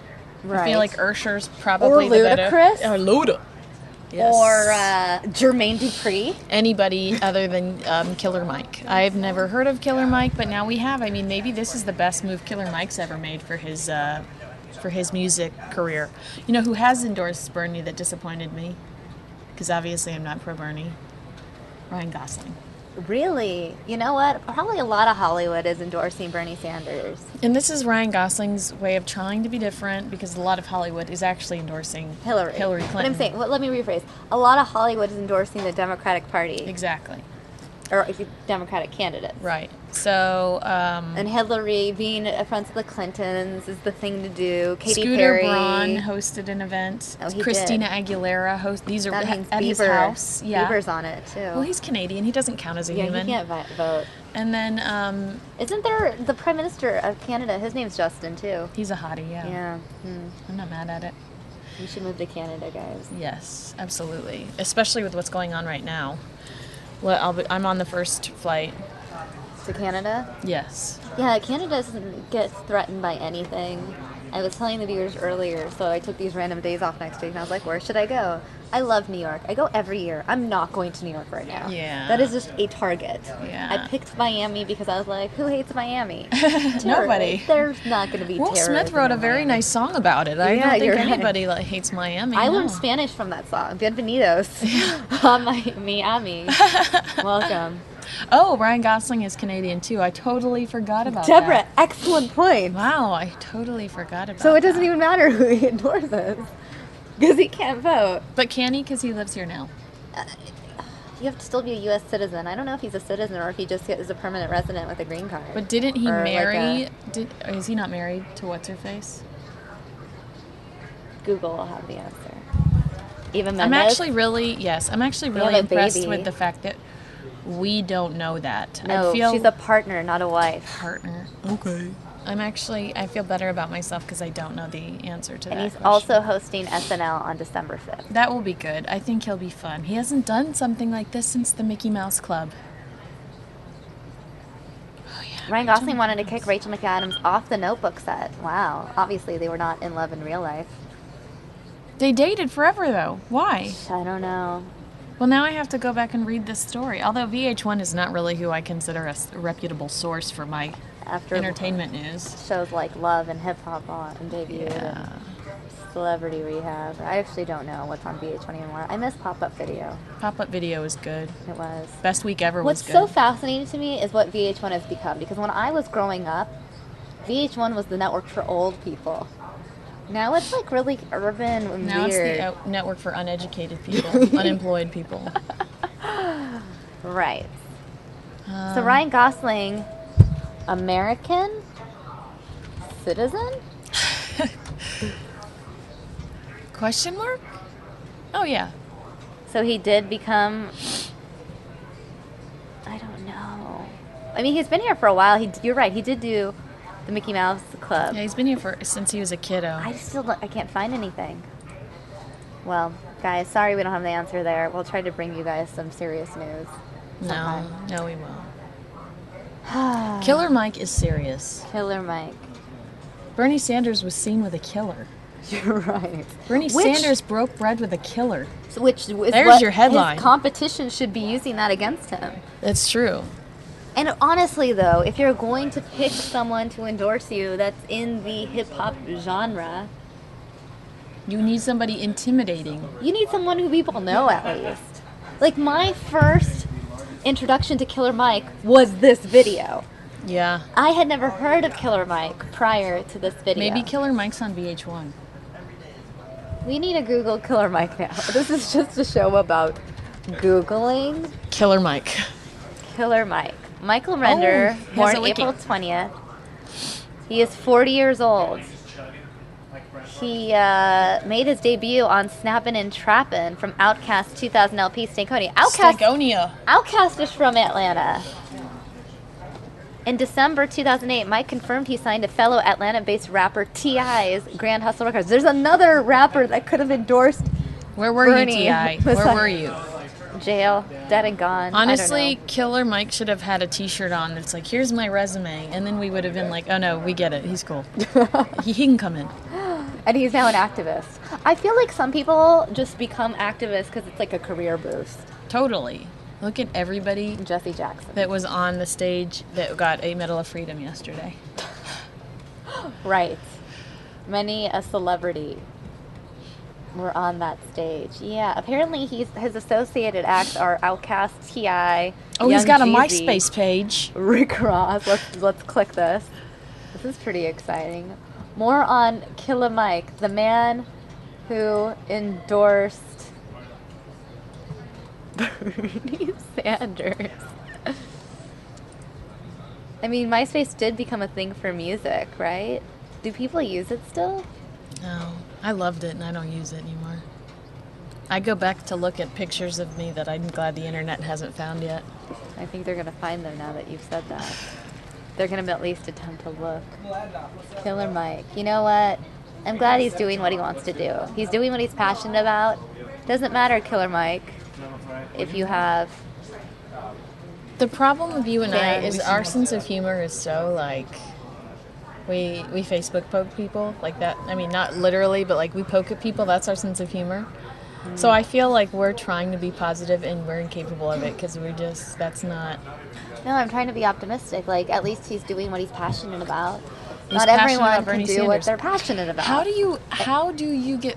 never mind, I won't go there. I was going to say, how do you become passionate about Bernie Sanders? He's like, I hate to use a Donald Trump term, but low energy. It might be that you're really big fans of Curb Your Enthusiasm. And you are inclined to vote for the guy that reminds you of Larry David. I'm going to be honest. The mayor of Los Angeles, Eric Garcetti, looks a lot like the man who plays Phil Dunphy on Modern Family. And I am convinced, because it is Los Angeles, that some people thought they were voting for the actor. Wow. That's just how it is. So there could be people like that. Yes. Or there are people that just for some reason don't vote. They vote Democrat, but they don't like Hillary. I don't know. Rachel says she doesn't understand the Bernie following either. But people are into it. They are. They like the underdog, I too. saw a sticker on a car today, and I thought, who still puts stickers on their cars? People who support Bernie. I don't see stickers on any other cars for any other candidate. That's true. I've seen a lot of Bernie Sanders stickers on cars, and I just am like, I don't want to mess up my car. I never would put a sticker on my car. It has to stay pretty. Right. And then the election is over, and what if you put the sticker of a loser on your car? Then and then you're reminded every single day that you're not in the winning team. Can you remove the sticker, or is it stuck forever? I feel like you need a blow dryer to do it, or here in Arizona, you probably just have to walk outside at noon and rip it off. But then you've got the sticky on your car, and then you have to sell it. Basically, if you have a sticker on your car and if your candidate doesn't win, you're going to need to sell your car. Wow. And Rachel, on top of that... Rachel said yesterday she saw a van covered in Carson stickers. Oh, wow. But on top of that, if you have a sticker for a losing candidate on your car, it brings down the value. Probably like Kelley Blue Book value will drop. But if you have a winner, I don't know, it could help your car sales. I doubt that. If you have a winner, then... you keep your car, I guess. You get to keep your car. Yeah, that's the way to go. Very true.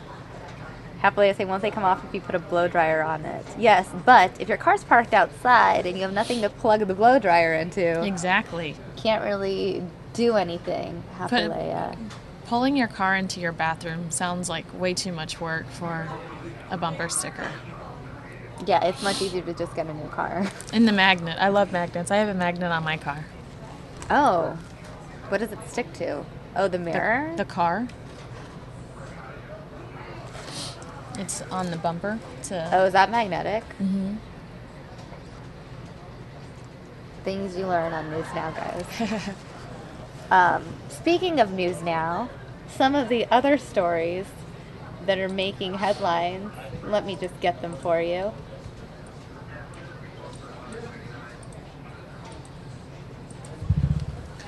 Oh, hello. Hi again, guys. I think we're done with the Killer Mike story. But are you sure? Kind of. Speaking of killers, though, or people attempting to kill, a football player was shot at last night in Miami. Shot in the head twice. And so this is why you're headed to Miami? Are you going to get the scoop? I booked the flight before this happened. It wasn't any sort of mass shooting. It seemed like a targeted shooting. He is a wide receiver for the Rams. He's in critical but stable condition. He was already suspended from the NFL for 4 games for like substance abuse or something. So do you think this is like an Aaron Hernandez thing where he's kind of a thug and he's He got a doesn't thug look life? that thuggish, though. I'll be honest, not to sound like we're profiling. We're definitely profiling right now, but he looks like cool. Oh, he's a cutie. Yeah, that's what I was trying to get at. He's attractive. That's all. I always find it fascinating when attractive people get into trouble. Well, that's unfortunate. Aaron Hernandez did kind of look like he was off the beaten path. Yeah.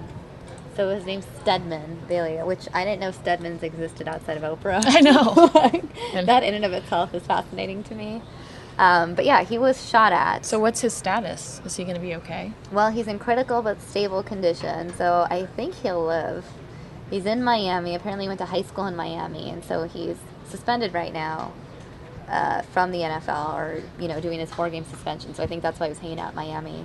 And he got shot at. One of the viewers in the chat room this morning said it could be a drug deal gone wrong, which I wouldn't be surprised if it was, because he already has this substance abuse issue. Yeah. And it seemed sort of yeah.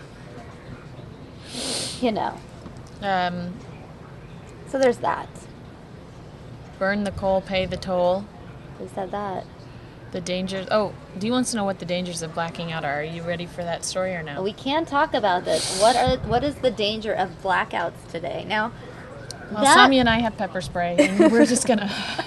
I think that lower third may be titled inappropriately. There is no threat that you're going to lose electricity. This is actually about the dangers of Blackout Wednesday. The term they use to refer to the day before Thanksgiving. What I get, though, that there's like, what is my oven going to shut off? Everybody's using their oven, preparing for Thanksgiving. We're going to make up news now. Yeah. Hey, guys, be sure to only use your oven between the hours of 3 and 5 p.m. Or a.m., actually. We're going to need to spread it out so that we're not causing any blackouts. No, but in actuality, Blackout Wednesday, the night before Thanksgiving, is one of the biggest for binge drinking. The holiday season, according to experts, officially starts this week, and with it comes the most dangerous time of the year for drunk driving and alcohol-related fatalities. And this upsets me greatly because I've been hit by drunk drivers twice in my life. Oh my gosh. Alive to tell the story. Wow, that was super dramatic. That's why I'm talking about the dangers of Blackout Wednesday, guys. There are apps called Uber and Lyft. Use them. Absolutely. That's all I'm saying. But let's talk about what this stems from. Is it because people really hate having to be with their family? Well, it starts on Wednesday, though. Maybe not. They won't even. Isn't this when you're pulling into town and getting off the plane and typically getting to mom and dad's house, and there's your ugly cousin, and there's your uncle that used to call you fat, and then you're like, I need a glass of wine. I need 7. I need 10. That could very well be possible. It's also the start of a, if you're lucky, 4-day weekend. Not all of us get all the holidays off. But, so you're just like, yay, I have 4 days off in a row. I haven't had a holiday since Labor Day. Labor Day was just okay. So there's that, too. I'm sorry your Labor Day wasn't bad. I don't remember what I did for Labor Day. I think I worked here, actually. I did. I was here today. I'm here for Labor Day. So basically, on my way home tonight, I can't speed or text while driving because they're going to have Uber cops on the road. Yeah, and I don't know if I want your take on this. When you're driving and there's a high likelihood of drunk drivers out there, do you change your route? For example, do you prefer to take the freeway over side streets? Do you purposely take side streets? I know in Los Angeles, for example, like I lived in Studio City, but I go out in Hollywood, and you can go over the hill through Laurel Canyon, through a road. But I always felt like Laurel Canyon with the windy road up the mountain was the worst way to go home, even though it was the quickest at that time, because anyone could literally hit you and you could fall off a mountain and it's too narrow road. So in those days, I always wanted to take the freeway. I'd go out of my way to get on the 101 freeway just because I felt like with 5 lanes, it was safer to avoid drunk drivers. So I don't know if No, I think that's normal. I think I'm not only avoiding drunk drivers, but I'm avoiding the high presence of police because I'm one of those people that are paranoid, even when I've done nothing wrong, that I'm going to get pulled over, and I just hate that interaction with cops. It's like, please leave me alone. One time I got pulled over, and he was like, "Do you know why I pulled you over?" And I said, "Because I was listening to Ashley Simpson." And he said, "Yes." I got out of it though. So I definitely avoid areas where I think a lot of people are going to be, but it's mostly to avoid the popo.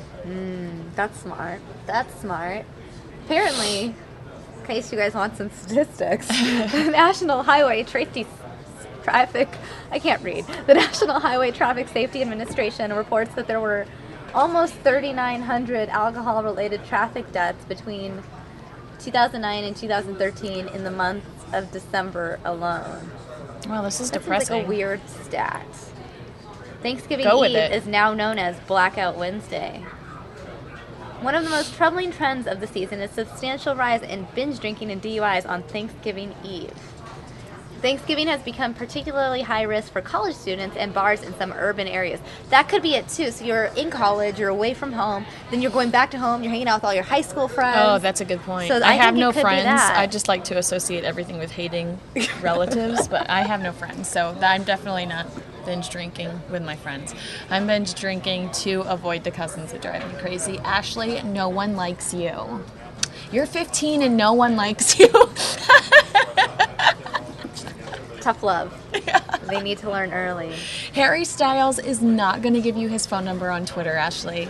But he'll probably give me his phone When number. I was Ashley's age, I really sincerely thought I'd become friends with Justin Timberlake and marry him. It could still happen. It could all those things could all still happen. Oh yeah, I mean, Keep hope he alive. and Jessica Biel could easily divorce, but the thing is, he has a kid, and I don't want to take that on. At least you don't have to incubate though, and then you I don't know, have but I don't stretch want to be a marks. stepmom. You don't have stretch marks. Everything's okay. Good argument, Justin. I hope you're watching. You're number 23. I can feel Maybe it in my Justin is soul. LLCJ20 in the chat room, and we don't even know. We don't know the real people behind the chat names necessarily. Okay, I have to go get my top 5 together because I don't have it together yet. Oh, And well, I kind of thanks have for to hanging pee. out. Thank you. And I'm going to show the viewers what Hillary Clinton was saying earlier. Breaking. On Edgeline Channel 1, we are going to take you to Manhattan, where there is a bump shot of some of the balloons that are going to be in the Macy's Thanksgiving. That's kind of cute. Yeah, we're going to You get a bump show shot you- of Thanksgiving balloons. We're going to show you what the Thanksgiving parade is going to look like tomorrow, guys. This is New York City. These are live images coming in of the Thanksgiving Day parade. There's Hello Kitty. Hello, Hello Kitty. Did you guys make a podium for the mayor at all? Your wood shop? All right, yeah, because this thing is like beautiful. Michael and somebody from the detail. Mike the bonus from DCPI. He knows me like this. Yeah, it's with the metal plate on the bottom. Yeah, yeah. With the metal. You know Michael? Who? Do you know Marty Preston? Yeah. Oh, hold on. Say hi. Marty, it's Mike the bonus. How are you? Dude, this podium that you guys have, this detachable podium.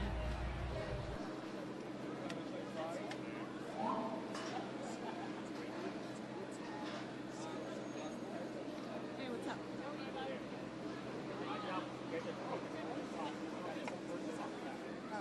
Actually, was the missed call you test calling me or did you just call me now?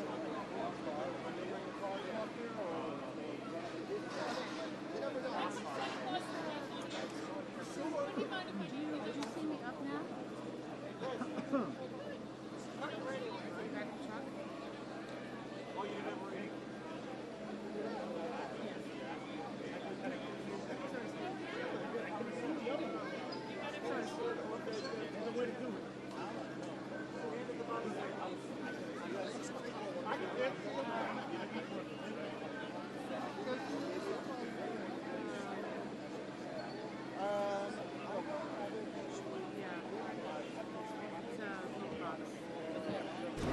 All right, guys, since we're on the topic of Thanksgiving, given that we are looking at a preview of the Thanksgiving Day Parade in New York City, I thought I would share with you some interesting news. I just got this press release from the Sheriff's Office. Yes, the Maricopa County Sheriff's Office sent me this press release about 40 minutes ago. It's titled Jail Thanksgiving Menu. So, in case you guys at home are wondering what inmates eat on Thanksgiving, wonder no more, I'm going to answer that for you guys, okay? Here we go. as you know, or maybe you don't know, the Maricopa County jail system is entirely vegetarian, and tomorrow they will be featuring soy turkey. In fact, I'm going to give you a visual look at the menu itself. This menu emailed to me from the sheriff's office.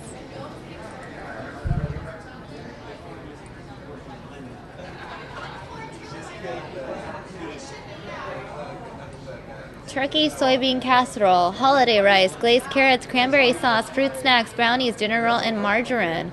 It cost them 41 cents to put this on. Wow, that's insane. Pretty interesting. Even inmates get to enjoy Thanksgiving. Turkey soybean casserole, holiday rice, glazed carrots, cranberry sauce, fruit snacks, brownies, dinner rolls, and margarine. Sounds delicious. Alright guys, now we're going to take you back to that Thanksgiving Day parade preview.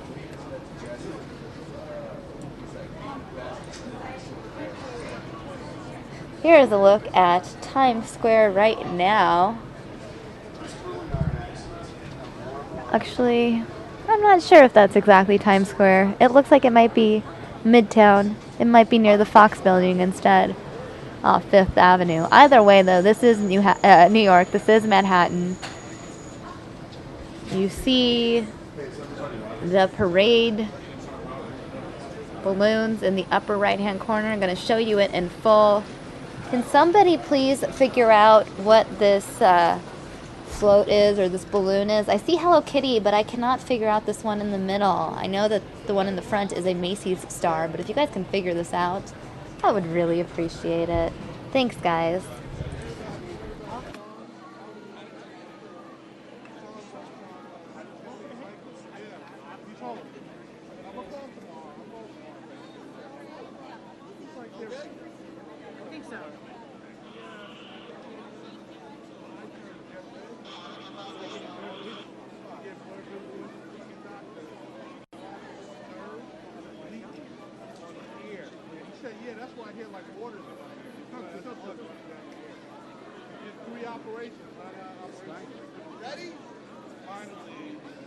I want to read Rob Heck's comments regarding the Thanksgiving meal at the jail in Maricopa County.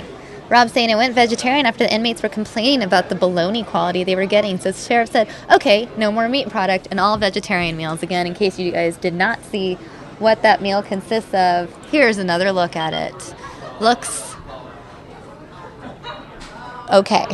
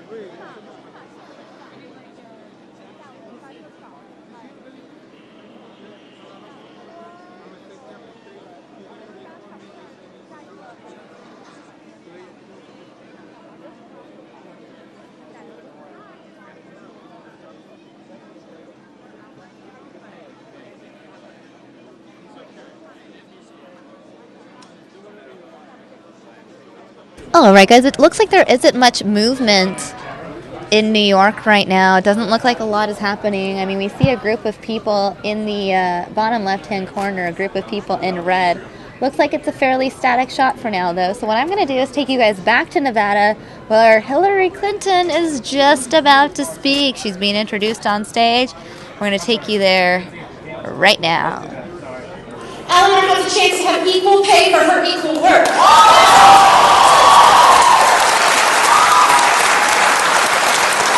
And that she and her brother will live in a country that values families, where there are things like paid leave. And finally, we need somebody in the White House who cares about the environment, so there's clean air, clean water.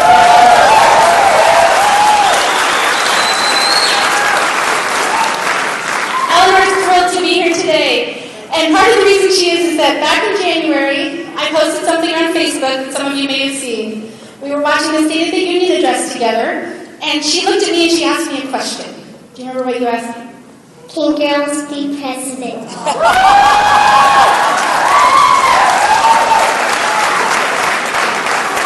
It still makes me tear up. I didn't know whether to laugh or cry at the time. But what did I say? Of course, girls can be president. Of course, girls can be president.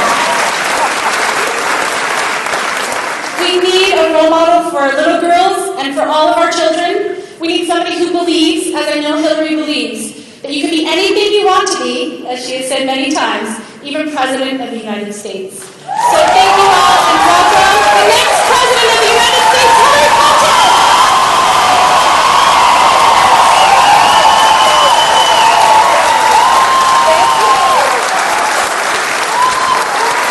Thank you so much, Amber, and thank you, Eleanor.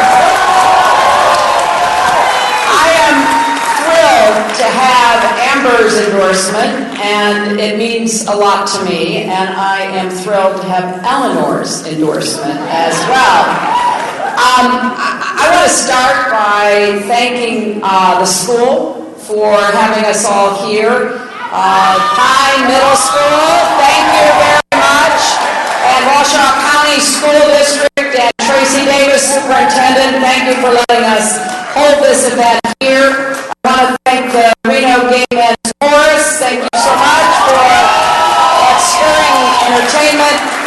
And all of you for being here with me today. I am glad to be back in Reno, glad to be having this chance to talk about what's at stake in this election and to get you to start thinking about what we need when we look to the future for our country. Now, I'm going to start by saying something that happens to be true, but whenever I say it, my Republican friends don't like me to say it. And that's this. What is it? Our economy does better when we have a Democrat in the White House.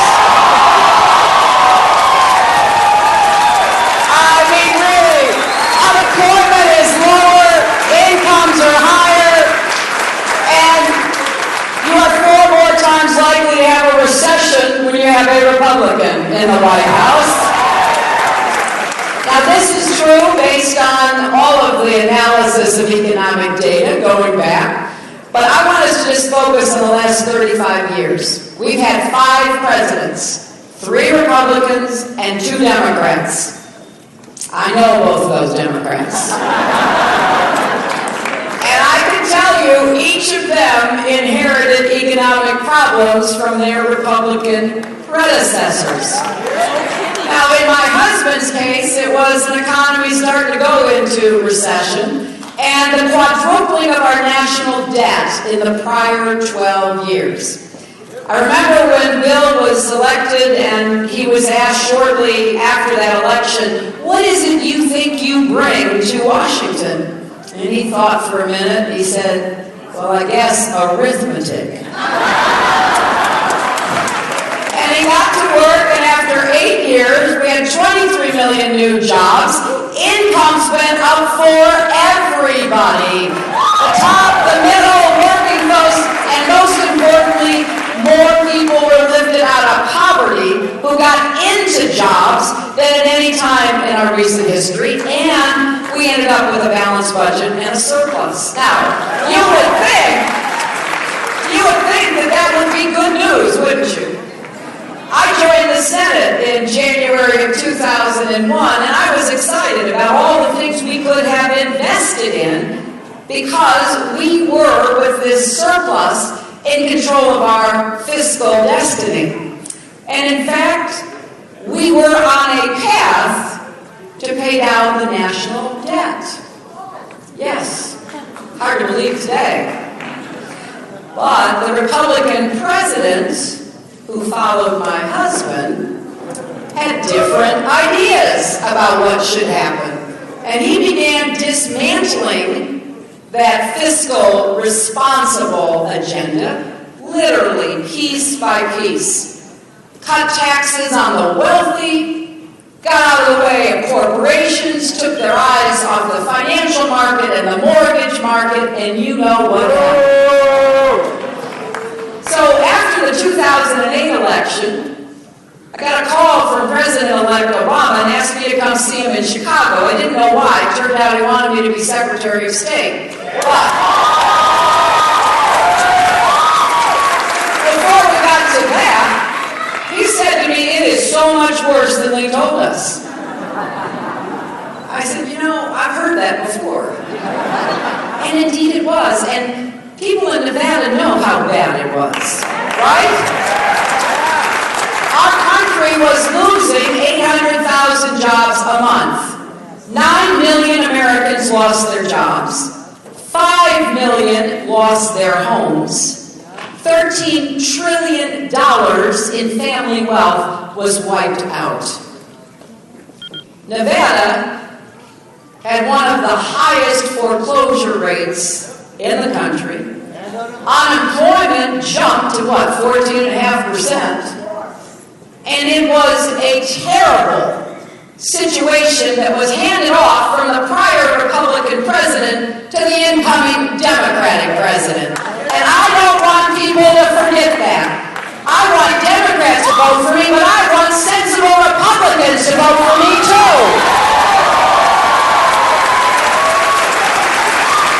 The only way the Republicans can win this election is if they can induce a state of amnesia in all of us. Now, I don't think President Obama gets the credit he deserves for making sure we didn't fall into a Great Depression.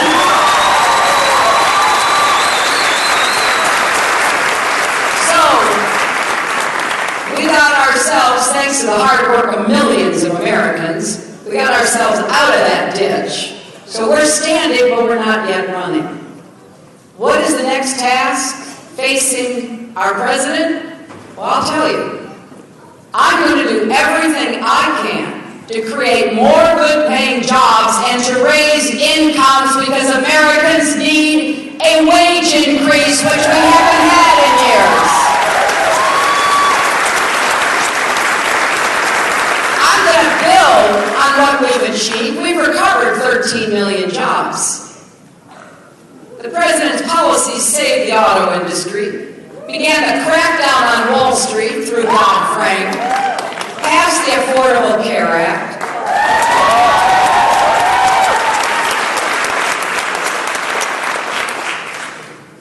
And I think it's fair to say, if you listen to those running on the Republican side, they want to undo all of that progress.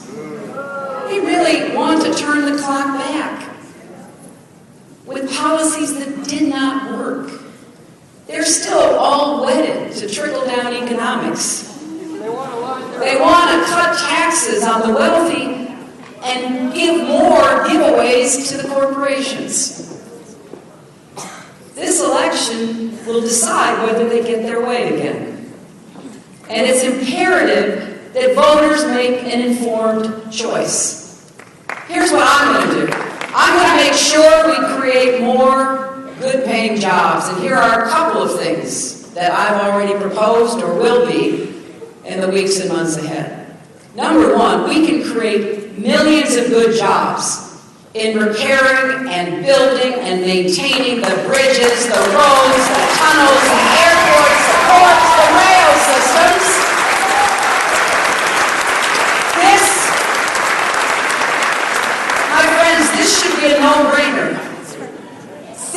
not only good to create jobs, this will make us more competitive as an economy. There's so much work to be done. It's good work. I think that it's just hard to explain why the Republican Congress won't pass a highway bill. When I was in the Senate, we had our differences, but we ended up agreeing and we passed a highway bill. They can't even decide that. So projects are held up, there's unpredictability, people can't be hired. This is not the way to get things done in America. Number two, I believe there are millions of good-paying jobs to be had from clean, renewable energy.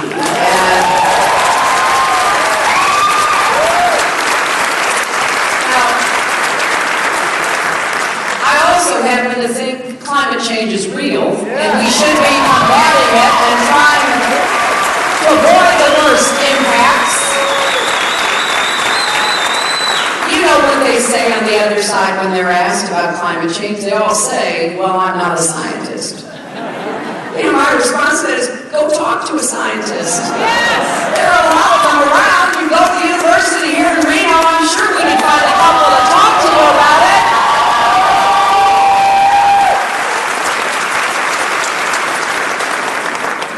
What's happening just here in Nevada. And I give a lot of credit to your Senator Harry Reid, who has focused on clean energy jobs. I'm setting some big goals. I want us to see if we can't get 500 million more solar panels installed by the end of my first term and enough clean energy to power every home by the end of my second term.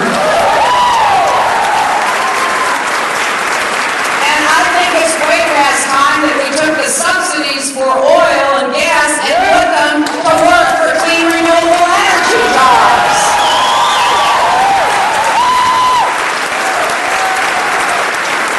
We also have to fix the tax code, which is riddled with exceptions and giveaways to corporations, to billionaires, and I have a long list of what we're going to go after. Because I am sick and tired of what we have just seen with this just companies are leaving America to cut their taxes when they should be staying here and investing in the people and the opportunities that will build our economy.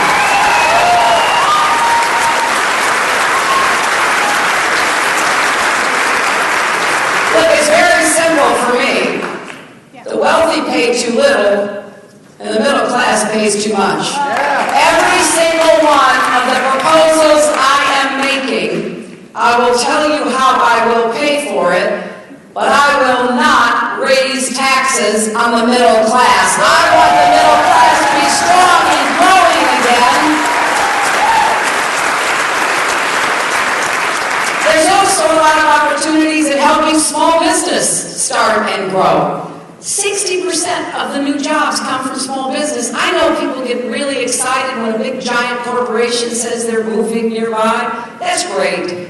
Most jobs come from small businesses. Do you know it is now harder to start a small business in the United States than it is in Canada or France? Because there are so many overlapping local and state regulations, and the tax code is just so much tilted against small business. My dad was a small businessman. I want to be the small business president. I want to see millions of entrepreneurs and people with ideas, young people, starting businesses, growing businesses in America again. And you know, the fastest way to raise incomes right now, starting tomorrow, well, it's not a big secret, it's just that we have to do it. And that is making sure once and for all women get equal pay for equal work.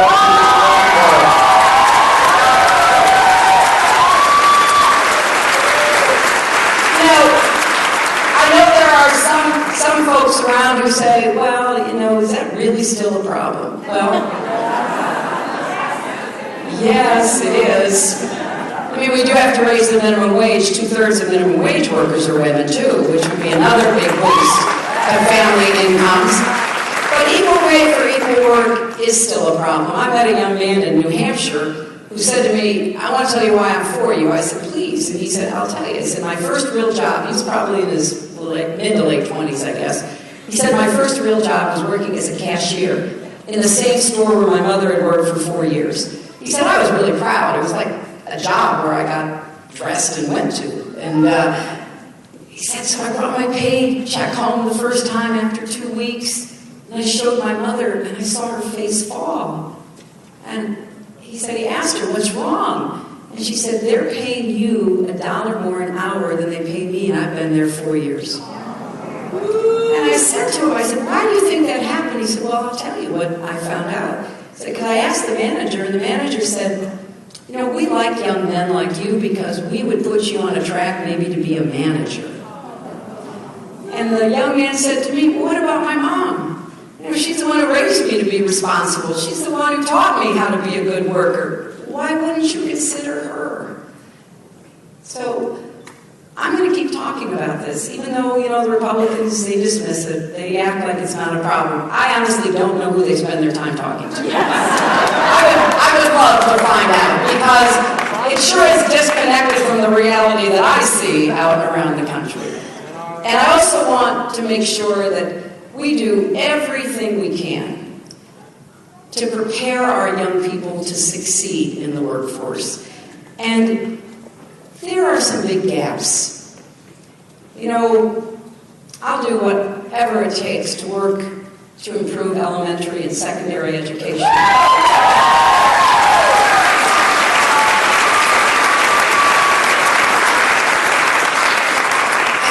This novel idea that you ought to start by listening to teachers who are actually in the classroom and all that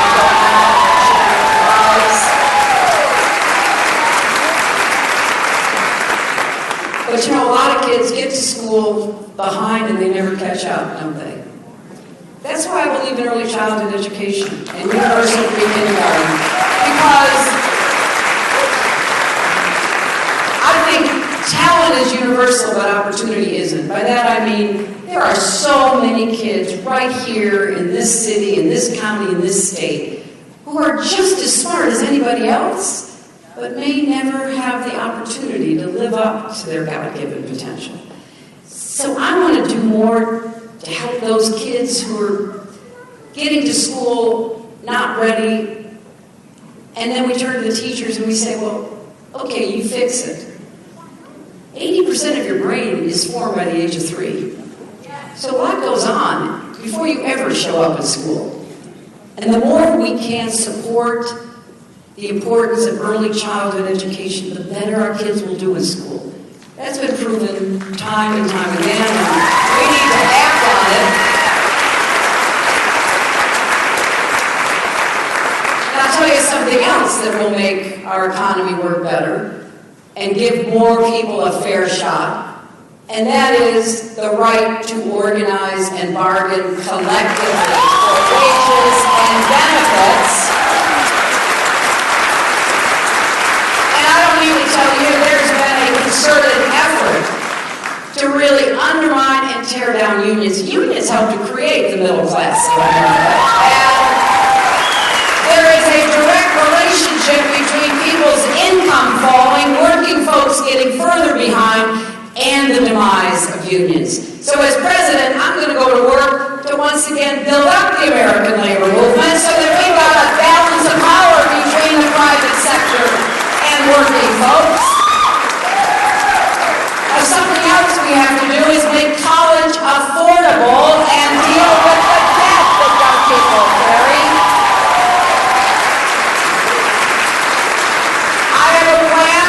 Called the New College Compact, and it does exactly that.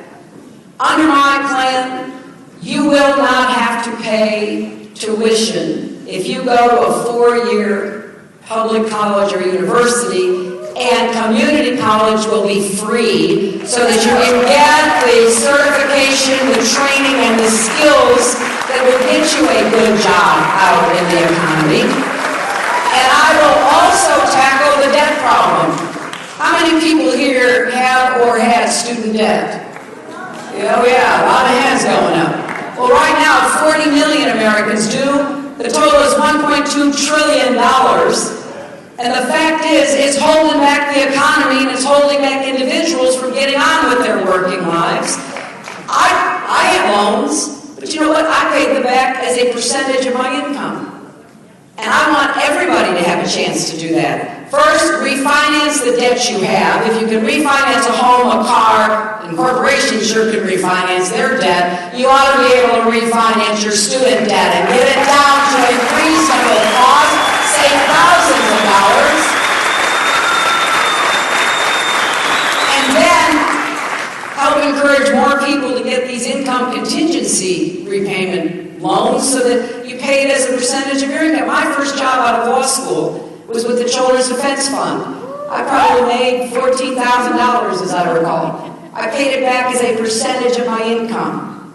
And it helped me do the work that I wanted to do. And I want more young people, if they want to be teachers, police officers, firefighters, I want them to be able to do that. And I want them to know that they can make that choice. So we're going to work to get the debt down and make college affordable for everybody.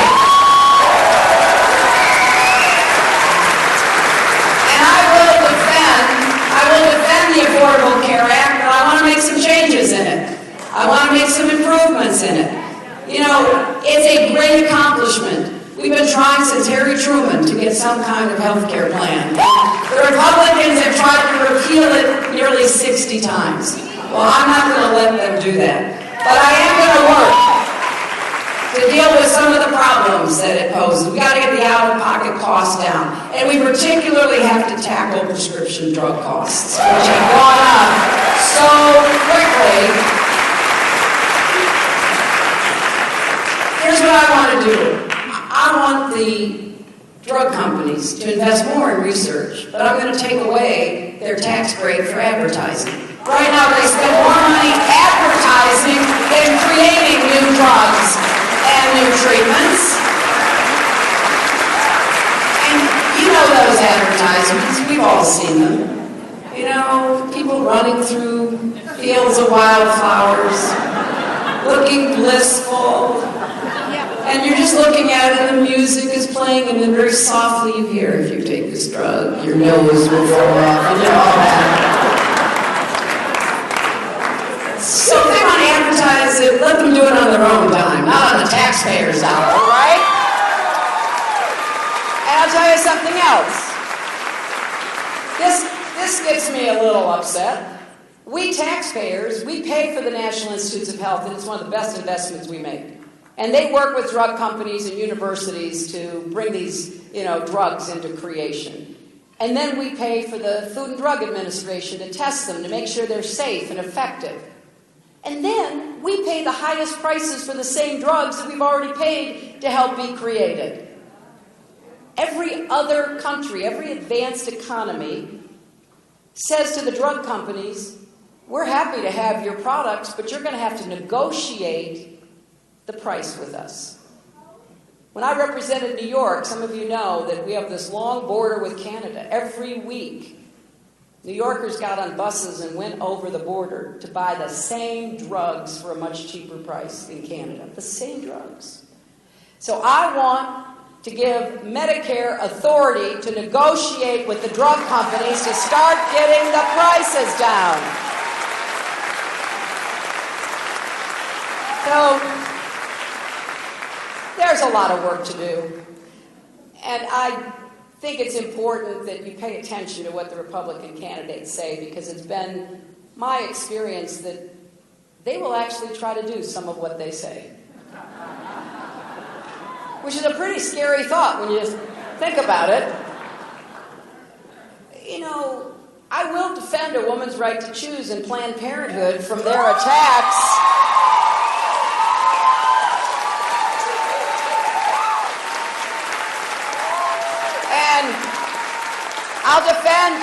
I'll defend marriage equality and try to end discrimination against the LGBT community. And I will defend voting rights, which are under attack by Republicans from coast to coast. And I will do everything I can to get rid of Citizens United, one of the worst decisions the Supreme Court has ever made. I will work for comprehensive immigration reform with a path to citizenship.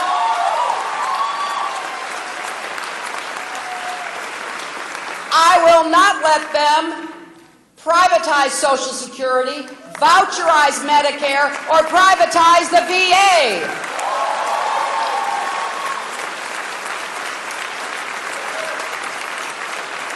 I will work to reform the criminal justice system and to end the era of mass incarceration and divert more people away from prison. I saw a great program today in Reno called Crossroads. It's a joint program of the county and Catholic charities. I got to tell you, I was really impressed because what they're doing is taking people who are suffering from addiction, primarily alcoholism, but also drugs, and they are giving them a chance to recover, and they're giving them housing on the property, and they have a very structured program where, you know, if your problem is alcohol, you get tested 3 times a day. And I was so pleased to see the sheriff's office represented there saying, look, this is far better than picking people off the street and throwing them in jail. We saved money, and they told me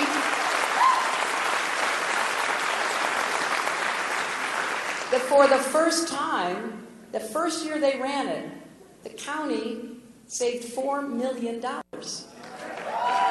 Because when you add up how much cheaper it is to put somebody in this program than send them to jail, or have them visit the emergency room all the time, or have the ambulance pick them up off the street, you'll save money, you'll do the right thing. And I met some of the clients there who told me that this was giving them a chance, a second chance that they never thought they'd have.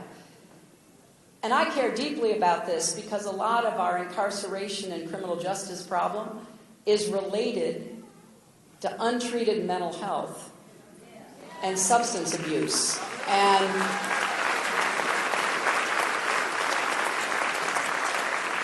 we've got to do a better job on mental health. There's still a stigma. There's not enough services. And I want to work with states and cities to provide more federal support for systems that take better care of people. And we have to do the same with addiction, both alcohol and drugs. I was interviewed today by a reporter from Elko who told me that they are seeing a spike in suicides. It's a real challenge. And it is something that we need to do to help other people, but also because it's smart. And if we do it right, we'll actually save money. How can you be against that? So let's deal with the incarceration and the criminal justice problem and mental health and addiction, which often contribute.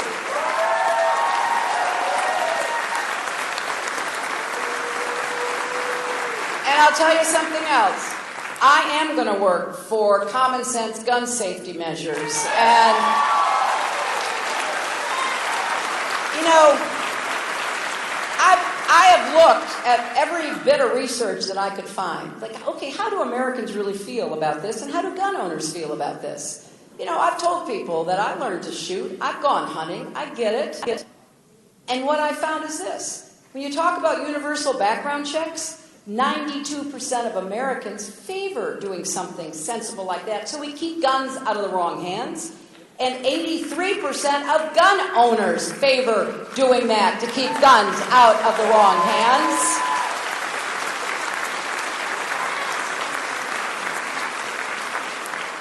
Right now, 90 people a day die from guns. 33,000 a year. Homicides, suicides, and tragic avoidable accidents. This school knows about that.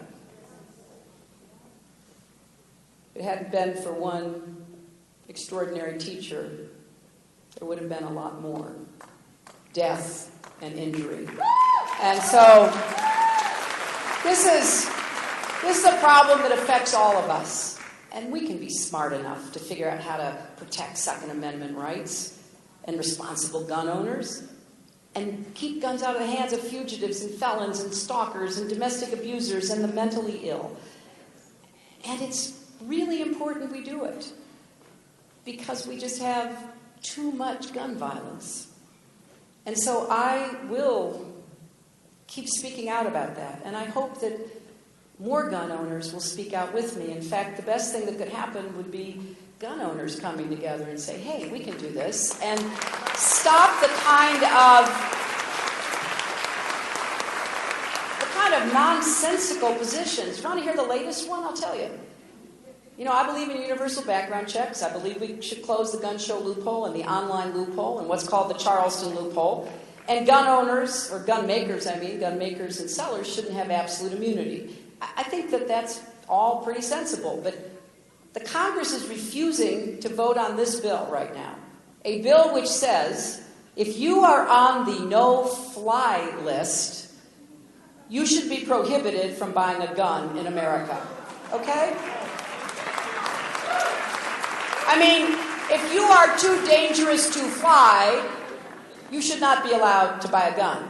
Oh, but the Congress says, oh no, we need to protect the rights of people who are on a terrorist watch list who we are not letting fly. That is beyond absurd. So we need to speak out, and particularly gun owners, of whom I know there are more than a few up here in northern Nevada, need to join the chorus. Protect your rights, but keep guns out of the hands of the wrong people.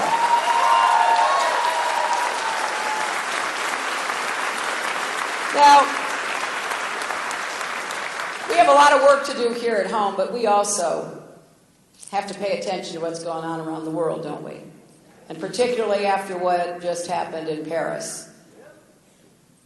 I gave a speech last week in New York outlining what I would do, because I believe strongly that we must defeat ISIS. We must end their murderous reign and prevent them from not only continuing to wreak havoc, terror, and violence in the area where they are operating, but to export it. So I take a backseat to no one in saying we do have to work with the rest of the world. The United States has to lead the effort, but we will not be putting American combat troops on the ground in Syria and Iraq to accomplish the mission. What we will do is we will fight them from the air. We will fight them by advising and training and using special forces on the ground. And we will fight them online, because they are very sophisticated. They use the internet to recruit and propagandize and celebrate violence. So we do have to bring the world together around this effort. And I outlined what exactly I thought we needed to do to achieve that. But I don't think it's smart for us to act like we are waging war on every Muslim in the world. That is not smart.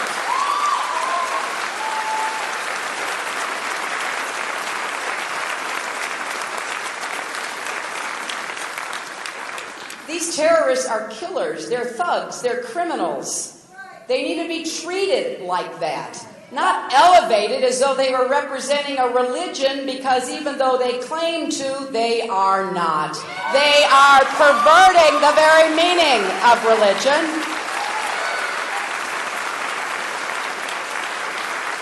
So when I hear some of what's said by my potential opponents on the Republican side, I have to shake my head, because, you know, I was a senator on 9/11. I spent a lot of time worrying and working about how to protect New York. I spent a lot of time talking to the NYPD, which is, you know, just an amazing law enforcement agency, and has an intelligence division and is connected around the world to try to learn of threats so that they can be prepared. And they would be the first to tell you, we need people in every community to actually talk to us, to tell us what they're hearing, to give us the, go-ahead that something might be amiss. And you don't get that if you demonize people.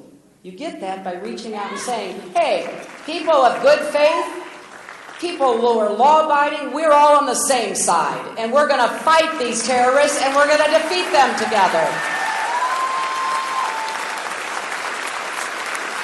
And the other issue that's been raised recently are refugees. Well, let me tell you, I was Secretary of State. We already vet everybody. It takes 18 months to 2 years. In this case, it might take longer if they don't have papers and you can't tell much about them. But if there are ways to make the vetting process stronger and better, I would certainly look into that. But remember, the 9/11 hijackers, they came here legally. They came on visas and they flew into our airports. So we can't just be focused on refugees who might or might not get here in 2 years. We have to be focused on anybody who poses a threat to us right now. And we have to pay attention and work with our friends around the world to get the information that we need to protect ourselves. So don't get diverted by fear tactics and scaremongering and inflammatory rhetoric. This is a job we have to take on, and we have to be smart about it, and we have to be vigilant about it, and we have to make sure we protect our country and our friends. I will take a backseat to no one in protecting the United States of America as your president. So,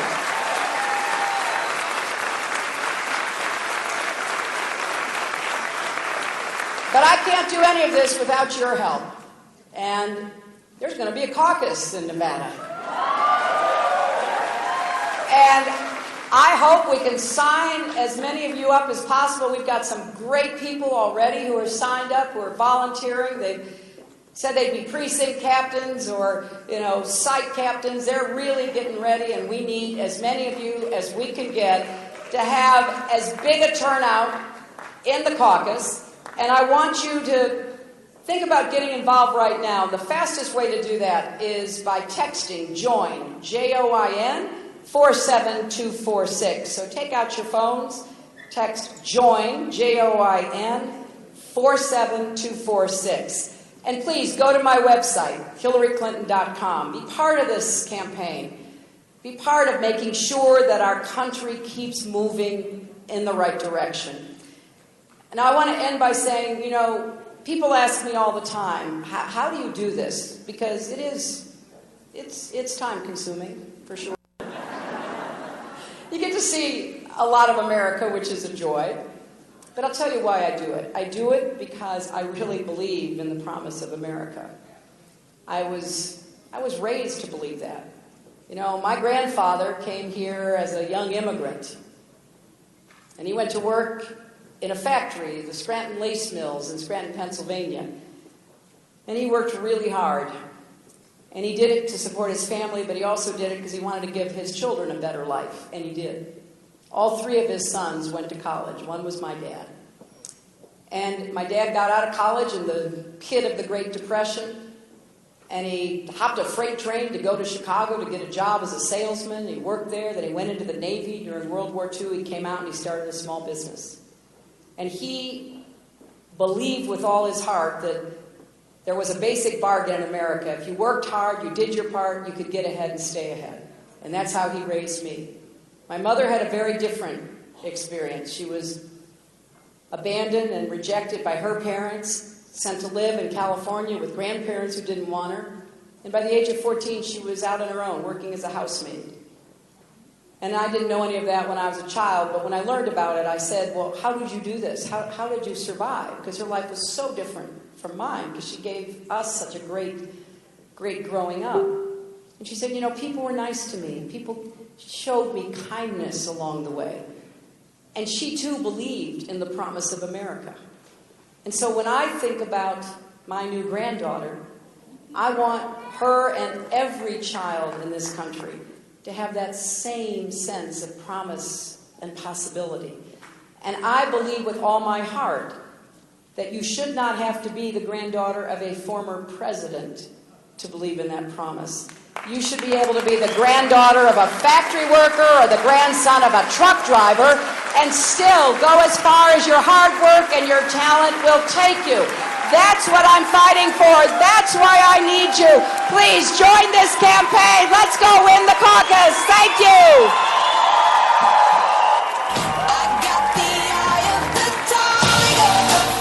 All right, guys, that is a wrap on this Hillary Clinton event, and that is a wrap on the morning edition of Fox 10 News Now. I'm going to wrap this up, but you guys can stay in the chat room. Kenzie Schofield will be joining you guys in just a couple minutes to kick off the afternoon edition of Fox 10 News Now.